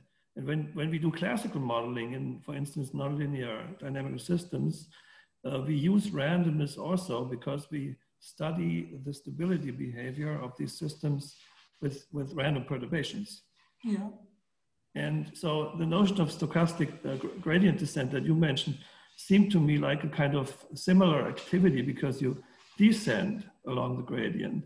And so you're looking for something like stability. Is that a fair comparison, or? I mean, stochastic gradient descent is a method which you can, when you explain it to students in lectures, it's the let's say not the simplest, but the second simple method you would use when you are looking for energy minima in an energy landscape. Mm-hmm. So you're just considering the landscape as mountains when you turn it around, so you don't look for minima, for maxima, and you go in the direction of the steepest ascent. And the stochastics just means that you deviate from time to time a little bit in order not to end up at the next local minimum. Mm-hmm. And in stochastic gradient descent, even the stochastics is not like in simulated annealing injected from outside, but it's somehow generated inherently in a very weak way. So you would say such a method to explore 100,000 dimensional energy landscape can only fail. So of course, there's no doubt about that. Mm-hmm. In that sense, I meant it is a relatively simple method, but on the other hand, it is the method which is used. And I just wanted to make the point that we use methodology which at first sight looks not at all sophisticated enough in order to produce the results which we expect. But the effect is that actually we don't really understand what these methods are doing. And seemingly our approach of saying machine learning means to minimize the loss of certain, or to optimize certain tasks which are done. This optimization is done in a different way than we believe that it is done. Yeah, thank you. Or to formulate it in other words, that they are, even though we early stop a very simple method, stochastic gradient descent, in order to find minima, what we find is neither an absolute minimum nor close to it, but it is good enough for the purposes we need. And the high dimensional energy landscape looks really different than we believe. So this was the comment. Yeah. But of course, randomness is used in dynamical systems a lot. Of course, yeah. Yeah. And if you have many coexisting attractors, it might be very similar to many minima and maybe. Yeah. Joachim Buhmann. Yeah. Thank you very much, Josef. In particular, I would have pumped what you said into the lecture, because I think it points out very clearly what we are optimized for. We are not optimized as humans. We are not optimized for detecting randomness. We are optimized for maximizing survival chances. And if you confuse a signal with randomness and you wait until beyond reasonable doubt that it's not random, the tiger might be the signal and you are eaten. So there is a clear selection bias for seeing more structure, because detecting structure and discarding it as non-confirmed is a much cheaper decision process than actually not seeing the signal when you still can escape. So we are, I think we are to a reasonable good approximation Bayesian risk minimizers if you believe in risk at all. So I have to confess that I no longer believe in risks. And I think I have good reasons for that, but that is a longer discussion. But I give you at least one comment at this point. Risk has two sides. So in our days, risk is usually considered something bad, but actually a banker told me risk is positive. Okay, what I wanted to say is I no longer believe in modeling with cost functions. Yes. And that was, and the reason for that is very briefly, a cost function is a partial order on all the solutions. And this is very hard to validate. And we were, in the history of science, we were only able to validate it when we had a very strong selection bias for systems with super clear separation of scales. I'm not ignorant to realize that mechanics, quantum mechanics, electrodynamics, all these famous theories are built on Lagrangian minimization, but we have no general field theory for biology, or for other phenomena where you have a super heavy mixing of scales. And Joachim, are we now running the risk of getting in a very deep trouble, or is this still a clarifying question? No, my clarifying question is the following. You made the point of Occam's razor. To formulate it provocatively, is that your personal professional deformation that you refer to Fisher and Occam's razor? Because historically, Bayes was before Fisher. And Bayes is today the winning technology, but Fisher introduced a different inference concept for computational reasons.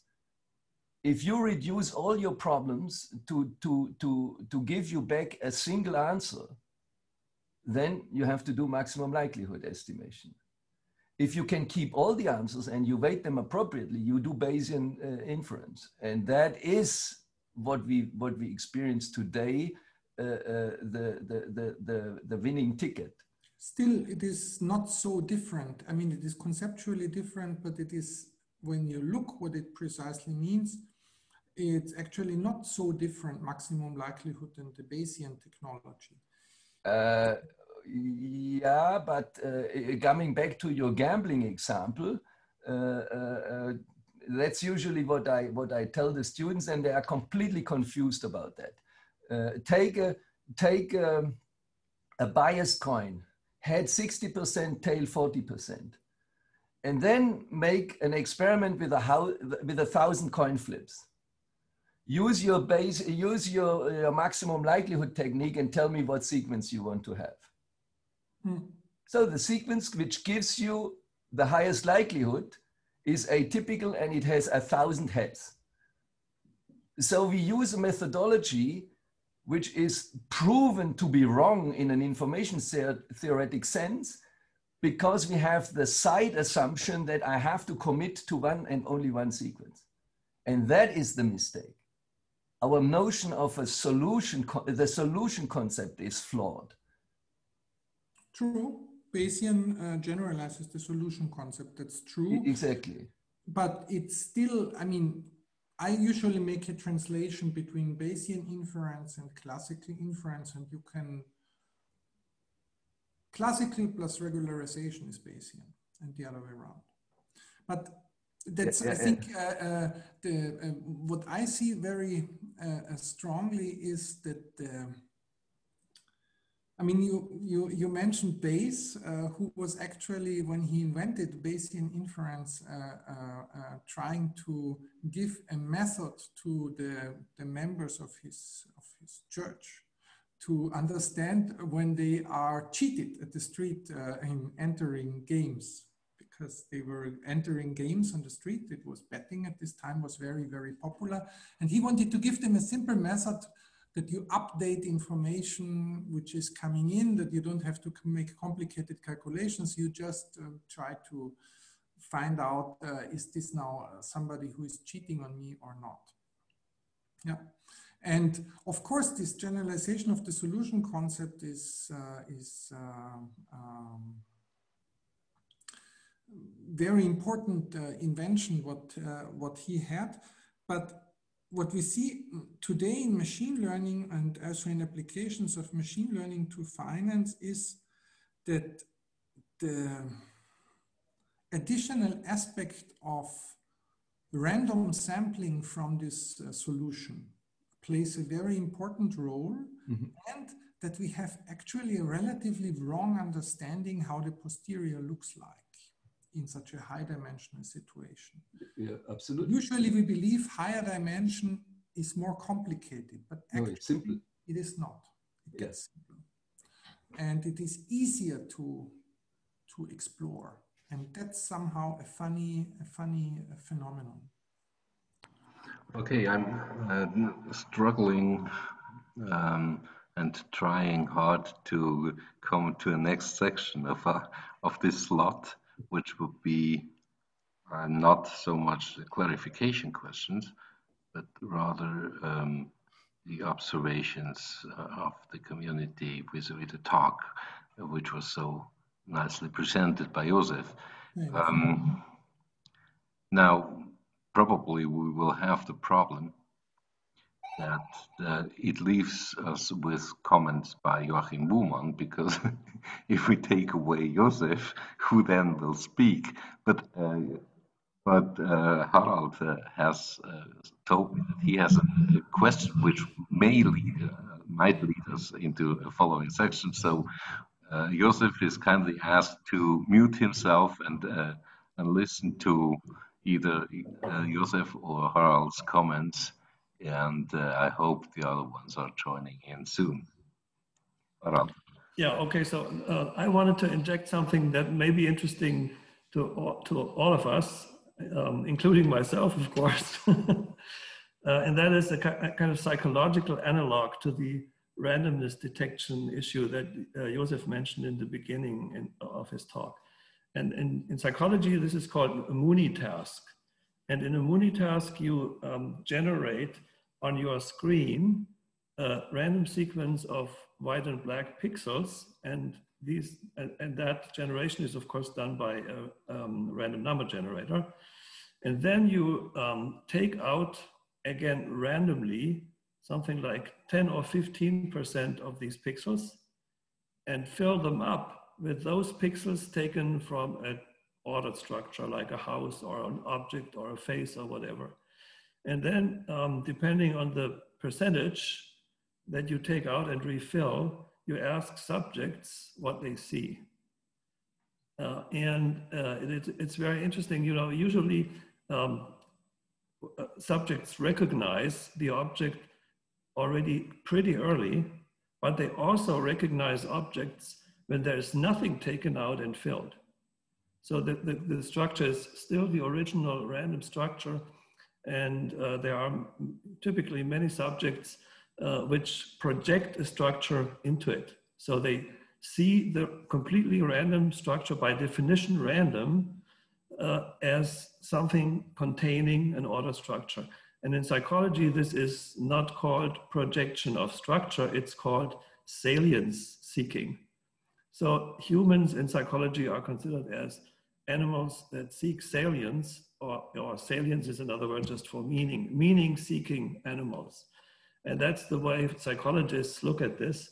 And I think this is a perfect analogy in a way to the example that Josef mentioned at the beginning. So that's just a kind of observation. It's not a question really. And that's why I thought this might be an interesting point to start with the general discussion. Thank you very much, Harald. I have one hand is up. It's Joachim's hand. So it's Joachim's turn again. Perhaps there is another. No, it went away. I forgot to lower it.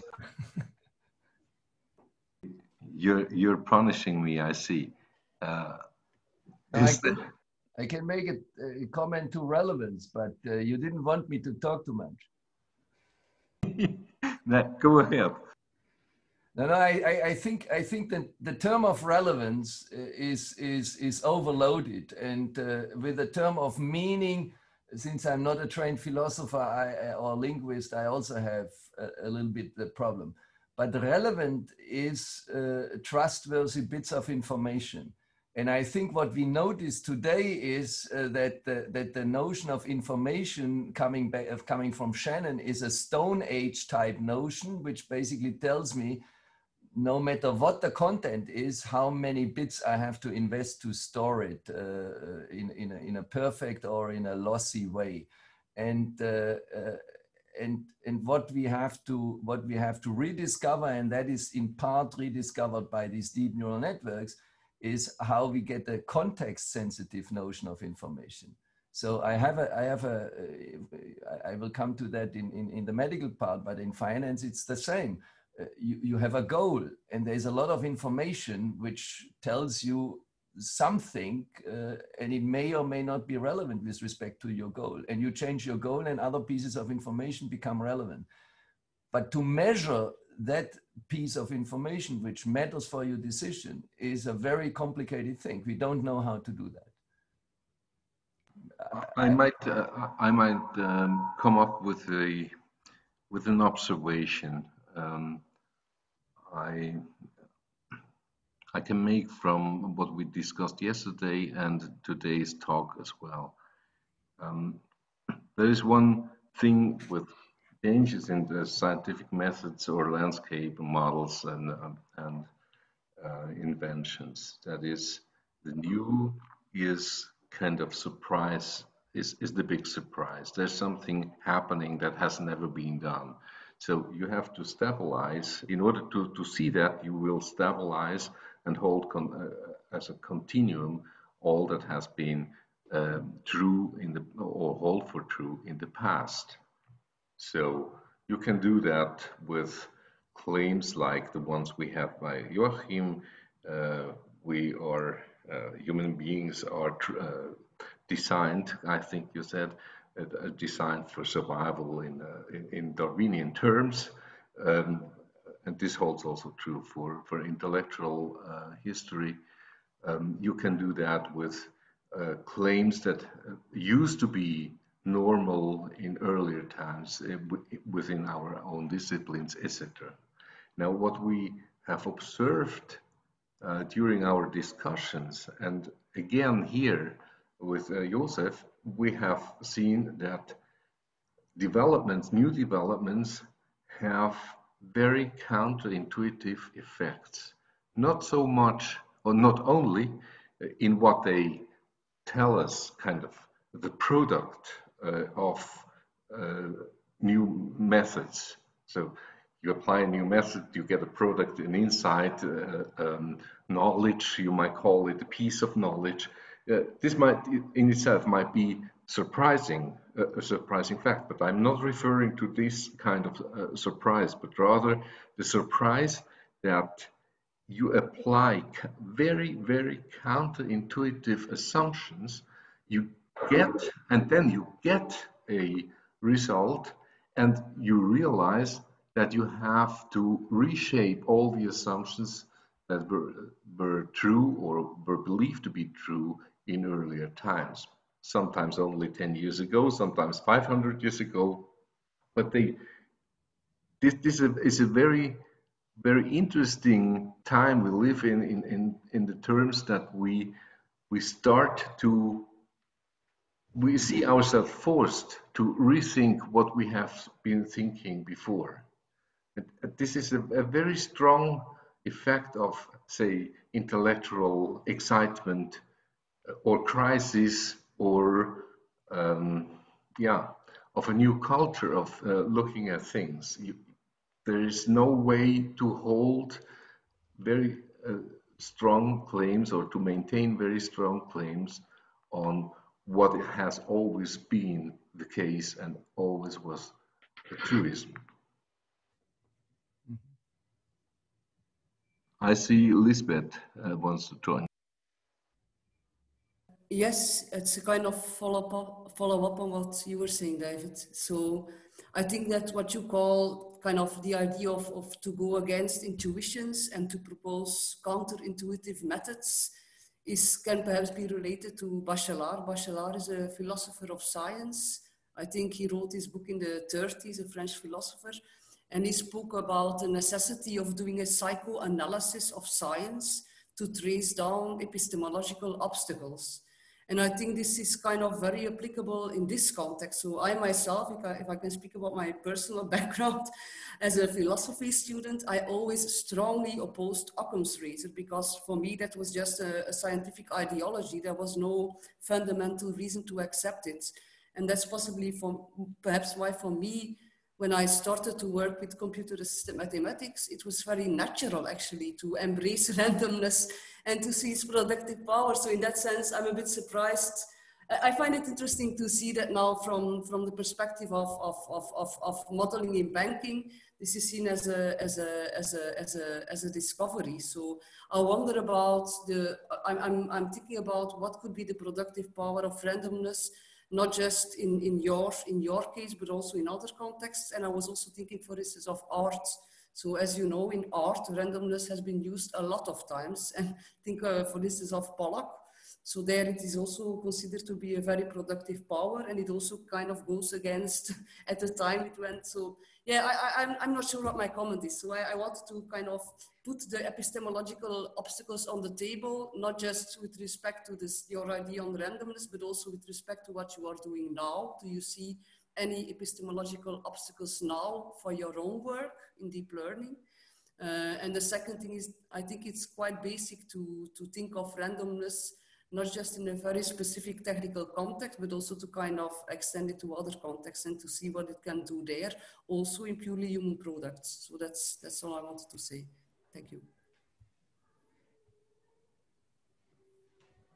Any other comment or? Yes. David? Harald? Yeah. Florent? Yes. I don't know. Florent? Yes, yeah. Thanks. Just a very general observation that actually, was triggered yesterday by the very interesting talk of Markus, and then also supported by things that Liesbeth mentioned, and I think it has become even much clearer to me today. What Markus, in my perception, actually tried to do yesterday is to analyze whether machines are deemed to be intelligent from the perspective of human beings. So basically all the notions that he came up with were clearly designed from the perspective of a human, trying to analyze whether machines can be deemed intelligent as human beings are. So that was extremely clear. He was talking about biological externalism, intentionality, things like that. And I think, Liesbeth, you mentioned that this perspective could be some sort of castration of the machine.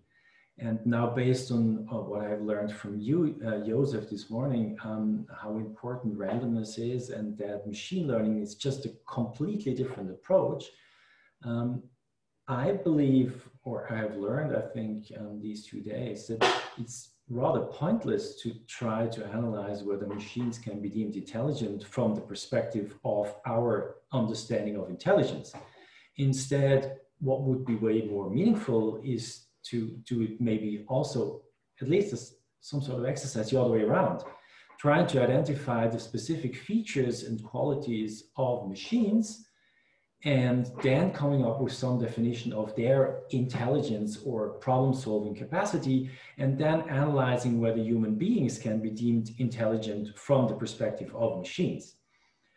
And if you turn around that perspective, then you would probably come to some sort of conclusion saying, well, it's just two very different entities with their specific properties and qualities, and they may be able to work together quite well if we acknowledge that we don't have to try to make machines as intelligent as humans or the other way around, which is obviously impossible, but we need to identify their specific capacities and bring them together to achieve better results in all sorts of fields.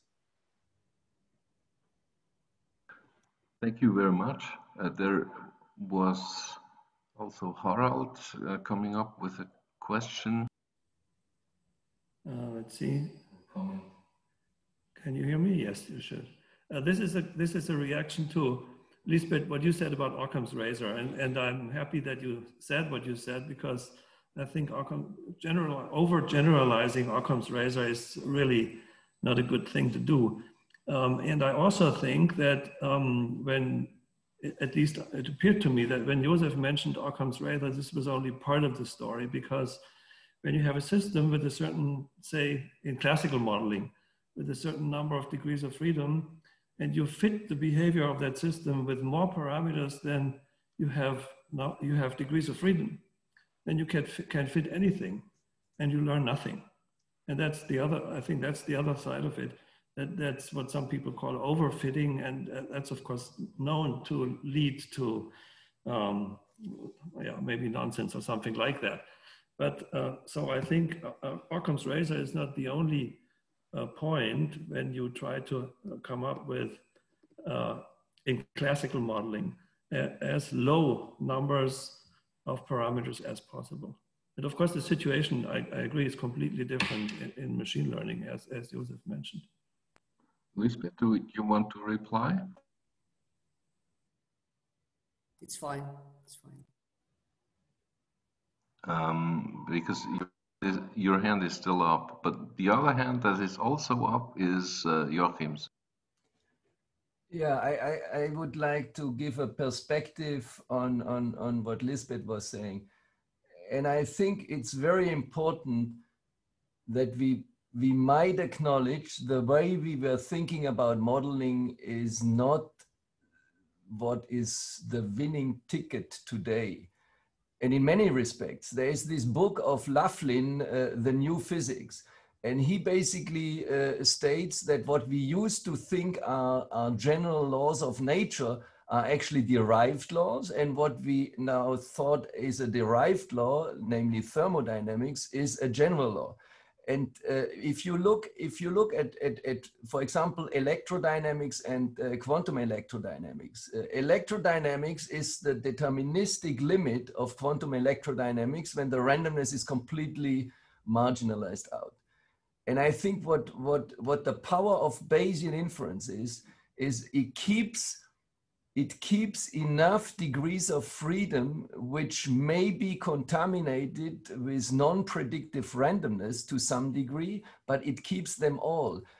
In contrast to a well-regularized system, which necessarily makes a compromise between what the signal is to help me to solve the problem and what I had to sacrifice in terms of the signal because I commit to only one solution, a deterministic one, and I want to avoid the overfitting catastrophe. So there are strategies to maneuver between underfitting and overfitting, which are more sensitive to this trade-off and committing to individual solutions, and in technical terms of hypothesis classes with finite VC dimension, that is a high price to be paid. And it's not paid in other very successful sciences. Thermodynamics never worked like that. Thermodynamics always referred to ensembles of statistically indistinguishable solutions, and it's the most successful theory we have ever developed.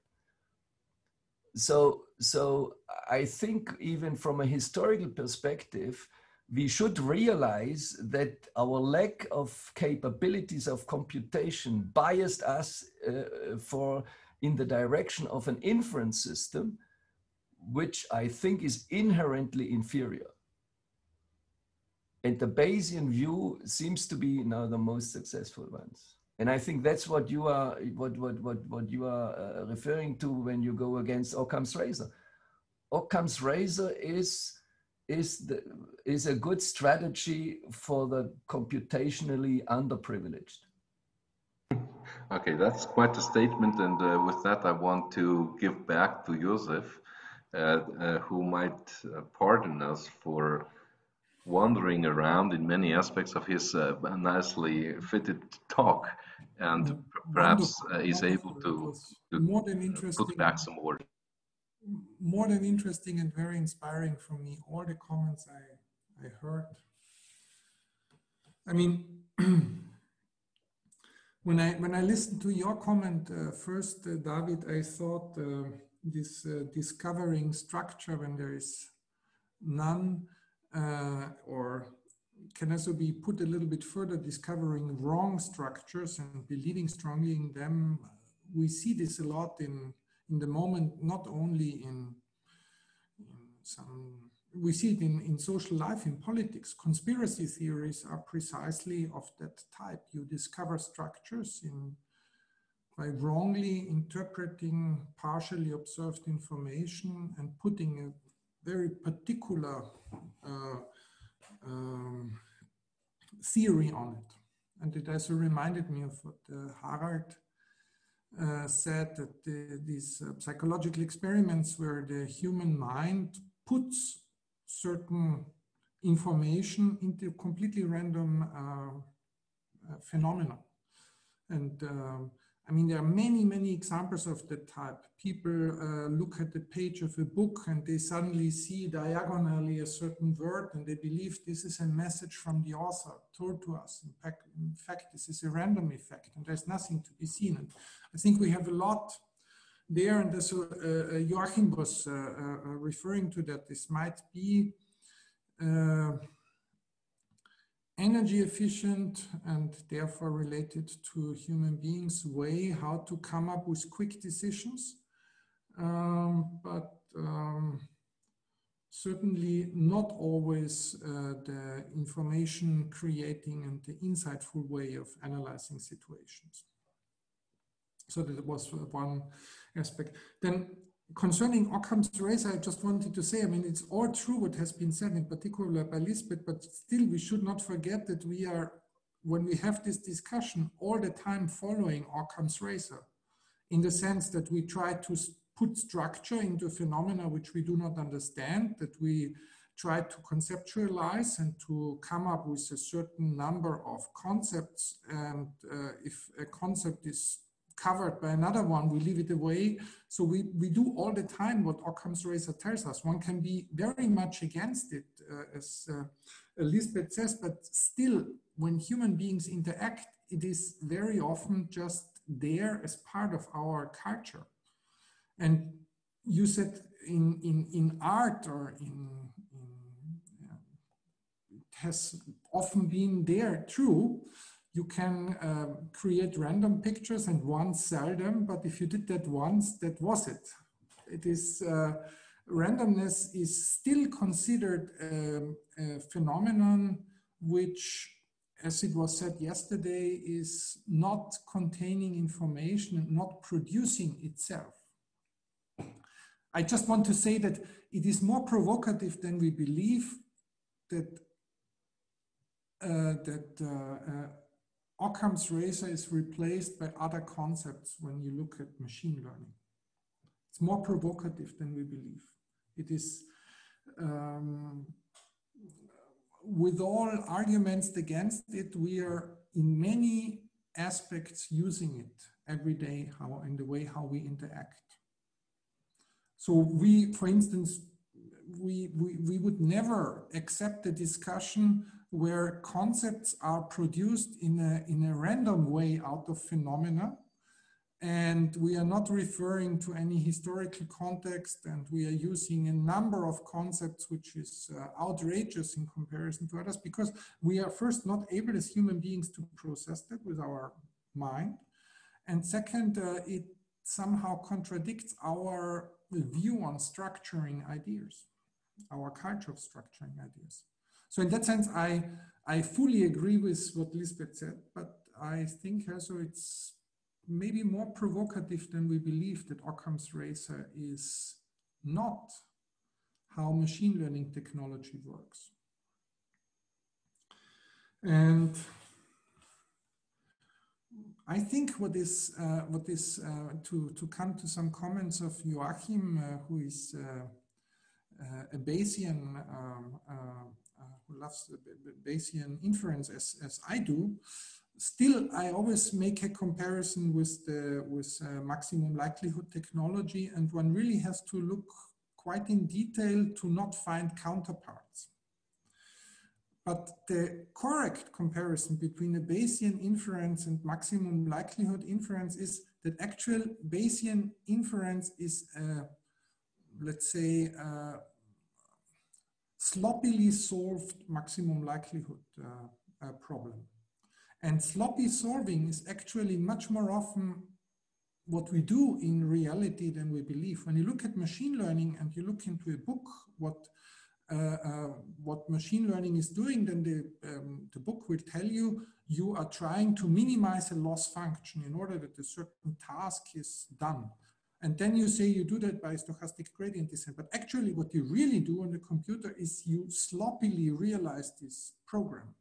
Sloppy in the sense that you run your stochastic gradient descent for a finite amount of time, and you are actually maybe not even at all interested in the minimal loss, but you are interested in something which is close to it, and you do not specify that. And in a way, this reality of maximum likelihood approaches, which is always to be said, when you do maximum likelihood, you always solve in a sloppy way, approximatively. This actually has a very direct translation to Bayesian inference. And in that sense, I always compare them. So sampling from a Bayesian posterior and sloppily solving a maximum likelihood problem is the same. And it refers, so what Bayesian contributes is to go away from these absolute solution concepts maximum likelihood suggests. And it produces a sort of vague or softened solution concept, which actually has always been done when maximum likelihood is actually implemented. So in that sense, I make the comparison. Well, and another aspect I always consider very important in machine learning, and also when it comes to human interaction, is a game theoretic point of view. By the way, strong contribution of economics to mathematics and to culture, to not consider optimal solutions in an absolute sense, but to consider equilibria where, in the sense of Nash, everybody is as good that you cannot find improvements for all of them. And this game theoretic point of view, which is usually not what we consider when we look for optimal solutions of problems, actually turns out to be in machine learning one of the via regia to find good solutions of problems. So it is not when, I don't know, the game Go, the board game Go, when Google came up, I think the paper was published. This was one of the dates I remember, December 5, 2017, Google published this paper on this tabula rasa approach to beat the Go world champion. So 20 years ago, it was said that this is a game which actually you cannot solve with computing power because it has such a large tree of possibilities that an optimization over this tree is beyond every computing power for the next 100 years. And of course, Google did not solve that. They were just producing a solution which is better than the human solution. And this game theoretic approach to mimic playing against each other by trying out new things and storing the experience. This, of course, can be done. And what Google was doing was nothing else than playing the, I don't know, 1,500 years of Go experience in a couple of hours in an artificial playing environment and storing the information efficiently, which is a game theoretic approach of solving an optimization problem better than others. And this type of solution has not been seen so far. It's a different type of solution, maybe as a Bayesian solution of a problem or a sloppy solution of a maximum likelihood problem. And this brings me also to the end of the comments. What we often in science considered as most important, and this refers also to notion, to Occam's razor, is understanding. Have a couple of concepts, and with those concepts you can deduce other statements in the system. Whereas in machine learning, and in particular also in machine learning in finance, the notion of performance gets much more important. So it is not necessarily that you would like to understand in finance why certain strategies work, but it is just interesting to see that they work. And this has often been looked down, this notion of performance, as a sort of sportive or cheap notion of looking at setting up some theory. But one should not underestimate how important this is in order to come up finally with understanding of phenomena, to get well-performing tools. So these are the comments I had when I heard your statements, and I'm very grateful for all the questions and thoughts you shared. Thank you. Thank you very much. You nicely wrapped up the discussion, put some order in it, and had I think, a truly innovative approach at ordering what we have tried to express by our feelings and irritations produced by your talk. I mean, I'm happy you produced that kind of irritation. Yeah. I will suggest that before we start with Joachim, we make a short break. We'll convene at, a bio break, so to speak, at 10 to 10. Thank you. In the same space, right? So let me just introduce the next speaker of this morning session. That's Joachim Buhmann. Everybody knows Joachim. He's a professor of computer science at ETH. Joachim, is it right? Theoretical computer science? No. No, okay. I'm a theoretical physicist. My colleagues are not accepting me as a theoretical computer scientist. I'm not so pure. I didn't want to insult you. Joachim is another expert on machine learning, as you could see from his contributions already. And he will today talk about, not so much about finance and things like that, but he will talk about applications in medical diagnostics. And of course, he will also have some more general remarks in his 10 minutes presentation. The title of his talk is Robust Algorithmics, a foundation for science, or maybe even a foundation for life science. Joachim, the screen is yours. Okay, good. So what I wanted to point out is that we live in a world of data, and we have computers, and we want to produce values. And that's usually how I start giving my presentations, because we need a mediating methodology between the data as input and the values as output, and that methodology are algorithms.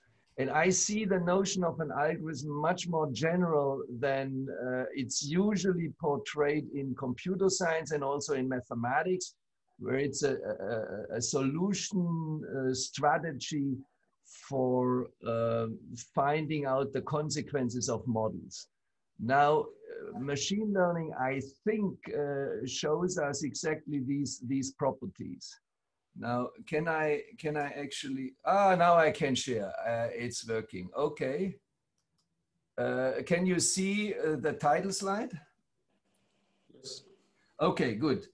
Now I'm in business. So I want to talk about robust algorithmics, but I think it goes back to a very crude understanding of myself, what mathematics is. In some sense, mathematics is always incomplete for us as a language of modeling, because we cannot express everything we think is essential. And on the other hand, it's always too precise, because what can be more precise than reals? So the incompleteness with respect to the description of reality forces us permanently to quantize our mathematical spaces, because they have too many degrees of freedom in precisely expressing the noise and confusing us with the signal and the noise separation. So that's something which I would like to refer to the robustness. And maybe I should, so I should start my counter. So this is this world of data, and we talk about data from medicine, so MRI from the brain. Computers are there, and as I said, we want to have values, and we need algorithms to mediate between these values. So one of the key sort of pipelines, which I think are not only in medicine, but in many areas where we have no quantitative models so far, are these types of pipelines. You go from data, and usually in medicine you have terabytes of data. Here, biopsies up there, you see them, okay. Here you see the tissue microarrays, proteomics data, metabolomics data, genomics data, and so on, reports from doctors. You convert them into information by annotation with human expert knowledge. Then they condense them into theories. Here is a picture of a theory of clear cell renal cell carcinoma, of a pathway which is broken when you get kidney cancer. And then you produce a value at the output. And this value is not the happy patient necessarily, but this chart. It's the probability of survival as a function of months. And now the point I want to make is, if you go from here, from the terabyte of input to the kilobyte of output, to distinguish between the red and the green cohort, that is a very important piece of information to really guide the doctor in decision-making, and also the patient and so on. Where in that pipeline, with dozens of algorithms and hundreds of parameters, do you lose the information to distinguish between red and green? That's the key question, and no expert can actually tell you that. We are all randomly searching around in the space of designs for these mapping. So you can abstract that in terms of a gigantic probability distribution, where you condition on the input of the data, and you then want to predict the output of the survival probability. And this probability distribution essentially has been generated in a very crude fashion by Thomas Fuchs, whose picture you have seen on the previous transparency. You can also condition on interventions when you have drugs or treatment and so on, and you want to maximize this probability of belonging to green rather than red. Now, algorithms are these devices. And so here you have a description of what an algorithm is. It's any well-defined computational procedure that takes some values as input and produces some values as output. A definition from the most often used textbook in algorithmics. And here you have an algorithm for harder text. So I don't want to go into the details, but you see the terminal nodes are marked in green and red. So algorithms have been analyzed for runtime, memory usage, energy consumption. What they have not been analyzed for so far is robustness and generalization. And that is what matters in building predictive models. So the learning algorithms explore reality, and in particular, as we have discussed it already in Josef's talk, a complex stochastic reality. And that is what we have to take into account. We have to see that algorithms are essentially implementations of these gigantic posterior probability distribution, which I believe are the essential models which we make of facets of reality if I accept the notion of Markus that reality doesn't exist. So this is the more modern version of this algorithm. So essentially my thesis is we have to validate algorithms because we are no longer the inventors of models or inventors of algorithms. Algorithms are invented by machines and we have to validate them. And I distinguish three different classes of algorithms in that respect.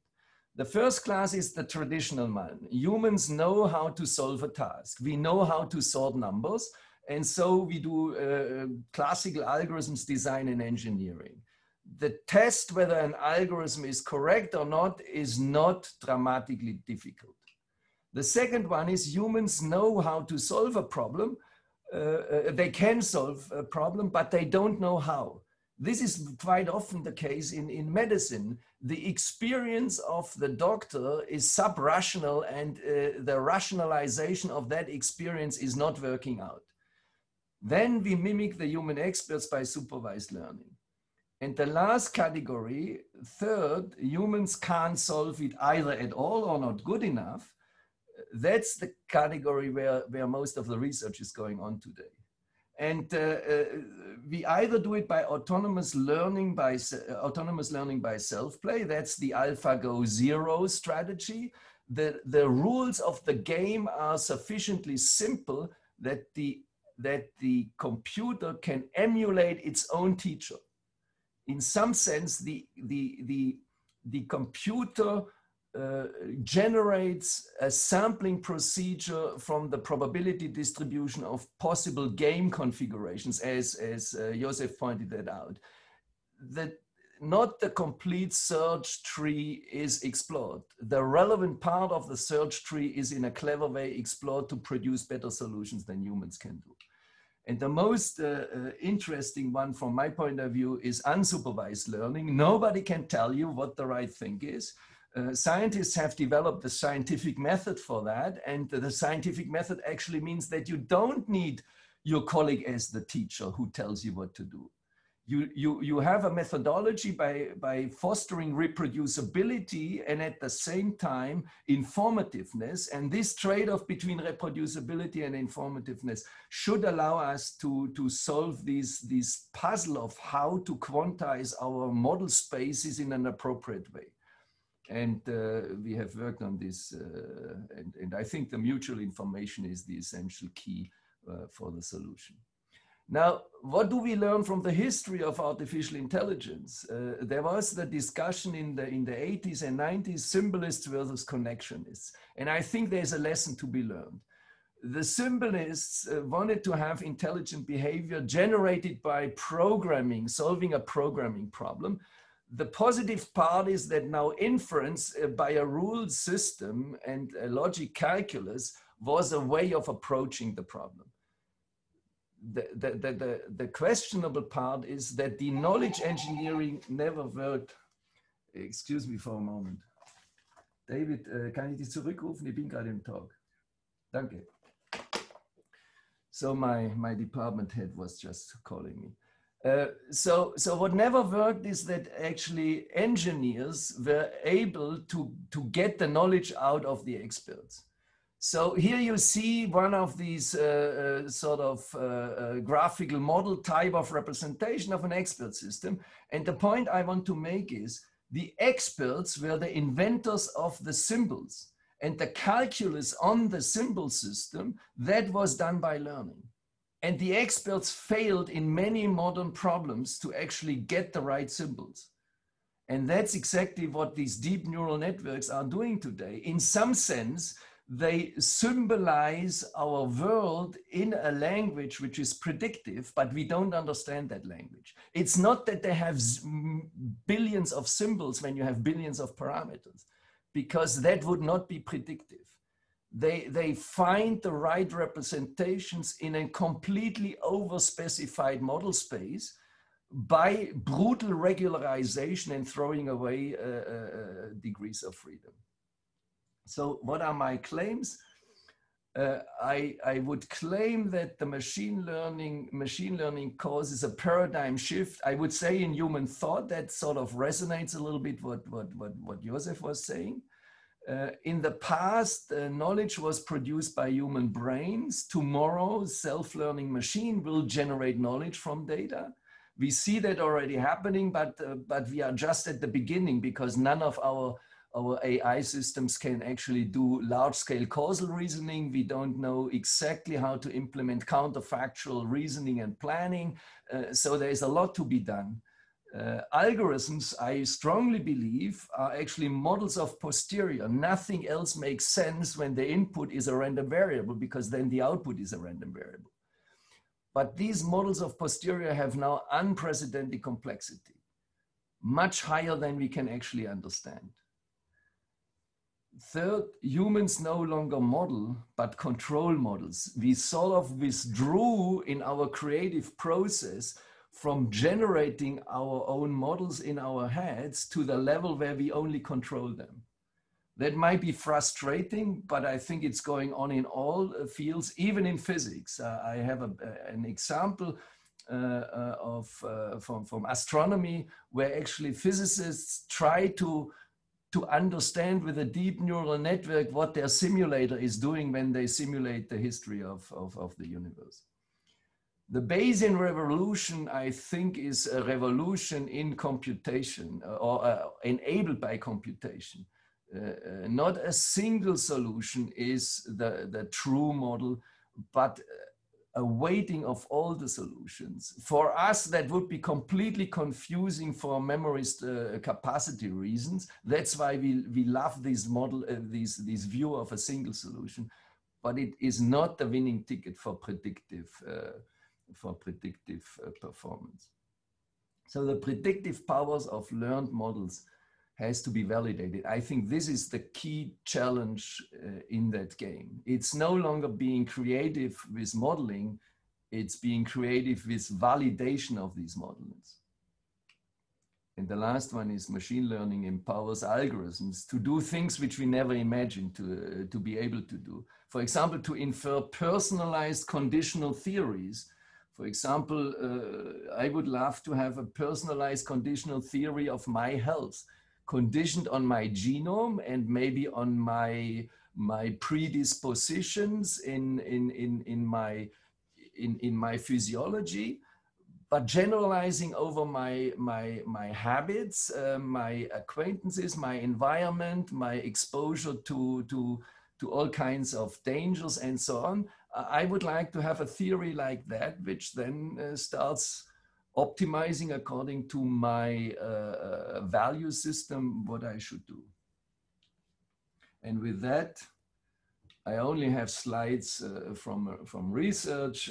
Here we are using a deep neural network to understand or to represent the shape of a heart and to reproduce it here at the output level.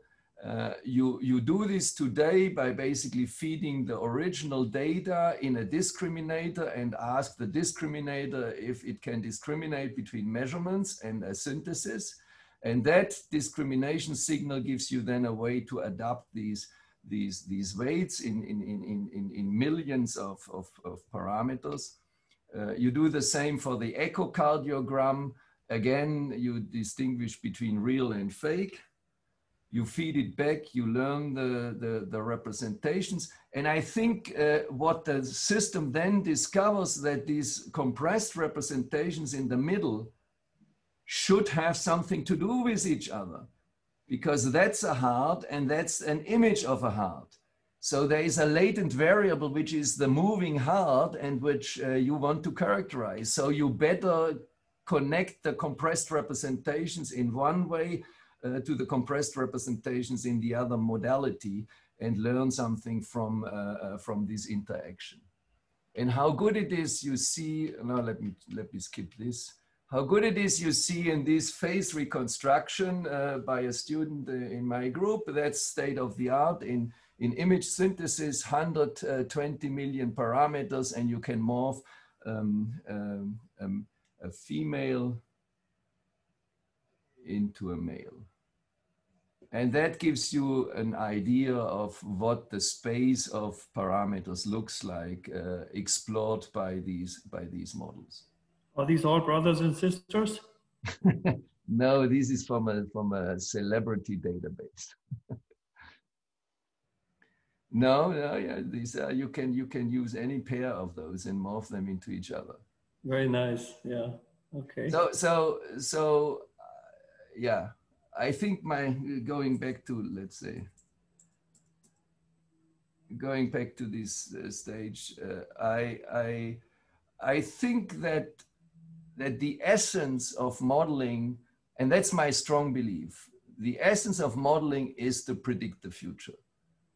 Now, we used to say we also model to understand what's going on, but I ultimately believe this is only because it was the best regularization technology we had available with our brains. But now we have alternatives. So I'm really questioning how much a human brain adds to what is algorithmatizable in modeling. But that's a very fundamental question. Mm. With that, I would like to close. Thank you very much, Joachim. That's fascinating. Can you can you go out of the slideshow mode so I can see everybody and see who raises his hands or her hands? Yeah, that's perfect.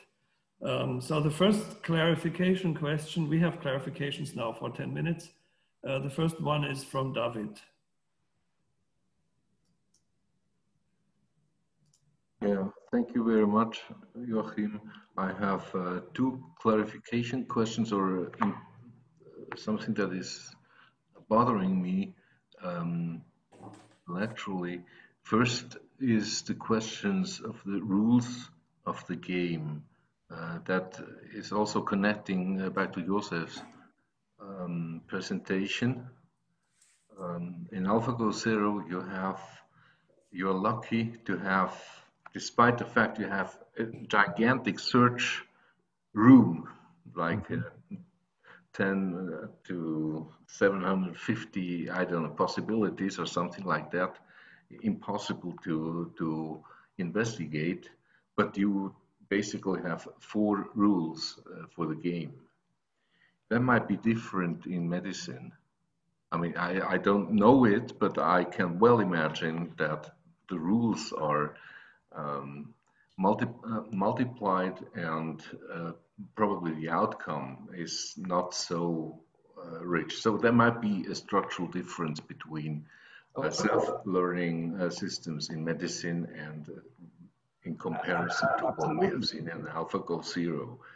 That's my first question. And the second is, usually we were acquainted with a situation where an instrument, something produces data, we have additional instruments that observe and structure the data and give us a tool to understand patterns in this space.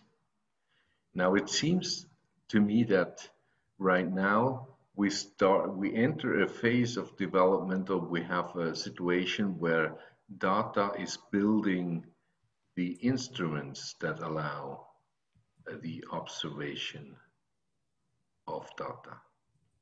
So this is a completely different thing.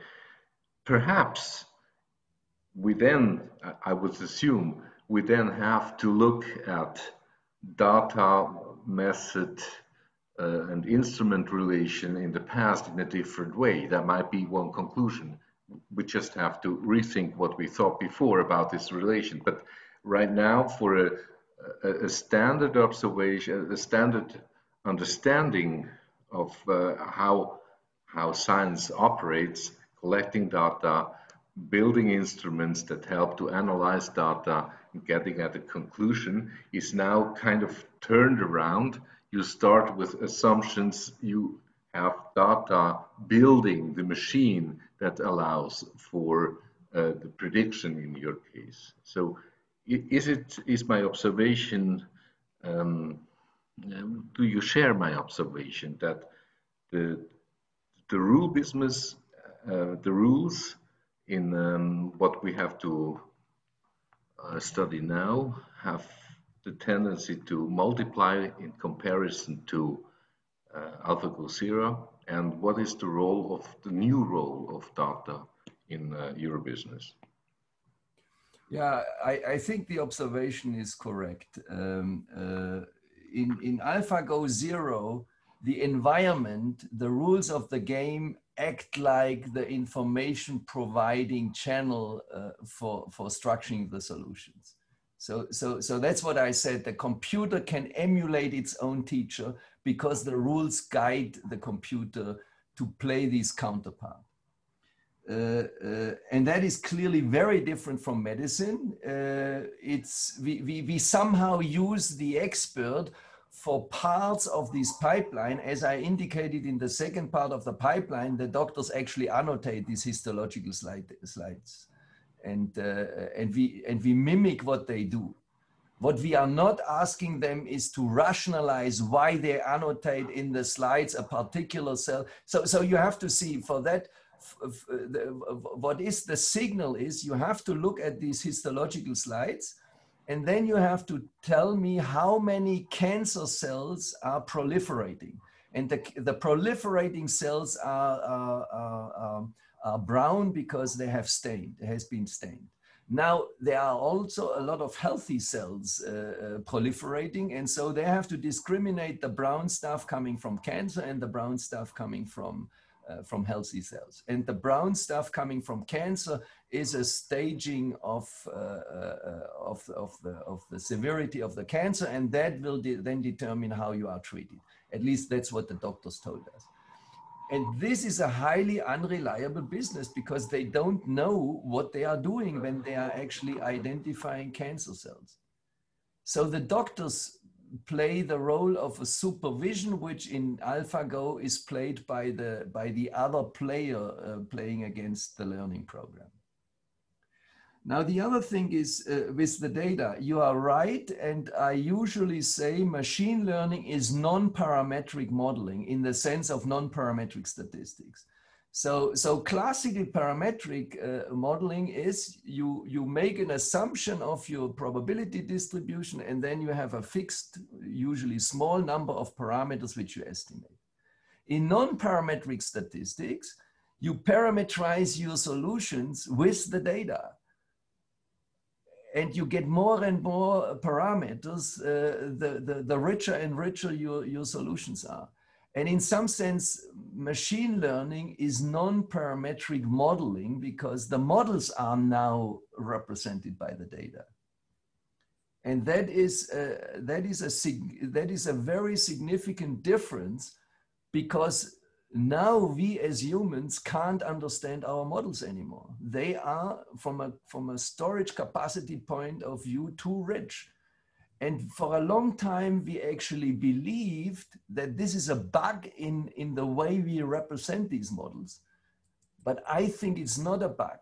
I think we are exploring model worlds which are complex in the Kolmogorov sense of complexity, which cannot be, where the signal cannot be simply represented. And then we have only one solution. We have the card to play the card of ignorance. We say most signal is irrelevant for our understanding. But it turns out in personalized medicine, that's not the case. Maybe to understand biology, the SNPs of a particular individual is irrelevant because you make a statement about the species. But when you condition on that individual, the SNPs are single nucleotide polymorphisms. So they are absolutely vital for understanding diseases. So it depends on what we condition, whether it's a model or not, but I think from an epistemic point of view, this is unjustified. It's just an arbitrary constraint of our personal storage capacity. And we all know these 5 plus minus, is it 7 plus minus 2 in psychology? You yes. can store at the same time 7 plus minus 2. So if the students in mathematics stop at 5, they take the lower bound of it. Thank you, Joachim. Any other clarification questions right now? I don't see anybody raising their hands. And maybe I have one, and then we can go into the general part. Joachim, you emphasized, I think very properly, that when we look into the rich world of data and what goes around and so on, there are far too many data to develop interesting models or interesting knowledge or extract interesting knowledge out of them. So what you emphasized is the urgent need you said to quantize or to coarse grain or to partition your data space into what for a certain problem might be the relevant resolution, let me say, right? Mm-hmm. My question is, you have to do that in a robust way. Yes. And so the question is that I have is there a general recipe that you use for achieving this robustness, or do you have to adapt it from case to case and, just use your imagination in every other example from scratch somehow? I think there must be some kind of general recipe, right? Well, there is a recipe. I go back to Boltzmann. I use thermodynamics in model spaces, so it has nothing to do with physics, but it's large-scale combinatorics. Okay, but that's not thermodynamics really, because that only applies to situations close to equilibrium. So you generalize that too.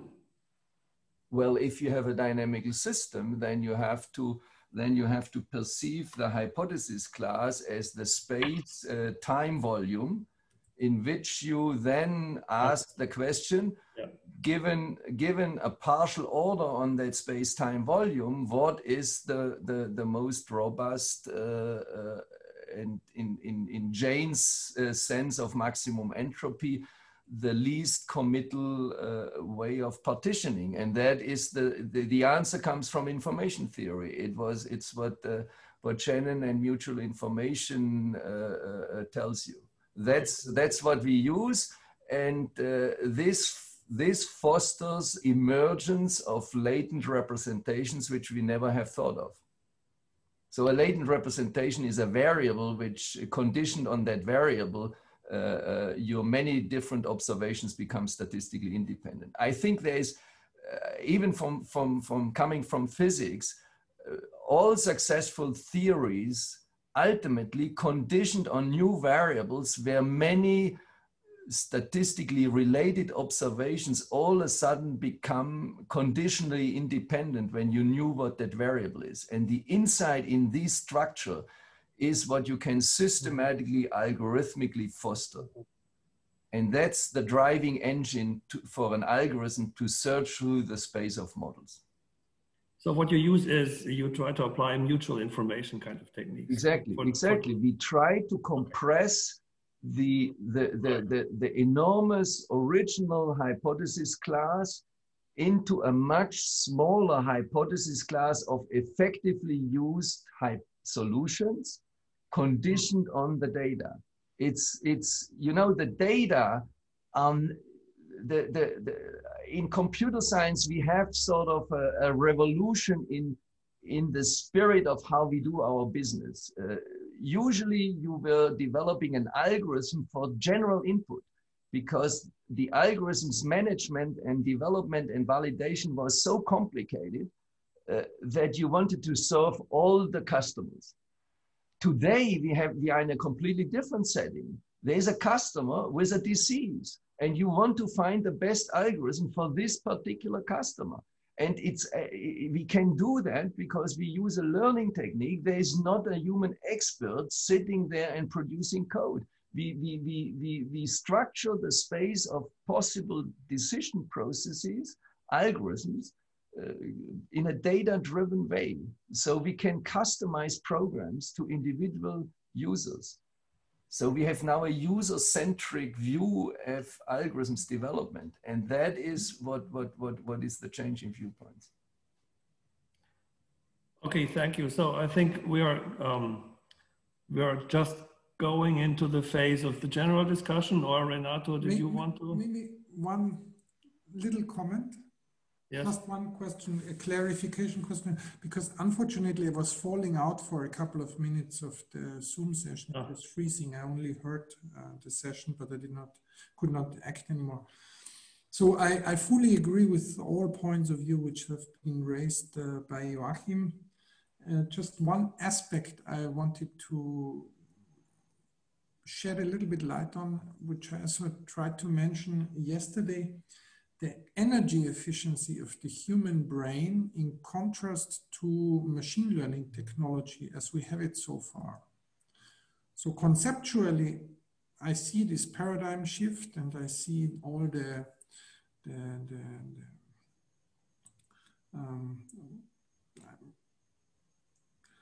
things coming out from it. But one aspect, what the human brain has as real advantage with respect to machine learning technology is how little energy it consumes in order to process information and also do training tasks.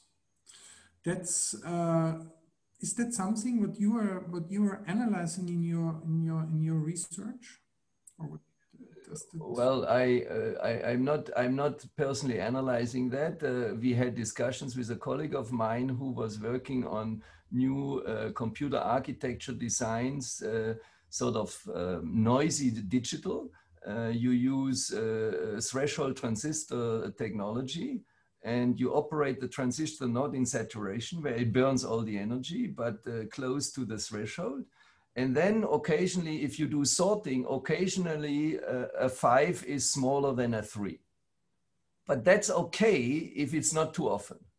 So however, none of our algorithms, or almost no algorithms, are developed for classical computational problems, where you could actually rely on robustness against these noise events.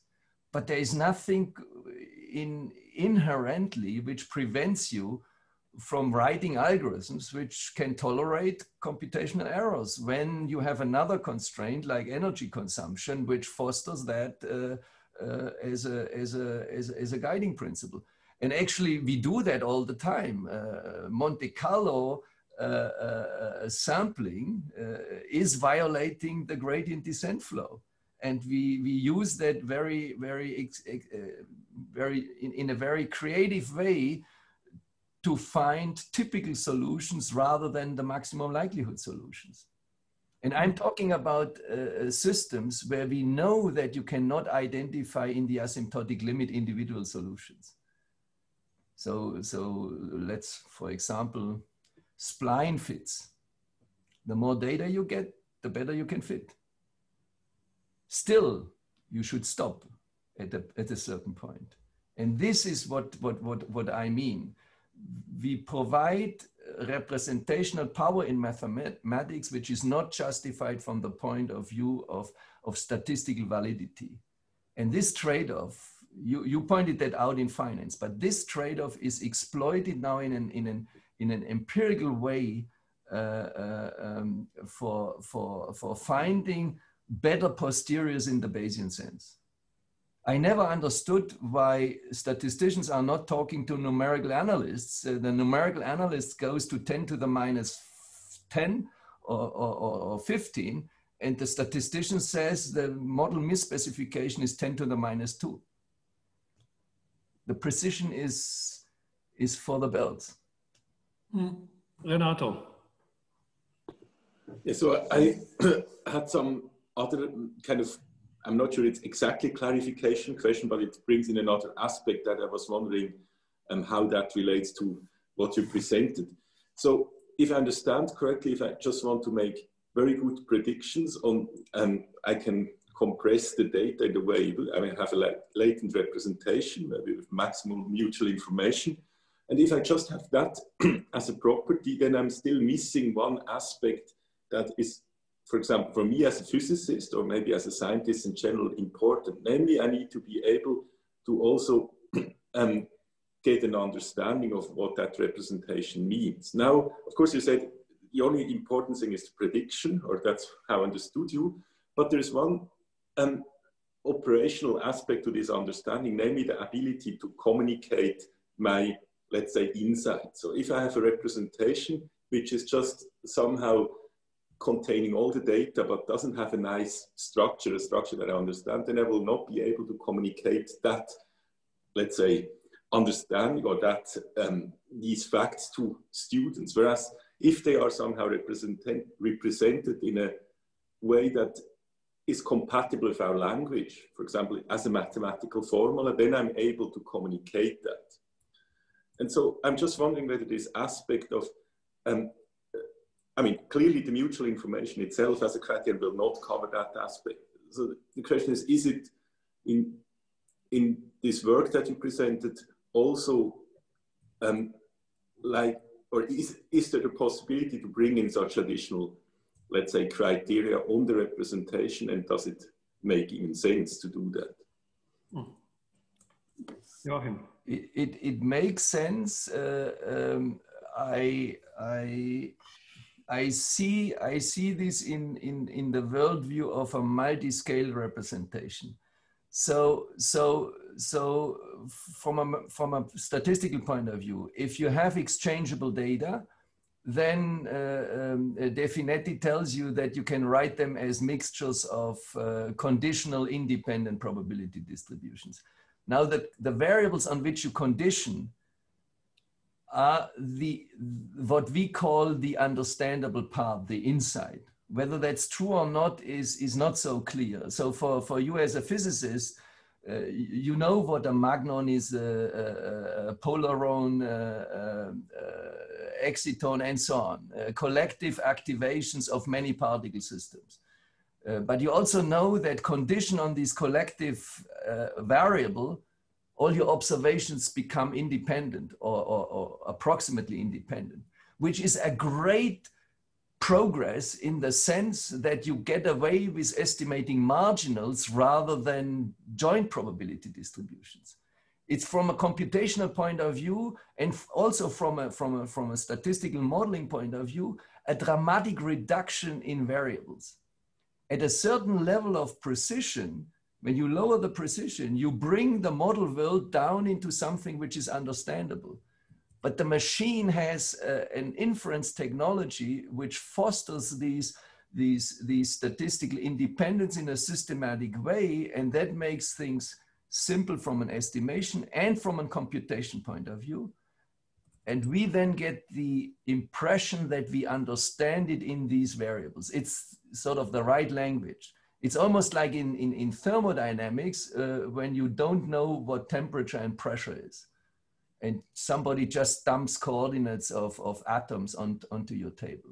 Maybe I wasn't completely clear, but for me, a reduction of variables, even if it's an enormous reduction, is not equivalent to say that these variables are now represented in a nice form. I mean, in the example of that you gave, or maybe let's say thermodynamics, where I have a huge system with many parameters, at the end I have a few relevant ones, the pressure and the volume, But now it could be that this compressed representation doesn't have the pressure and the volume separately, but some complicated formula, the pressure times or to the power of 7 minus the volume, and then maybe something else, such that the volume and pressure are still distillable in an information theoretic way, but let's say they're not there in a maybe complexity theoretic way. I would still need to work to actually see these two parameters.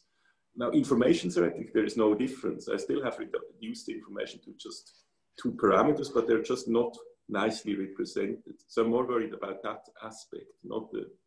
Sure, but the question is, in the game of refining models,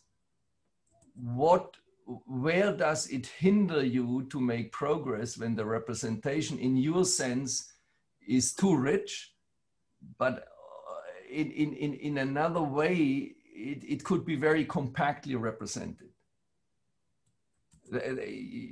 It's a little bit hard to say. If you have data which are described by an exponential function, you know the properties of the exponential function.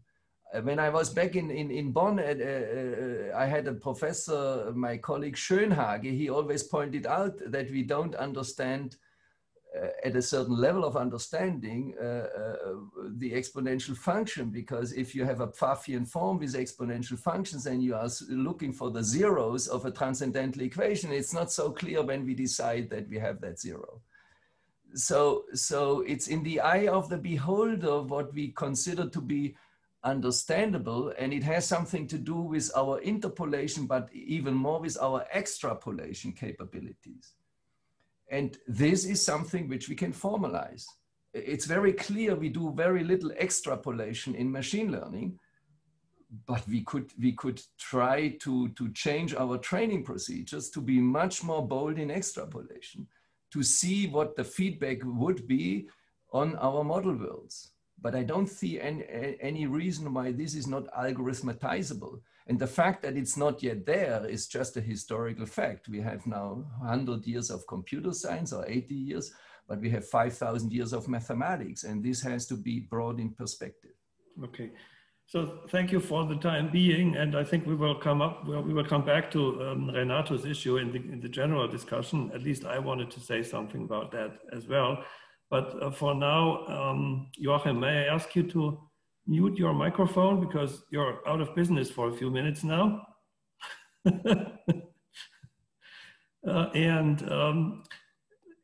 I just wanted to make a comment which directly touches on the discussion between Renato and Joachim right now, because I think from a philosophy of science point of view, the problem that you were discussing, or the two were discussing, has to do with the emergence of macro properties from micro properties. Micro properties would be the properties of the real world with all the richness and complexity. We don't know what to do with it, and then we try to come up with a proper partition or coarse graining, and ideally, this is a coarse graining that reflects macro properties that we observe at a completely different level of description. Therefore, people sometimes in the philosophy of science talk about inter-level relations when they talk about the way in which micro properties can be accumulated in the right way to exactly lead to macro properties. And from a philosophy of science point of view, this is a hugely complicated thing. And I think, Renato, your point was that it's not automatically guaranteed that a partition that I find by mutual information techniques also leads to properties or variables, let me say, or latent variables that make sense in an understanding kind of sense. So that would be my take on this. And of course, we are in the general discussion now, and I'm curious to see what you say about this and other problems. Renato, is that a hand from you? Yeah, that's exactly what I had in mind, yes. Yeah, okay. Anybody else? So I might make another commentary. You know, the title of of the whole symposium is, what is it actually? Let's see. Algorithmic knowledge production. Now, I just want to pick up on that general notion, and I think it's interesting what we heard so far. There are completely different kinds of knowledge that are produced with the algorithms that have been discussed. I remember, you know, when Josef, when you started your talk this morning, you actually also brought in the notion of wealth production. Of course, if you have knowledge, you can make money, and that leads to wealth. But also prediction can be knowledge, or understanding can be knowledge, many different things. I wanted to allude a little bit to the difference in our culture between performance and understanding. Okay. So it is regarded higher to have understanding and then to construct some performing strategy or tool, and it is considered lower to just have something performing, well performing, something wealth producing. Mm-hmm. So knowledge production is considered superior to wealth production, and still one should not underestimate the importance of just wealth production and just performing strategies, since sometimes knowledge is not much more than just producing wealth. Sometimes overestimated in its place where we put it. Also, we have this notion from Francis Bacon, and knowledge is power. Of course, that also resonates with all these different, you know, aspects toward the problem. Yeah. May I just ask Josef Teichmann about one question? Because what he says, if I translate that to my own work as a physicist, let's say wealth production would maybe could be achieved with a machine that would just make any prediction I would like to make in physics. So I just essentially describe an experiment, and the machine will tell me what the outcome would be for any possible experiment. That would be essentially a machine that allows me to do everything. For implementation of a physical concept, a working machine. Yes, but the theory is a way how to design such machines. But sometimes, also in physics, we know that theory is, when you look at very large-scale systems, not necessarily able to produce the way how to design the machine. The machine is sometimes designed by just trial and error technologies and trying to collect experiences and then to get something which works. Yes, but if I had a machine that would give me the answer, would provide me with all predictions, and I compare that to having just really an understanding in the usual sense of physics that I have, let's say, a theory like general relativity or so. So, of course, having general relativity as a theory is for me much more valuable than having a machine that would make all predictions of general relativity without giving me our culture. This is how we see the world. We consider one very valuable and the other one is somehow minor. Yes, but now you're essentially making the point, maybe it shouldn't be that. No, it shouldn't. Okay. We were writing a chess book with a lot of theory and talking to Garry Kasparov or all the other chess players we consider as superior than having just a look at AlphaZero, which is beating Kasparov. But we should somehow question this point of view. Yes. Because I would be interested to also hear Joachim's later, once you give answers, Joachim's point of view on that, because my understanding of what he does is essentially to give us a way to make these predictions, but not to essentially generate the theory in physics. That was at least my current understanding, and I hope he can later explain his position. There might, of course, be situations, and this is also what Joachim is correctly referring to, situations where the theory is so complicated that human mind actually cannot possibly discover. There is no reason. I mean, in mathematics, we have sometimes these situations. In mathematics, we are accustomed to writing theorems and get an understanding of a certain structure, but there are sometimes concepts in mathematics where you have so many different cases in order to classify the phenomena that it is impossible for a human being just to list them, because there are maybe 300,000 different cases of a certain mathematical concept, and you can of course cluster them and get more and more, but it is just, nobody has said that the structures we are analyzing can be captured by infinite lifetime or with a human brain which has a certain capacity. Still, it might be useful to work with such theoretic, or the objects those theory describe, but one has to do it in a different way.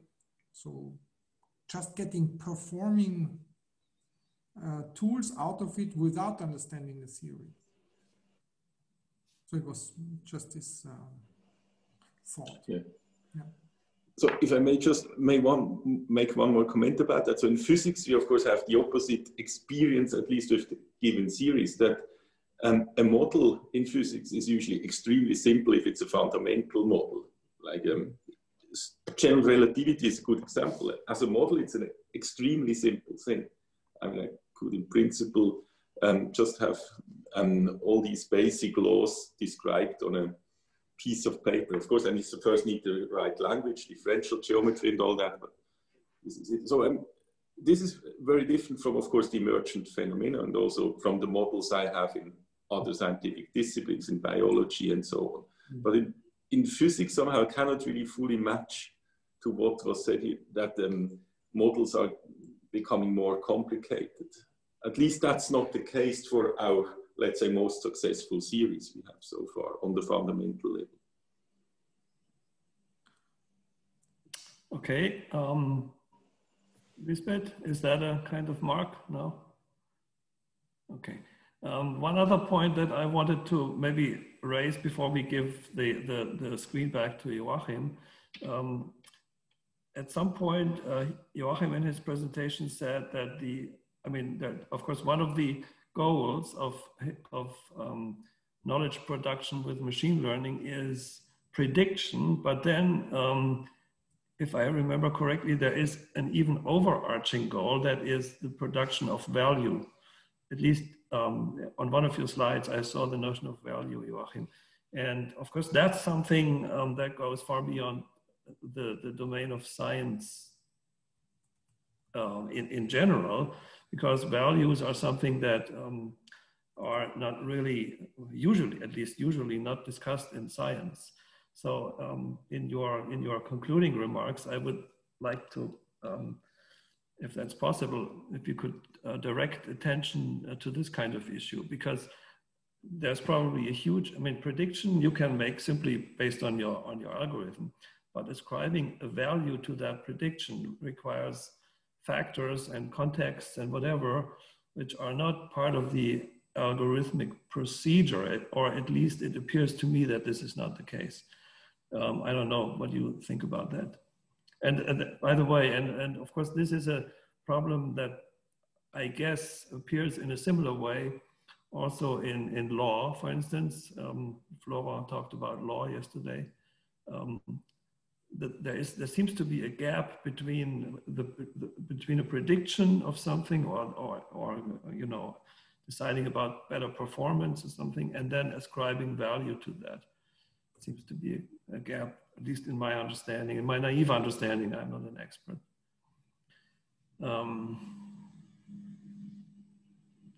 Josef, was this a hand for, you wanted to say something? No. No, I'm sorry, no. If not, then I assume that we are at the end of the general discussion, and Joachim, where are you? You are on the other side of my screen. Joachim, it's your turn now to come back and summarize, wrap up, or criticize, or bring up some sarcasms, whatever you want. This is impossible. Joachim would never do that. Oh, yeah, Only when I'm in office for administration. then I have this tendency.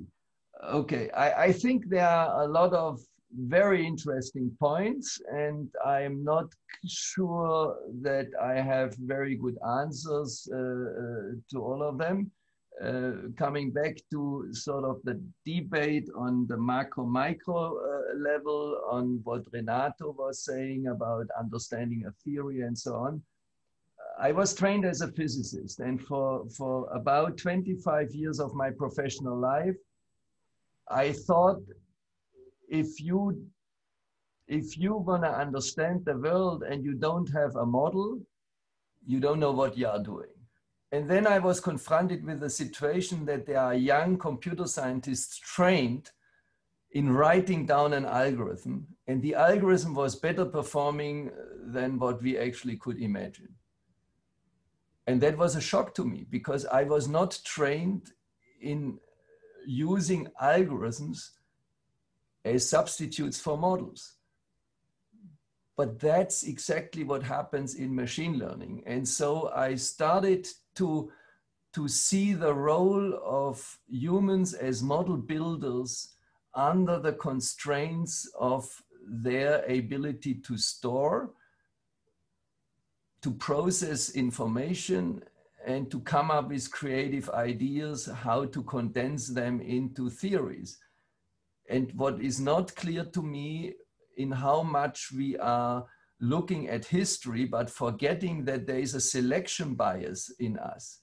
You see, if you look at this, at the history of human society, we always got sick, and we always had the problem to manage many people in all the different societies since we settled, and even before. But we picked mechanics as the problem domain to develop science. And I think it was not because it was the most urgent problem. It was valuable to actually shoot our prey and our enemies.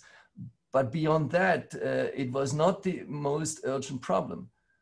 It was the problem which we could actually address, because the scales were very clearly separated, and our conceptualizations of models our means was sufficient and helped us to make these predictive models in the sense of modern science, of communicable models. Now, the macro and micro properties, I think it's very clear. I usually tell students in the machine learning class, most of the future is unpredictable. We have deterministic chaos. We have all the stochastic models of what is going on around us. We have the limitations of observation and of computation. Most of that is unpredictable. But the part which is predictable is not necessarily exhausted by human brains.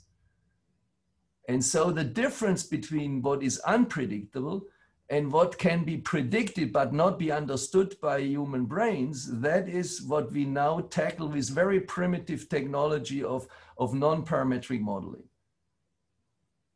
And so that's why we are so surprised when we see these highly nicely rendered images, which apparently, where the machine has, quote unquote, emulated something which we call objectness of these images. So, and it comes from the pure pressure of enormous amounts of observations, which in our brains is basically encoded by evolution. So we have a lot of knowledge encoded in our brains via evolution. And I think the resource constraint is not a bug, it's a feature, because it was the trick to force us to actually build extrapolating theories. And that is the power of rational thinking. But I don't see yet limitations for this power of rational thinking in terms of algorithmatizability. So that's the first. So the importance of performance, I think that's a very interesting sociological thing. Why do we understand? There was Renato pointed that out. If I understand something, I can communicate it better. And some people believe that this is what distinguishes humans from animals. At least that's the cultural drive hypothesis. For me as a layman in this area, that's what I picked up. And it's the ability to abstract human behavior to such a condensed level that I can actually communicate it over generations. Not every generation has to invent behavior patterns which give you some skills from scratch. You can actually communicate it. That is very important, and that is related to communication. And we don't know how to do that in machine learning, but I'm pretty sure that we will have it. If we understand what the role of extrapolation is, then we will understand better what it means to understand, because you can codify it into a system, into a language, which you then sort of, where you can generate in another brain a resonance framework, so that over time we get used to what we are talking about. Now, it's interesting with this physics producing machine. Let's assume we have a machine which allows you to answer any question on physics. It's trivializing physics because everybody can do it.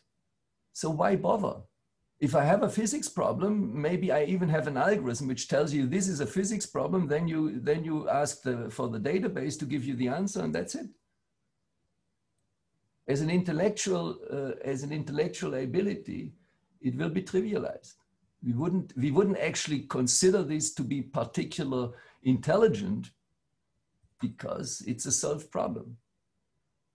I think we have the tendency, whenever something is automated, to label it as not intelligent, but automated. And if we have to use human brains, then since we don't know what's going on in the human brain, we consider that to be intelligent. I think there is also a measurability issue behind intelligence. And if I listen to Liesbeth Stern, this is my cynical remark.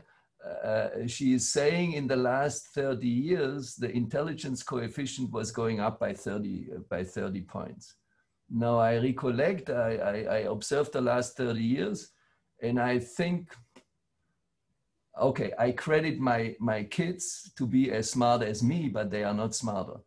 Or at least they would dispute that. But I think by and large, people didn't get smarter. They got different. And we have a substantial problem in measuring intelligence. Even if we are not doing it scientifically, even if we are doing just to adjust our notions, our terminology, we are not good in being constant there. So with respect to intellectual value, it was always the scarcity and the non-availability of this service. The last question is a very interesting one from Harald, value. I said the value for the patient is the probability of survival, and I put that on the slide because I know a way of characterizing that mathematically. It's Kaplan-Meier plots. But it's very clear, many people, and I to some degree belong to them, are not interested to live as long as possible under all circumstances, but to have as high life quality. And then, depending on what you believe, either God calls you or you disappear gracefully in very short time without too much pain. So there are a lot of different values which cannot be algorithmatizable because they are arbitrary and human dependent. You have your choice, I have mine choice. Society might have a third choice for both of us. So that cannot be determined because we have no reference frame except of ourselves as humans to decide that. There is no scientific value which makes it decidable, because then if there would be, maybe we would be surprised that according to that value system, humans should disappear on Earth because they destroy the rest of the ecosystem. So we have to realize that for decisions, you need a frame to represent them. And this frame for these types of ethical values are generated by us as a collection of individuals. That's clearly outside of what we would decide in an algorithmic framework.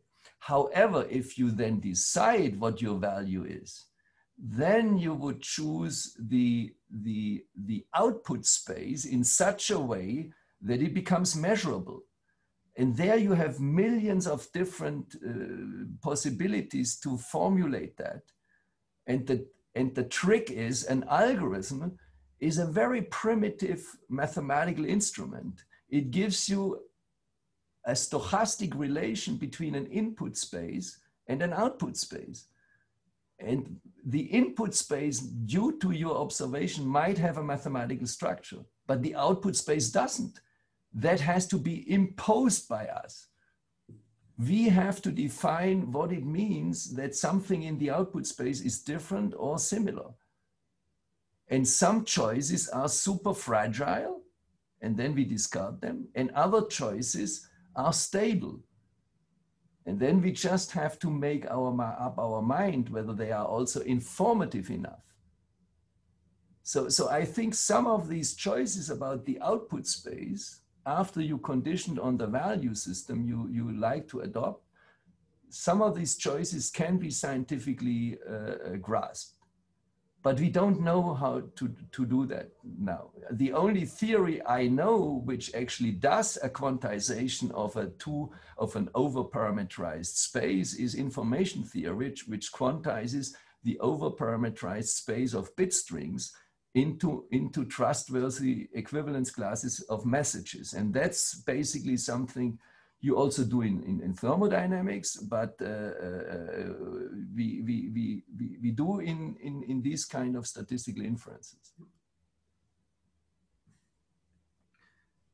So with Thank you very much. With respect, just a final remark, Renato, it's true that all simple physics is called beautiful. And when physics becomes complex, like in catalysis, in surface properties and so on, we call it dirt physics. Unfortunately, sometimes dirt physics is more relevant than the pure physics, at least for engineering and consequences on our lives. So we have the biases even imprinted in a value way in our language. Let me just add, the fact that it is more effective or something like realistically doesn't make it more pure, the dirt physics. Okay, Joachim, thank you very much. I think this was a fantastic discussion, and thanks for your commentary at the end.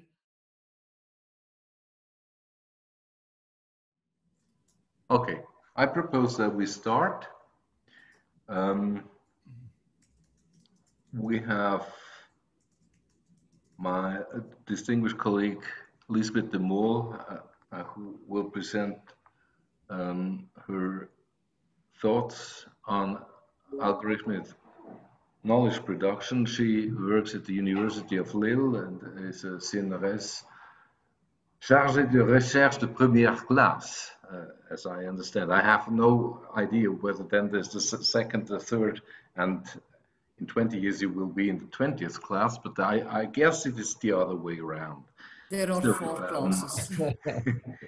Liesbeth is a historian and a philosopher, and I like to stress the fact that this is not a contradiction. It's rather an intellectual booster in that strange combination, because it allows, for instance, to detect the flaws of formal arguments, and at the same time the deficits of empirical observations, which is rare. I mean, normally you just control for one side of this damn equation. And in the case of Liesbeth, this makes history, at least turns it into a rich fountain, if not a bonanza, of for the irritation of theoretical reasoning. Now, Liesbeth promised to give a short talk on a very interesting topic. I was very intrigued. And then, as always, she came up with an even more intriguing topic. Perhaps she can produce them randomly. Now there is a new topic announced, looking behind the curtains of disruptive discourse, and it is even attached with personal impressions. Liesbeth, you have the floor in the screen. Yes.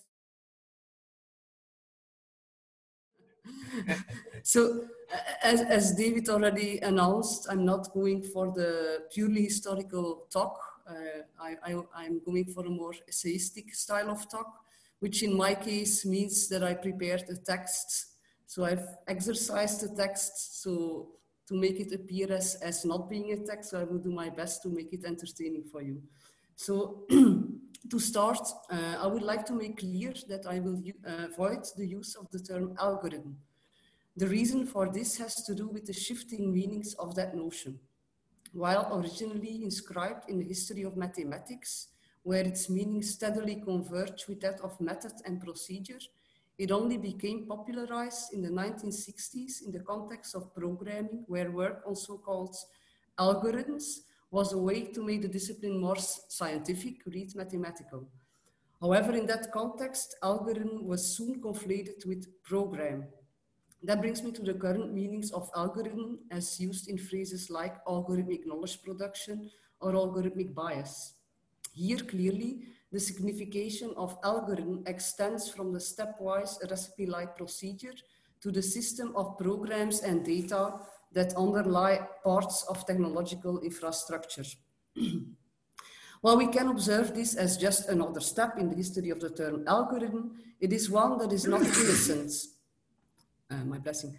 Exactly because the notion's history implicitly carries over certain properties that are typically associated with mathematics. Think, for instance, of objectivity or trustworthiness, and which the reality that is covered by the current notion clearly does not have. Now you could say that, of course, we know that, and it's just a word, but words have consequences on how we think about the realities denoted by those words. Thus, speaking, for instance, of algorithmic knowledge production is problematic, since it hides the fact that what we are really talking about is not just mathematics, but also a technology that, by consequence, involves humans and their contingencies. In fact, as I will argue here, it is only by including humans in the equation that we can identify some basic aspects of programs and their use in the production of knowledge. It is well known that the first computers were embedded in a context of applied mathematics.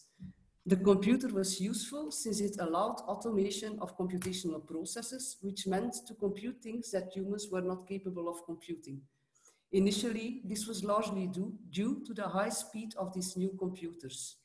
That speed created a fundamental time gap between humans and computers, which immediately led to a basic problem. How are we supposed to have control over a process that we cannot predict? This time gap, I propose, is an instance of a more fundamental gap, which is existential and perhaps trivial. That is, computing machines are not humans.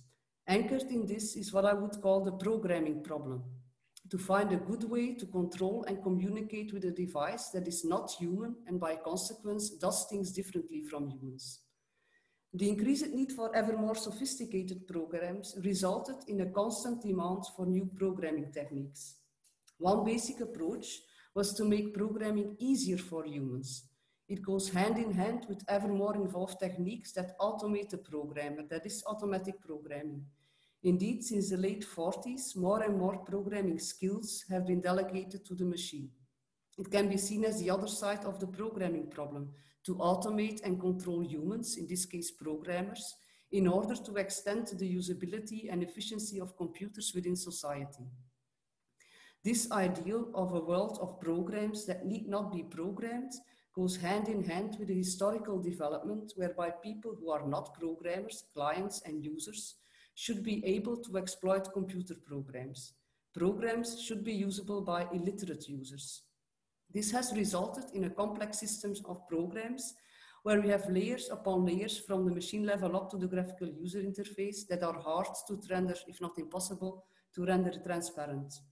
This only worsened by the fact that often these layers are consciously made inaccessible to users. This is a clear instance of software's opacity, or to put it in the words of some historians, software's historicity.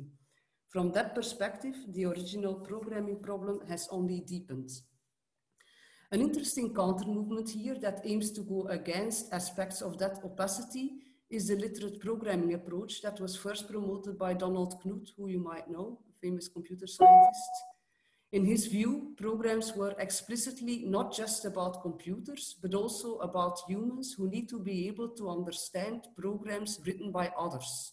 And I quote from his paper presenting this approach: "Instead of imagining that our main task is to instruct a computer what to do, let us concentrate rather on explaining to human beings what we want a computer to do." While the programming problem asks for a means to control and communicate with the machine, the very fact that the machine is doing things we cannot do was also seen as an opportunity to gain new scientific knowledge.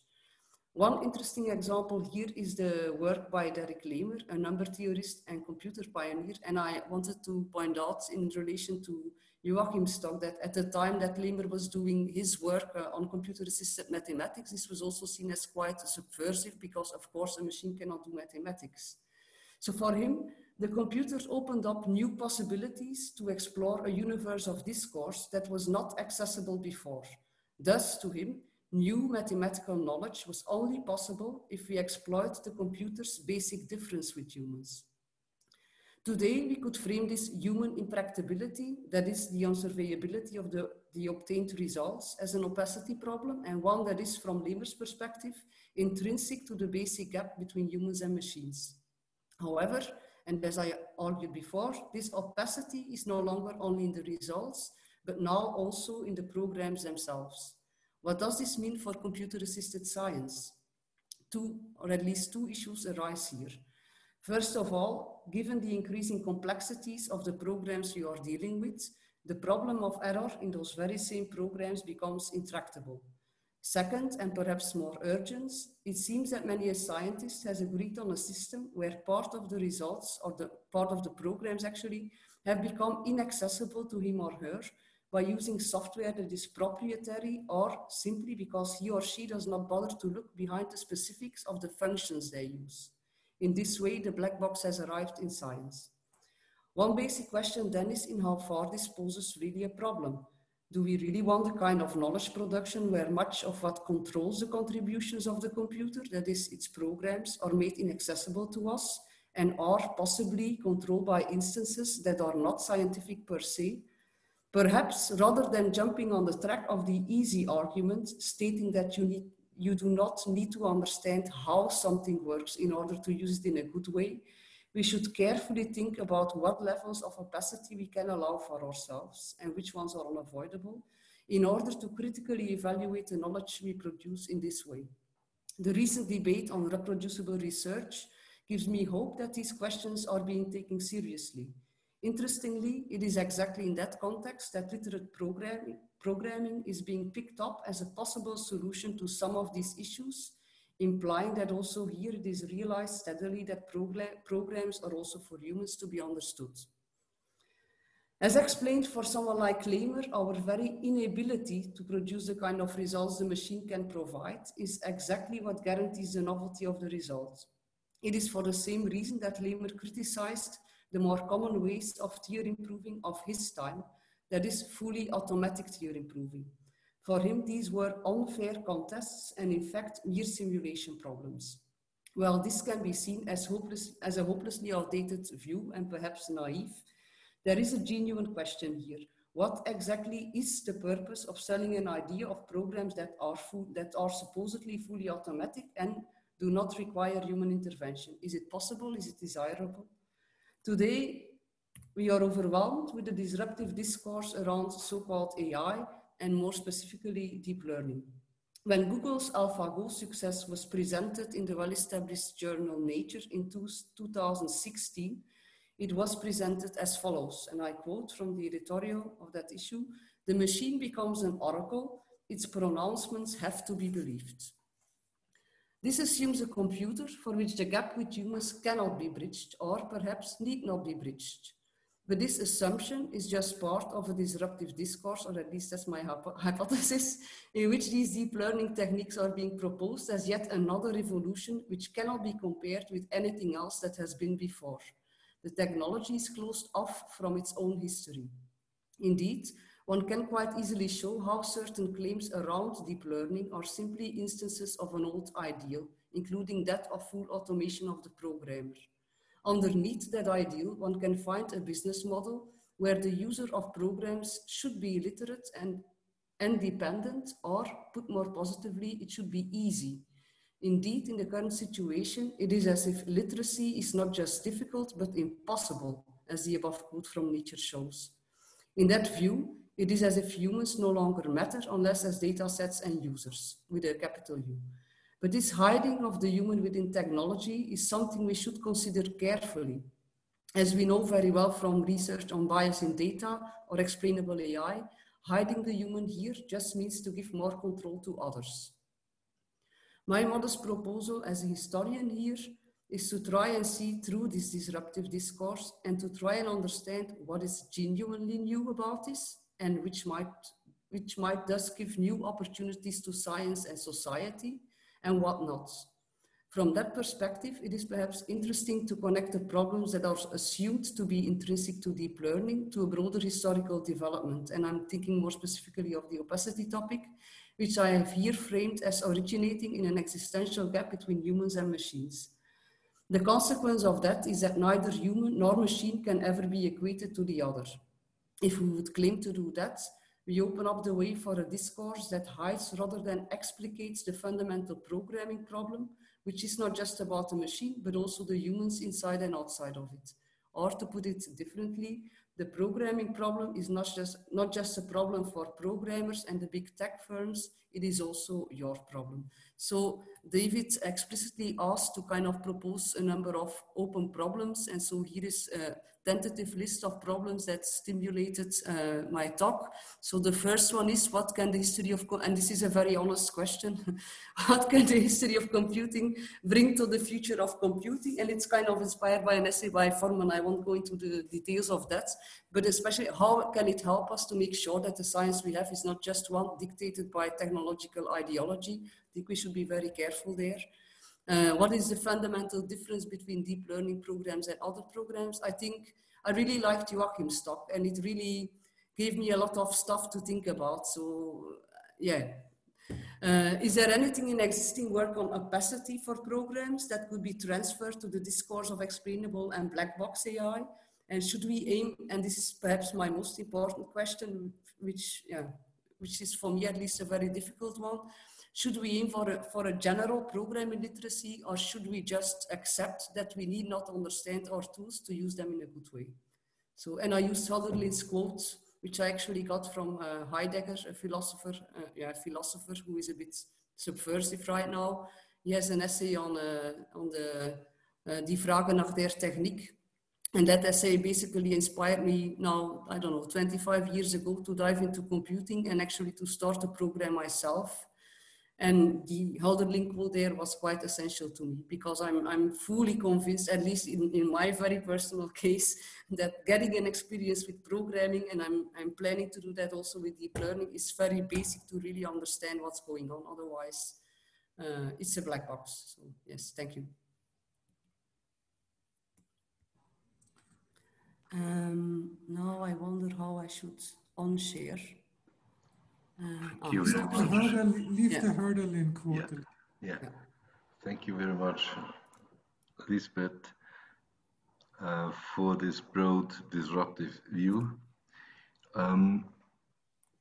We will have 10 minutes or so of question of understanding. Don't elaborate too much on them, and certainly there will be comments that then are entangled a little bit more.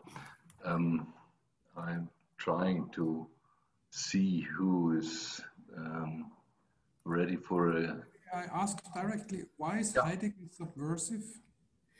Because of his Nazi past. If you want a direct answer. Yes, but was this subversive or rather...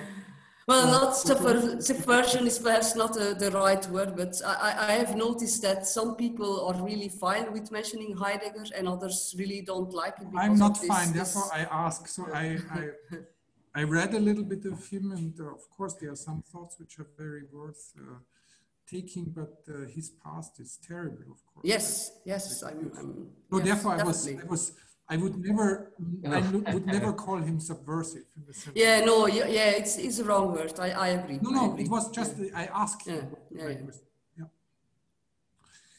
Do you think black boxes arrive now in science and in human culture and were not there before, historically speaking?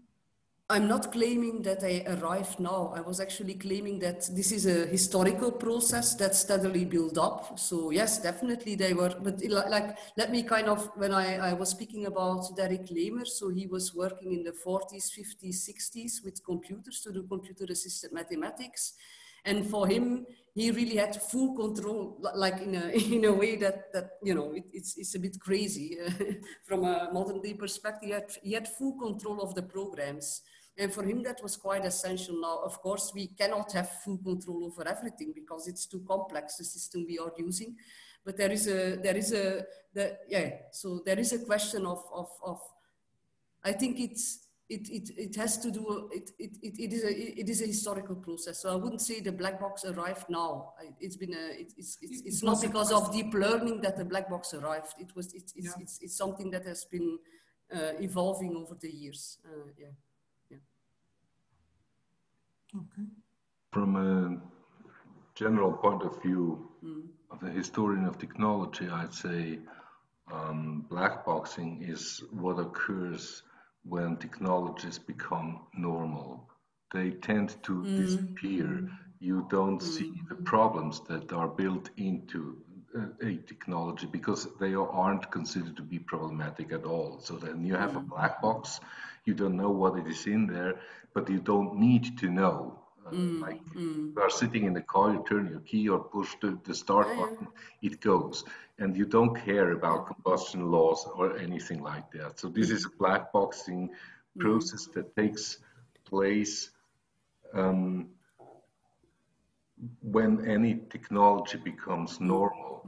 And of course, for analytical purposes, back in the 70s, Nathan Rosenberg said we have to open the black box in order to see what was stowed inside, in order to understand the coming about and the development of technology. So it is an intellectual tool to open the black box and see inside. And of course, you can use the black box notion also in a different ways. As, oh, I don't want to know what is inside there, and I will never understand it, and let's keep it the way it is. And that there are contrasting uses of this black box notion. Where does the metaphor come from, actually? Where does the metaphor black box come from? I don't know. Do you know, David? I don't know. What was the first use? No, I don't. I don't know why it is black. Probably it's black inside, but I don't know the origin. No. Okay. Do you think it's a 20th century notion? Yeah. Well, no, I don't know the origin of the notion, but it's fairly abundantly used in the 20th century as something where there is no interpretive flexibility to the outside world. It is input-output, period. Yeah, but a black box can also be productive. So I'm not proposing the very idea of a black box. A black box can also be very productive. So in engineering, even in history, I think you cannot go through all of the detail. A black box can be very productive. My question here is, how black should it actually be? So this is for me the literacy question. So when I speak about literacy, and I only rarely talk publicly, like in events like this, about the literacy question. I always get this question, you know, mostly it's the car metaphor. I don't need to know how my car functions to use it. But this is the question, right? I mean, my view clearly is that in the case of computers and the way they are invading our lives, and the very fact that they are driven by a lot of commercial interests, political interests, for me, that's a motivation to say, no, we shouldn't just accept it. We should understand what's going on. Also, I think, just to weigh in, sorry, the example of the car is not really completely to the point, because yes, it's true that I don't understand my car, but I trust that people that built the car are able to understand it. And here we have another dimension. Yeah. And the third dimension I want to add to that, to make things even less complicated, even more complicated, of course, is the misunderstanding Dijkstra. I always love to add something to Dijkstra's comments on the world. And he calls the user a literature figure. Yeah. And then he says, but bad literature. So he doesn't like it. But actually, one could also think about the user as a very powerful form of abstraction. In fact, the computer scientists and the whole computer field has managed to produce, to think and use the user as a component of the system, which is a very powerful abstraction. So you don't have to care about long or short or no hair. In my case, you don't have to any abilities and disabilities. It is a very abstract, it's the most powerful tool computer scientists use is abstraction. And then, of course, this is not a human being, and this is not a figure that stems from a novel, not even a poor novel. So this is a very strange misunderstanding of Dijkstra. He has always this kind of bright insights, and he destroys it right in the second phrase. So anyway.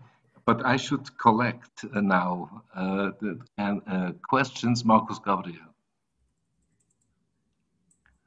You're muted. Yeah, sorry. Yeah, thank you very much. How deep, so one just short comment, which you might find interesting, and then let me start with the question and then just a comment. So how— No, only questions now. Okay, the comment is afterwards. And just a question. So how deep do you think the opacity runs? Because some people, you know, Luc Juliard, for instance, argues that it's a myth, that there is no objective, as it were, opacity built into deep learning.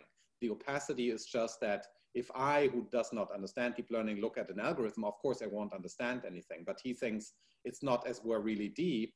Whereas I've heard some other specialists, you know, Joachim also hinted yesterday, I couldn't hear his talk, at the possibility of new forms of prediction that are so unlike us, which is your existential point, that the opacity might go really deep. So where do you think it lies, right? Is there like a really deep opacity in these new forms of programming? Or is it a more superficial phenomenon?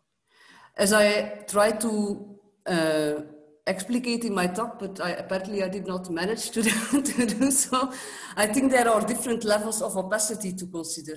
And I am quite convinced that there is intrinsic opacity in the sense of, and there I very much agree with what, there are things that are just too complex for us to understand. So I studied a bit instances of, in the past, specific instances of computer-assisted proofs. And, you know, these are like huge proofs. There's on surveyability. There's a whole discussion about mathematical understanding in the context of these proofs. So there I would say the opacity is intrinsic, and exactly because it's intrinsic, it's not a problem per se, because you cannot do anything about it, but you can kind of try to in the case of, so I'm not talking about deep learning now, because I don't think I have enough experience I have no hands-on experience there. In the case of the computer-assisted mathematics, that need not mean that there is no level of understanding at all, and that you cannot kind of gain other things, get other things from that. So that's what I would call the intrinsic opacity. There are other forms of opacity that I would call non-essential, like the proprietary one is a very clear example. There is the idea of software systems having a complexity that is not intrinsic per se to being a software system. So you have, for instance, research on, they call it bloated software. And there have been proposals to kind of create what I call lean software to kind of solve these issues. So I think there are two kinds of opacity. That's my reply. Joachim? Yeah, for clarification, there is research on whether you can, from a logical point of view, distinguish between the notion of an algorithm and a program. And there is Gurewitz who claims that you can't do that. So in some sense, algorithms are poor definition of equivalence classes of programs.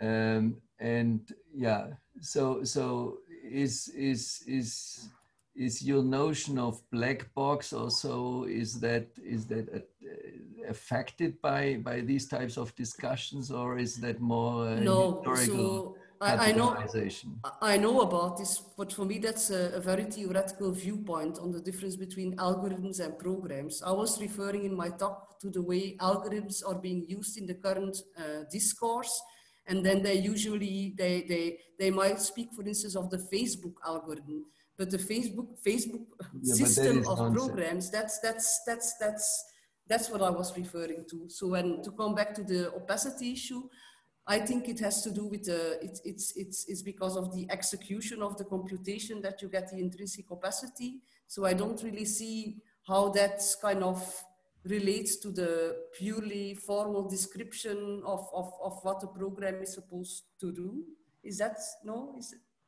Is that a no? But yeah, I'm confused because too many people use the notion of an algorithm in a really bizarre way. For me, an algorithm is a discrete dynamical system, period. And it has a super complex description because somebody cared about to control it as much as possible, but you also see that you want to actually loosen control, then you use randomness to give you more robustness, that kind of thing. But I don't think anybody made the claim that an algorithm is something fundamentally different from how we describe a dynamical system in science, a time evolution of something. I have a cynical remark. My biggest black box is my cardiologist. Sorry, can you repeat? My biggest black box is my cardiologist, and I don't even want to think about what it means to open it. Yeah, should I reply to your cynical comment? From my point of view, I can assure you that once they open that black box, you feel pretty damn bad.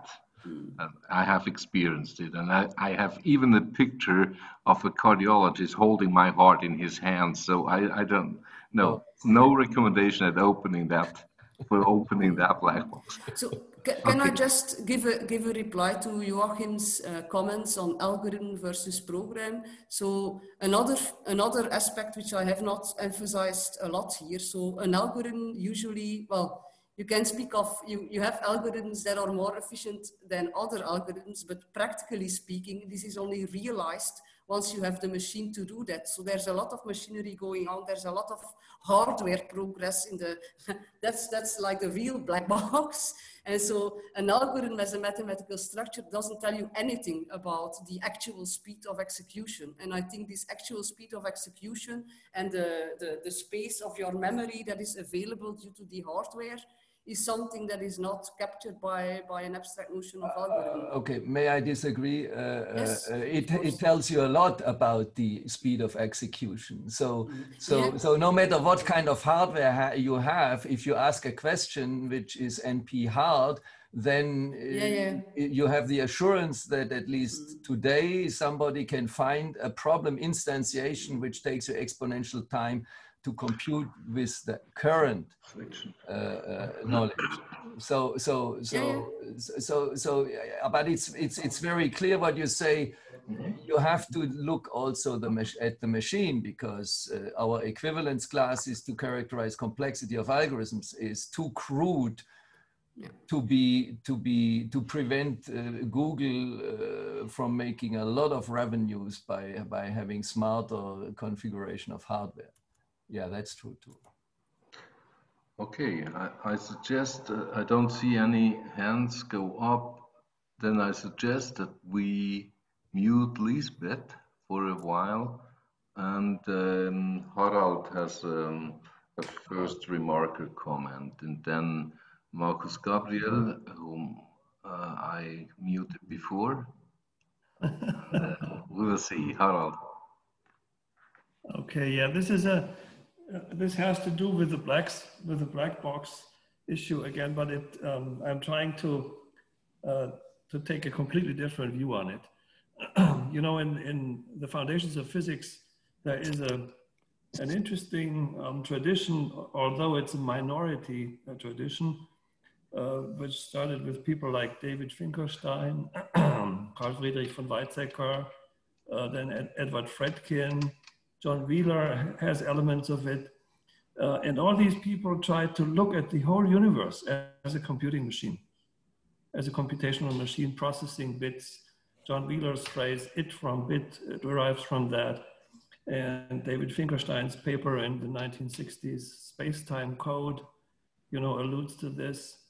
And in such a picture, the new twist that arises is that we, as humans, are not looking at a black box, which does the computation, but we are in the middle. We are always already, that's a Heideggerian phrase, I guess, always already in the middle of the black box, actually. And what we try to do is we try to explore ways in which we can decipher or decode the code of the machine, but from the inside, not from the outside. And that's I don't know, this is not a question actually, it's just a remark in the general discussion, because it really puts the whole question of the black box into a completely new perspective, let me say. So that was the comment I wanted to inject at this point.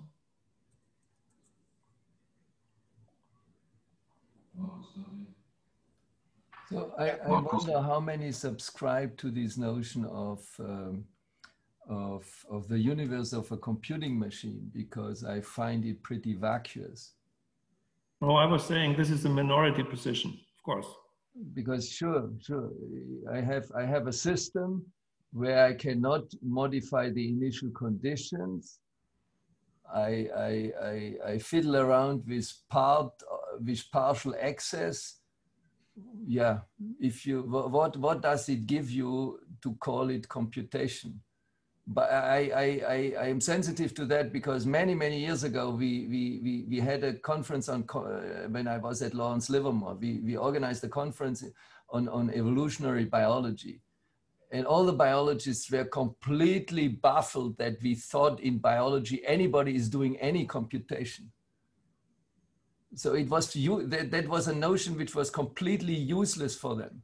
Now, if you do systems biology and you say, okay, I intervene so much with the biological substrate that I'm now starting to design it in the way a programmer uses hardware to design his program, then you get in a realm where you might say the abstraction becomes closer, and maybe you learn something by looking at on the other side. I can answer your question. What does it give to some people?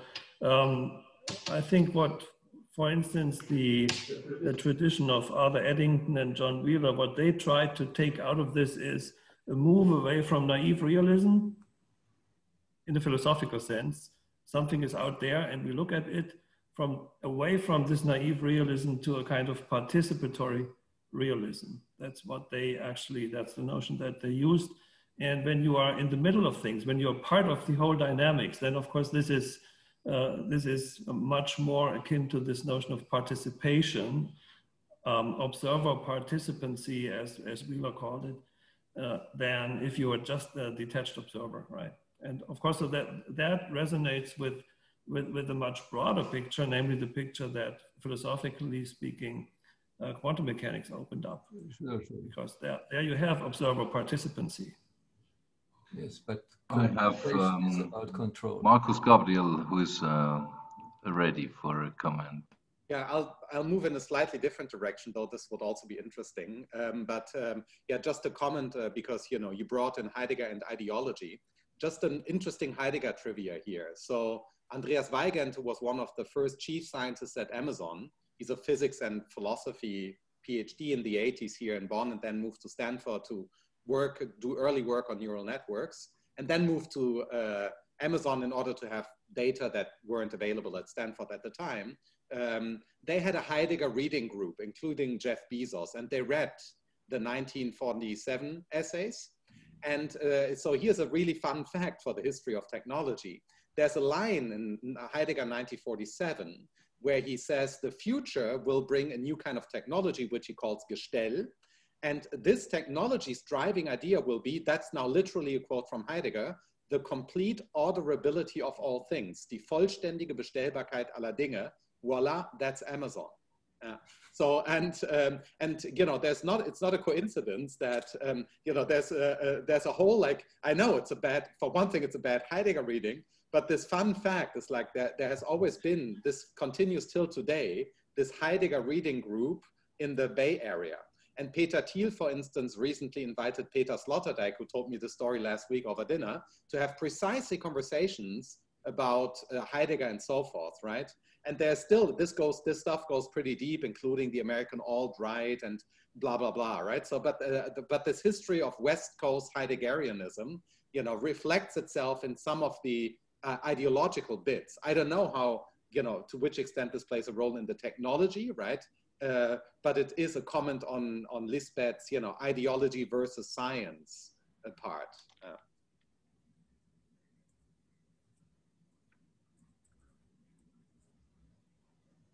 Any other comment, observation?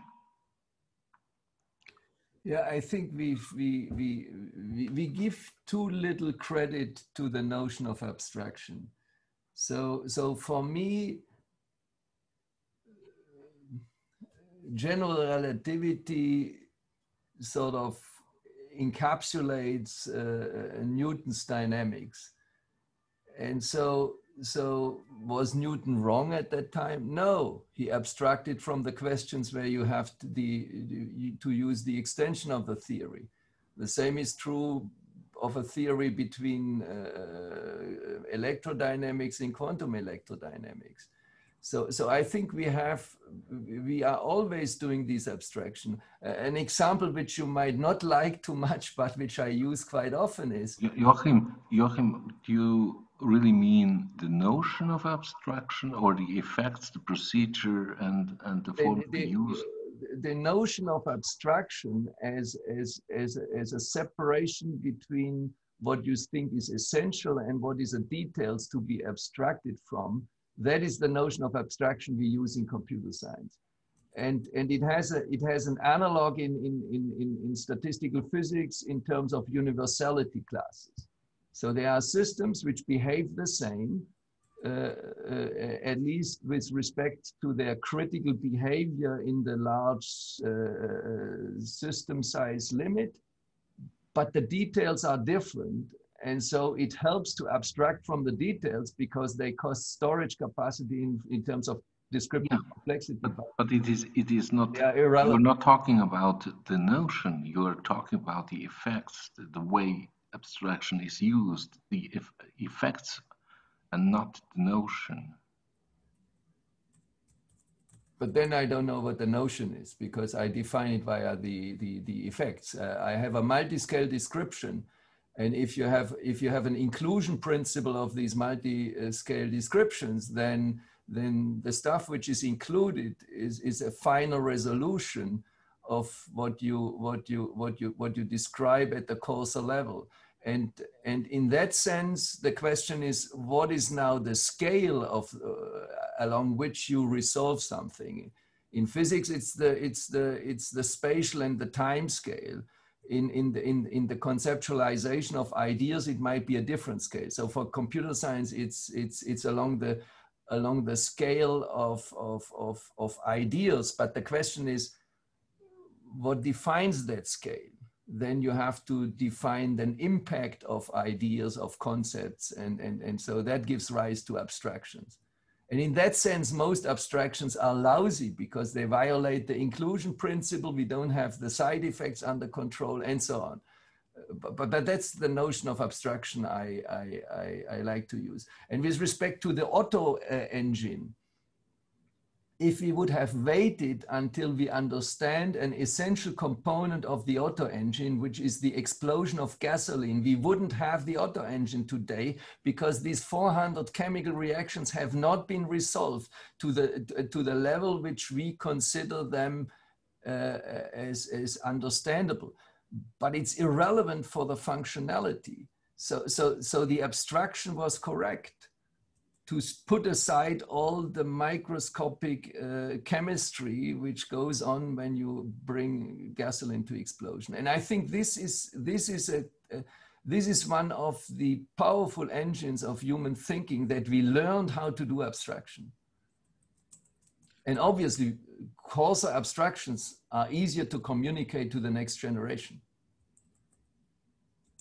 Do you think that, in a sense, do you think that abstractions generally are interest relative or generally reflect how things are, or that both cases are equally important? Maybe there are more cases, right? So on one way of thinking about this, which is my preferred way, levels of the abstraction, right, are there in reality. There really are engines and reactions and roads, right?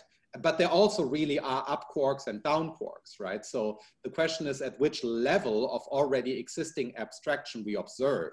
And then we would have the activity of abstracting. That's something that we can do as scientists, but the levels of abstraction are already there. And in some other picture, we just have, complex reality, and we reduce the complexity by deploying tools of abstraction without assuming at any point that our abstractions, as it were, reflect the reality itself. Do you have a take on this, or is this even relevant for your way of conceptualizing? I think it's relevant, and my take on it is a little bit like how I look at mathematics. Is a theorem discovered or is it constructed?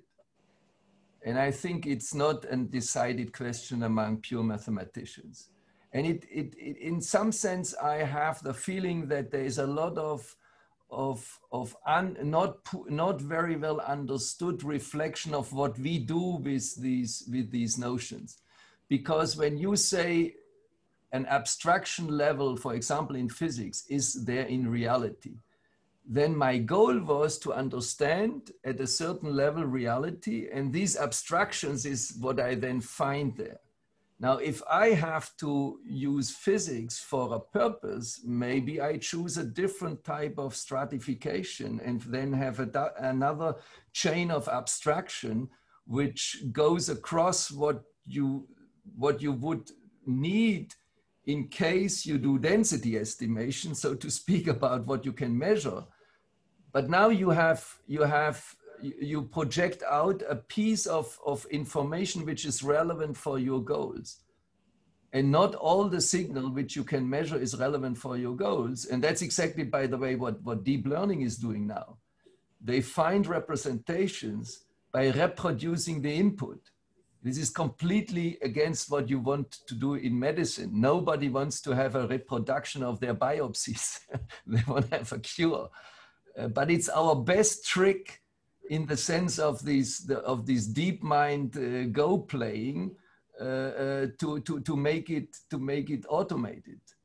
We force the machine with reduced means to reproduce the input.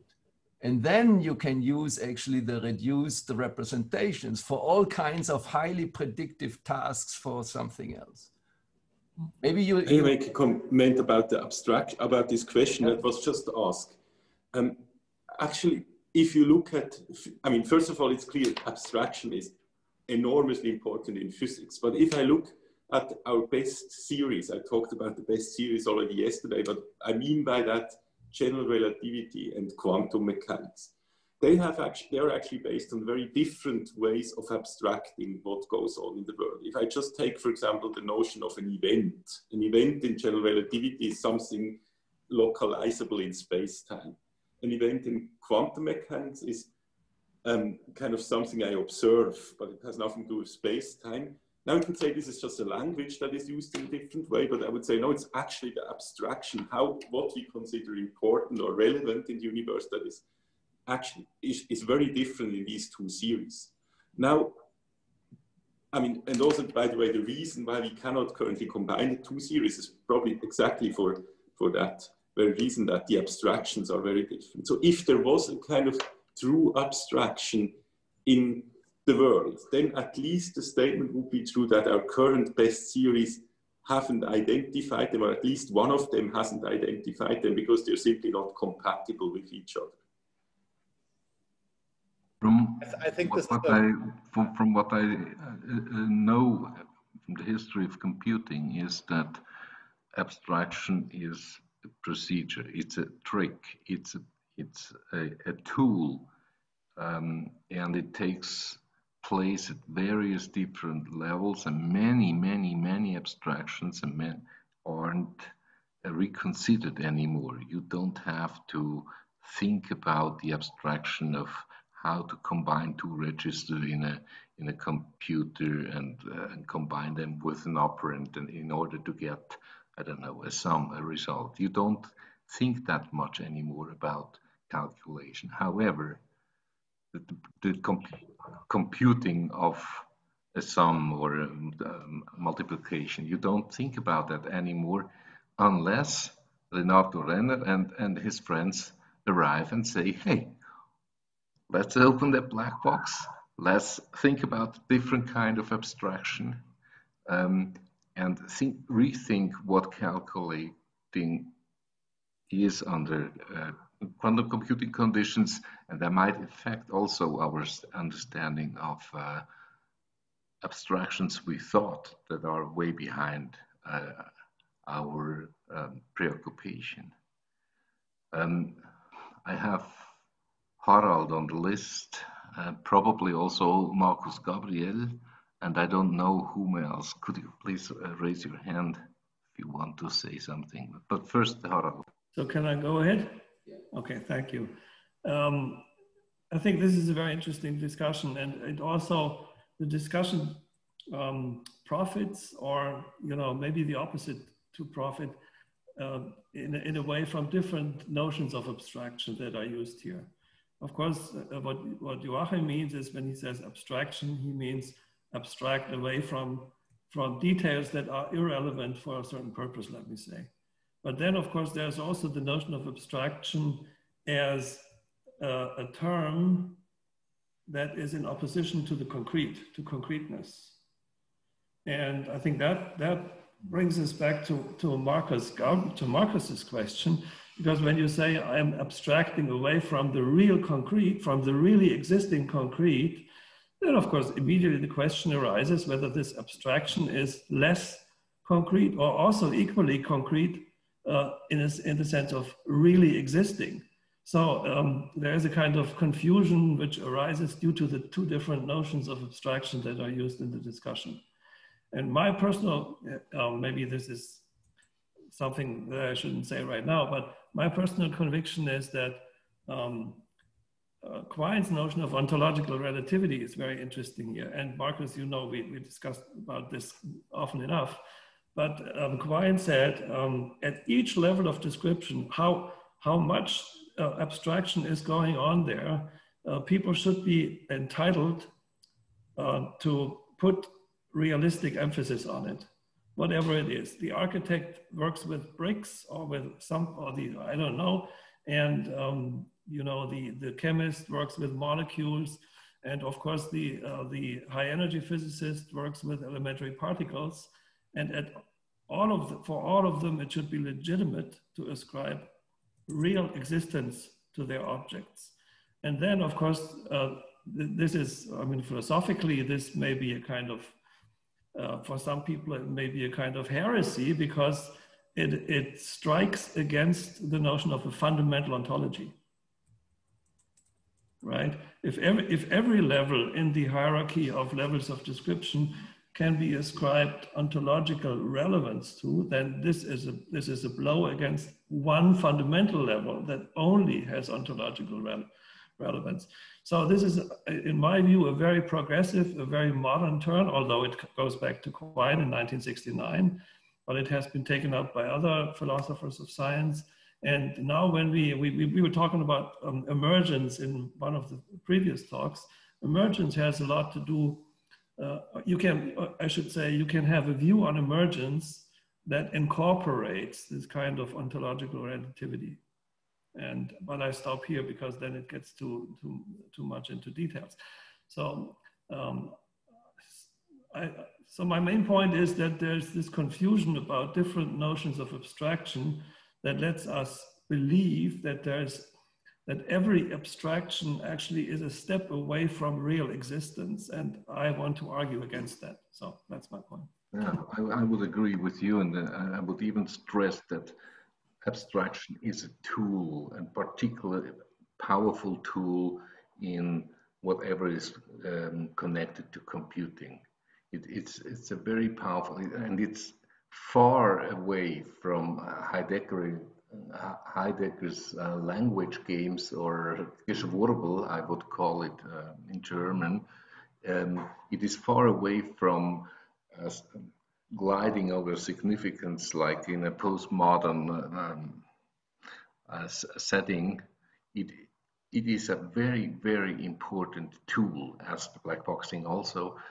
Abstraction is the tool. But whenever you change your, you decide to change the level of abstraction, the form of abstraction, and the goals of abstraction, whenever you do that, you run into the difficulty that you have to reconsider formally adopted as abstraction. And the game is kind of reshuffled, and you have to, this is the power a new form of abstraction has, but the world changes dramatically, and this is why it is powerful. And yeah. Who else is Markus, and then we switch back to Liesbeth. Yeah, can I jump in to like Renato's point and ask him a question in this context? And do you think so? Harald and I really fully agree about this ontological relativity picture, and as you know, so I also happen to think like him that reality is probably like multi-layered, and it's just impossible. And that's also what Quine said. There's no cosmic exile. There's no point of view such that you could develop a theory which incorporates all other theories, literally all other theories. But then this still leaves open the question of the unification of physics, right?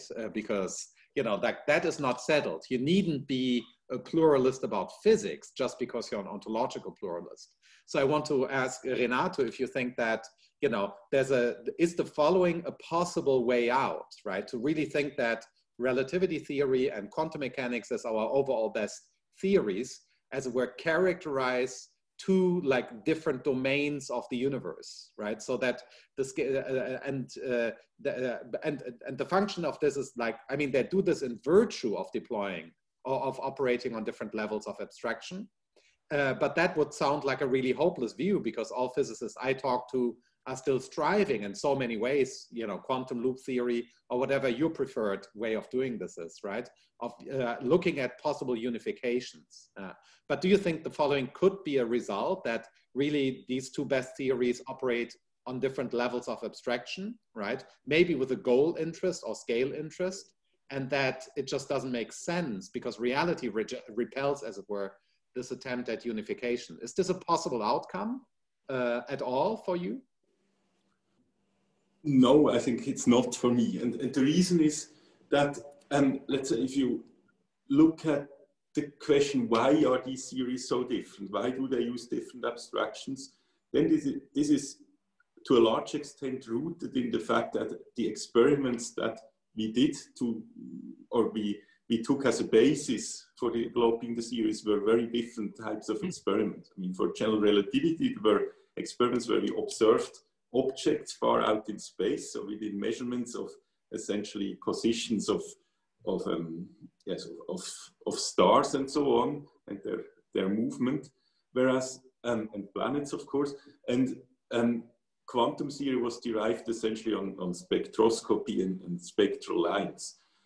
Now, these are so different experiments that it's clear that, let's say, the abstraction you then arrive at when you try to kind of get rid of the unimportant details are very different. However, this is only an experimental limitation, I would say, that we currently have. So in the future, and this is what real experimental physicists, not only theorists like me, are thinking about, is to have experiments which combine the two aspects. So currently there's no experiment that where at the same time gravity and quantum mechanics play a role on the fundamental level. So one has to be careful what it means, but because of course gravity already plays a role in my room here, and I can do an experiment with quantum mechanics, but where really both effects are tested with the very same experiment. We are not yet there, but it's in principle conceivable. And once we have them, then the results of these experiments simply don't fit into the abstractions we currently have, because then we will have results that on the one hand need to make it concrete. The results talk about things happening in space, time, about events. So we need this curved structure, which you don't have in quantum mechanics. So the level is simply not there. And on the other hand, they will talk about stuff that appears in quantum mechanics, like interference, superposition, and so on. And this concept simply doesn't exist in GR, in general relativity. So we will simply not be able to fit into the language of these two theories, into the abstract language, what these experiments will tell us. But currently we simply don't have these experiments, but there's no reason for me to believe we will not at some point be technologically able to do so. And then we have a real problem. So then that's the reason for my clear no to your question. Okay, I think we have to switch now again back to Liesbeth. And you don't have to comment on everything, but make your choice and give us a hard time. Yeah, I'm not sure I'll be giving you a hard time, but I will try to do my best.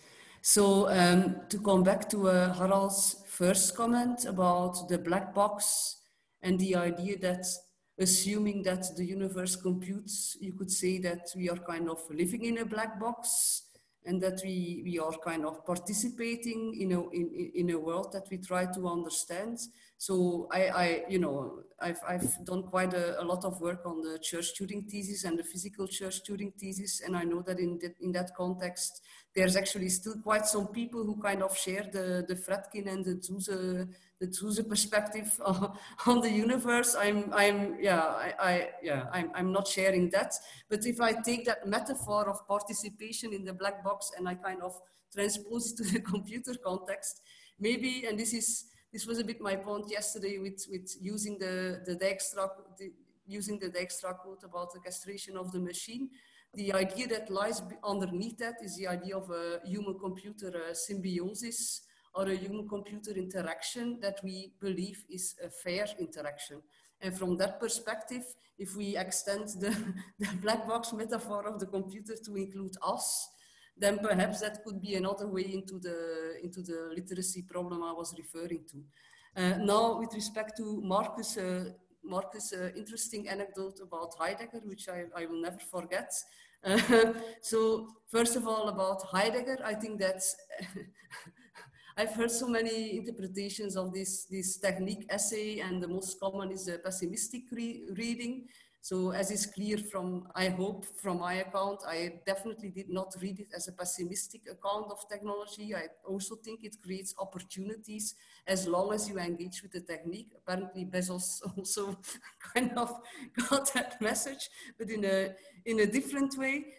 What I wanted to say, because you referred to ideologies and science in that context. So as I was saying yesterday, or earlier today, I don't remember exactly. I think we are all ideological to a certain extent. It's impossible not to be ideological. For me, the aim has always been, with respect to myself, but also with respect to my nice colleagues, to kind of to kind of unravel these ideologies. So for me, it's really very important to communicate with other people from other disciplines, because I've noticed a lot of times that as long as you kind of remain fixed in your own disciplinary tunnel, the ideologies only get stronger. And so for me, it has always been a purpose to fight my own ideologies and also to detect them in other people's discourse. That was what I was referring to also with epistemological obstacles earlier on. So I don't think science is without, I do not think that science without ideology is possible. Now, with respect to some of Joachim's comments, you said that you think we, or I, am giving too little credit to the notion of abstraction. I was a bit puzzled by that comment, but I think maybe there was a misunderstanding. Maybe there's still a misunderstanding, I'm unsure. So to be clear, I'm really a hardware person. So I really like, like the physical machinery. Having said that, my claim or my arguments that I was trying to make was certainly not that, what we need to do is to render the whole thing transparent, because I think that's simply impossible. There is it's too complex. That's completely useless. That's completely impossible. What I do claim is that we need to think about at what level we should try and understand our computers and what they are capable of.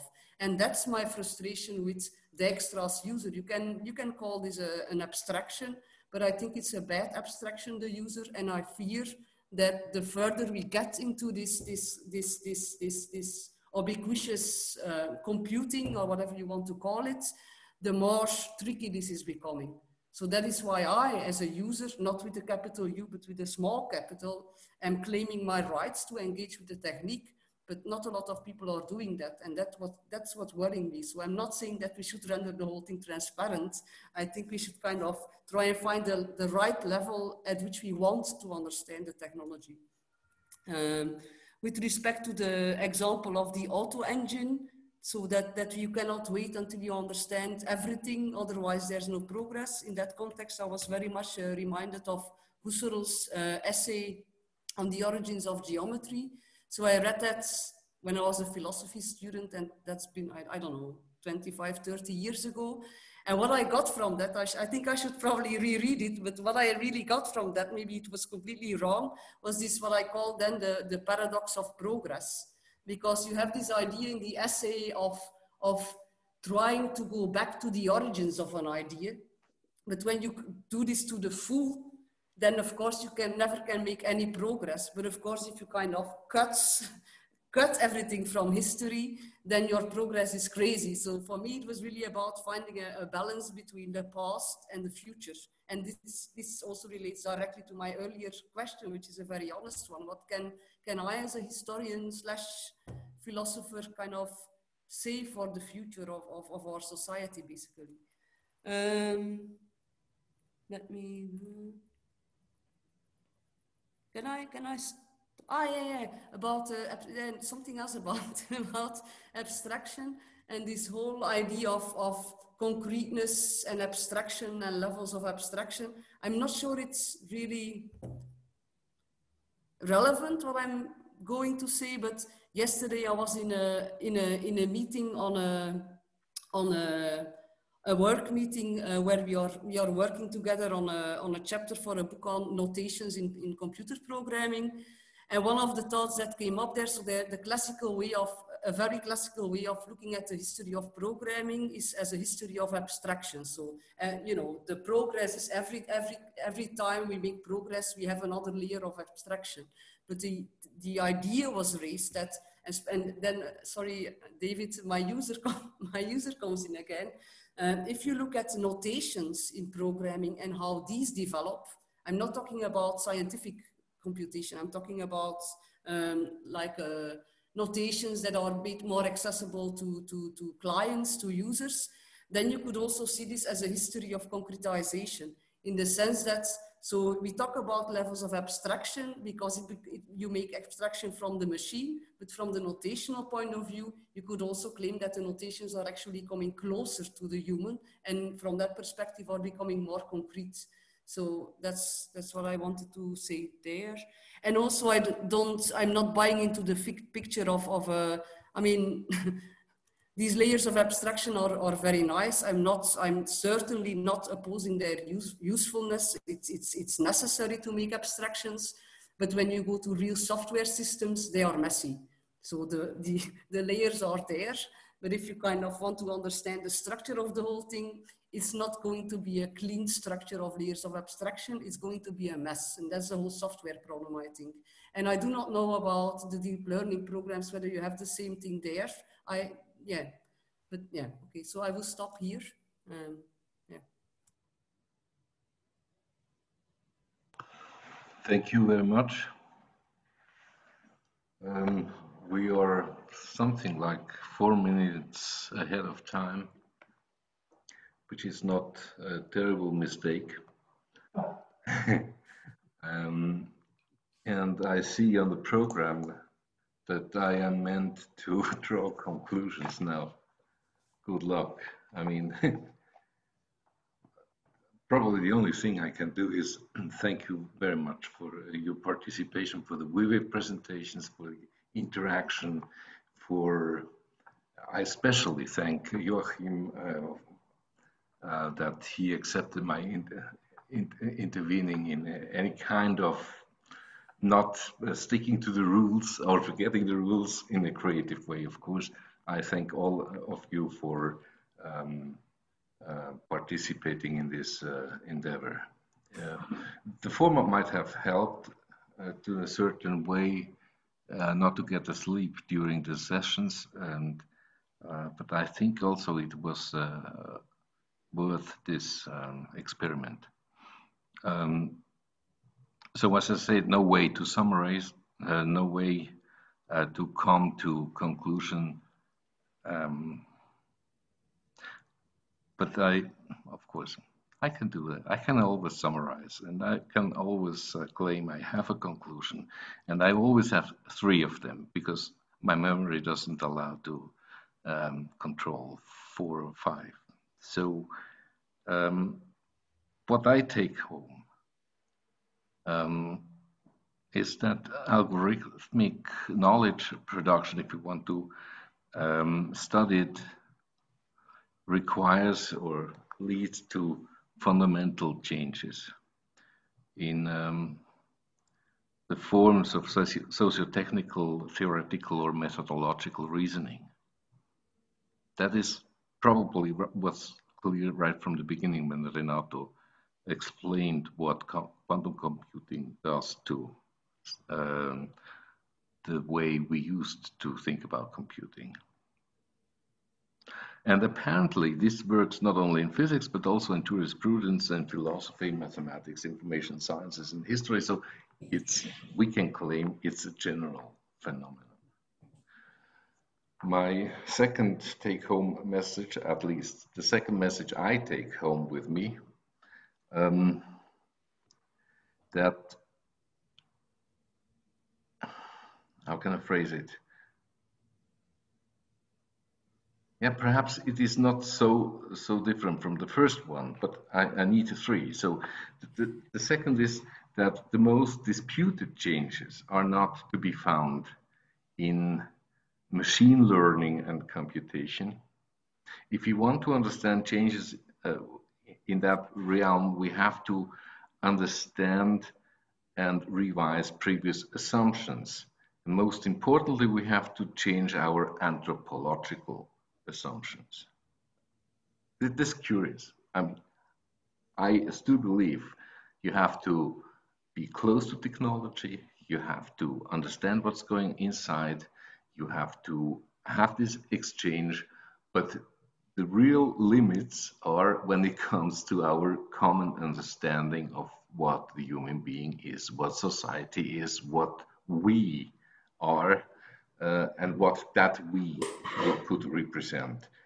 And I think that at present time, the huge challenge is the development of an adequate anthropological notion, position towards this strong changes in computation and knowledge production.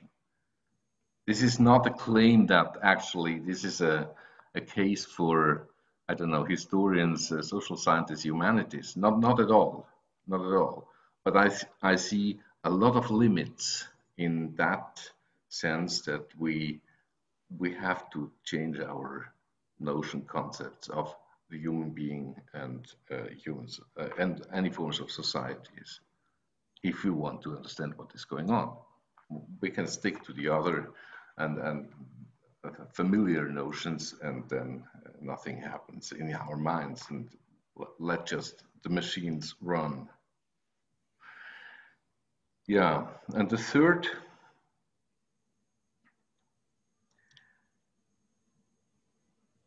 observation is that we, so to speak, missed a little bit the promise of the conference concerning knowledge production. So it seems to be much too complicated at the moment. We have so many things to clarify before we can come up with, so to speak, we know now what algorithms and self-learning machines, etc., are doing to the body of knowledge.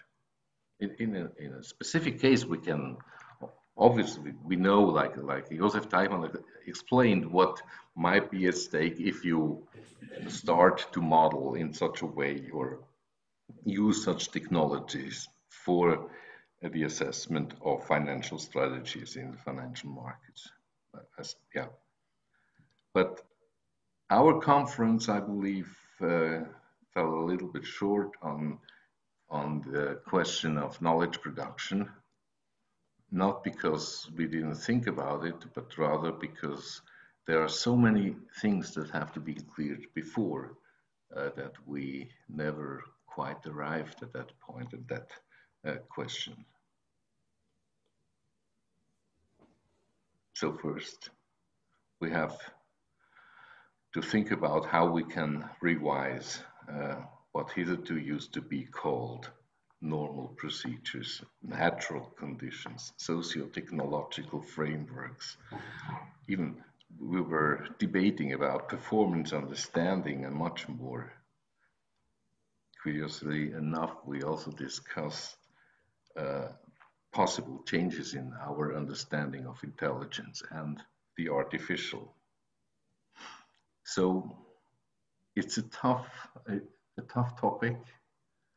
It raises more questions than it might produce at the moment produce answers, but I think that's why we are here, and I hope to see you in a similar context, and probably in a more relaxed and less artificial context. I would like to continue that discussion.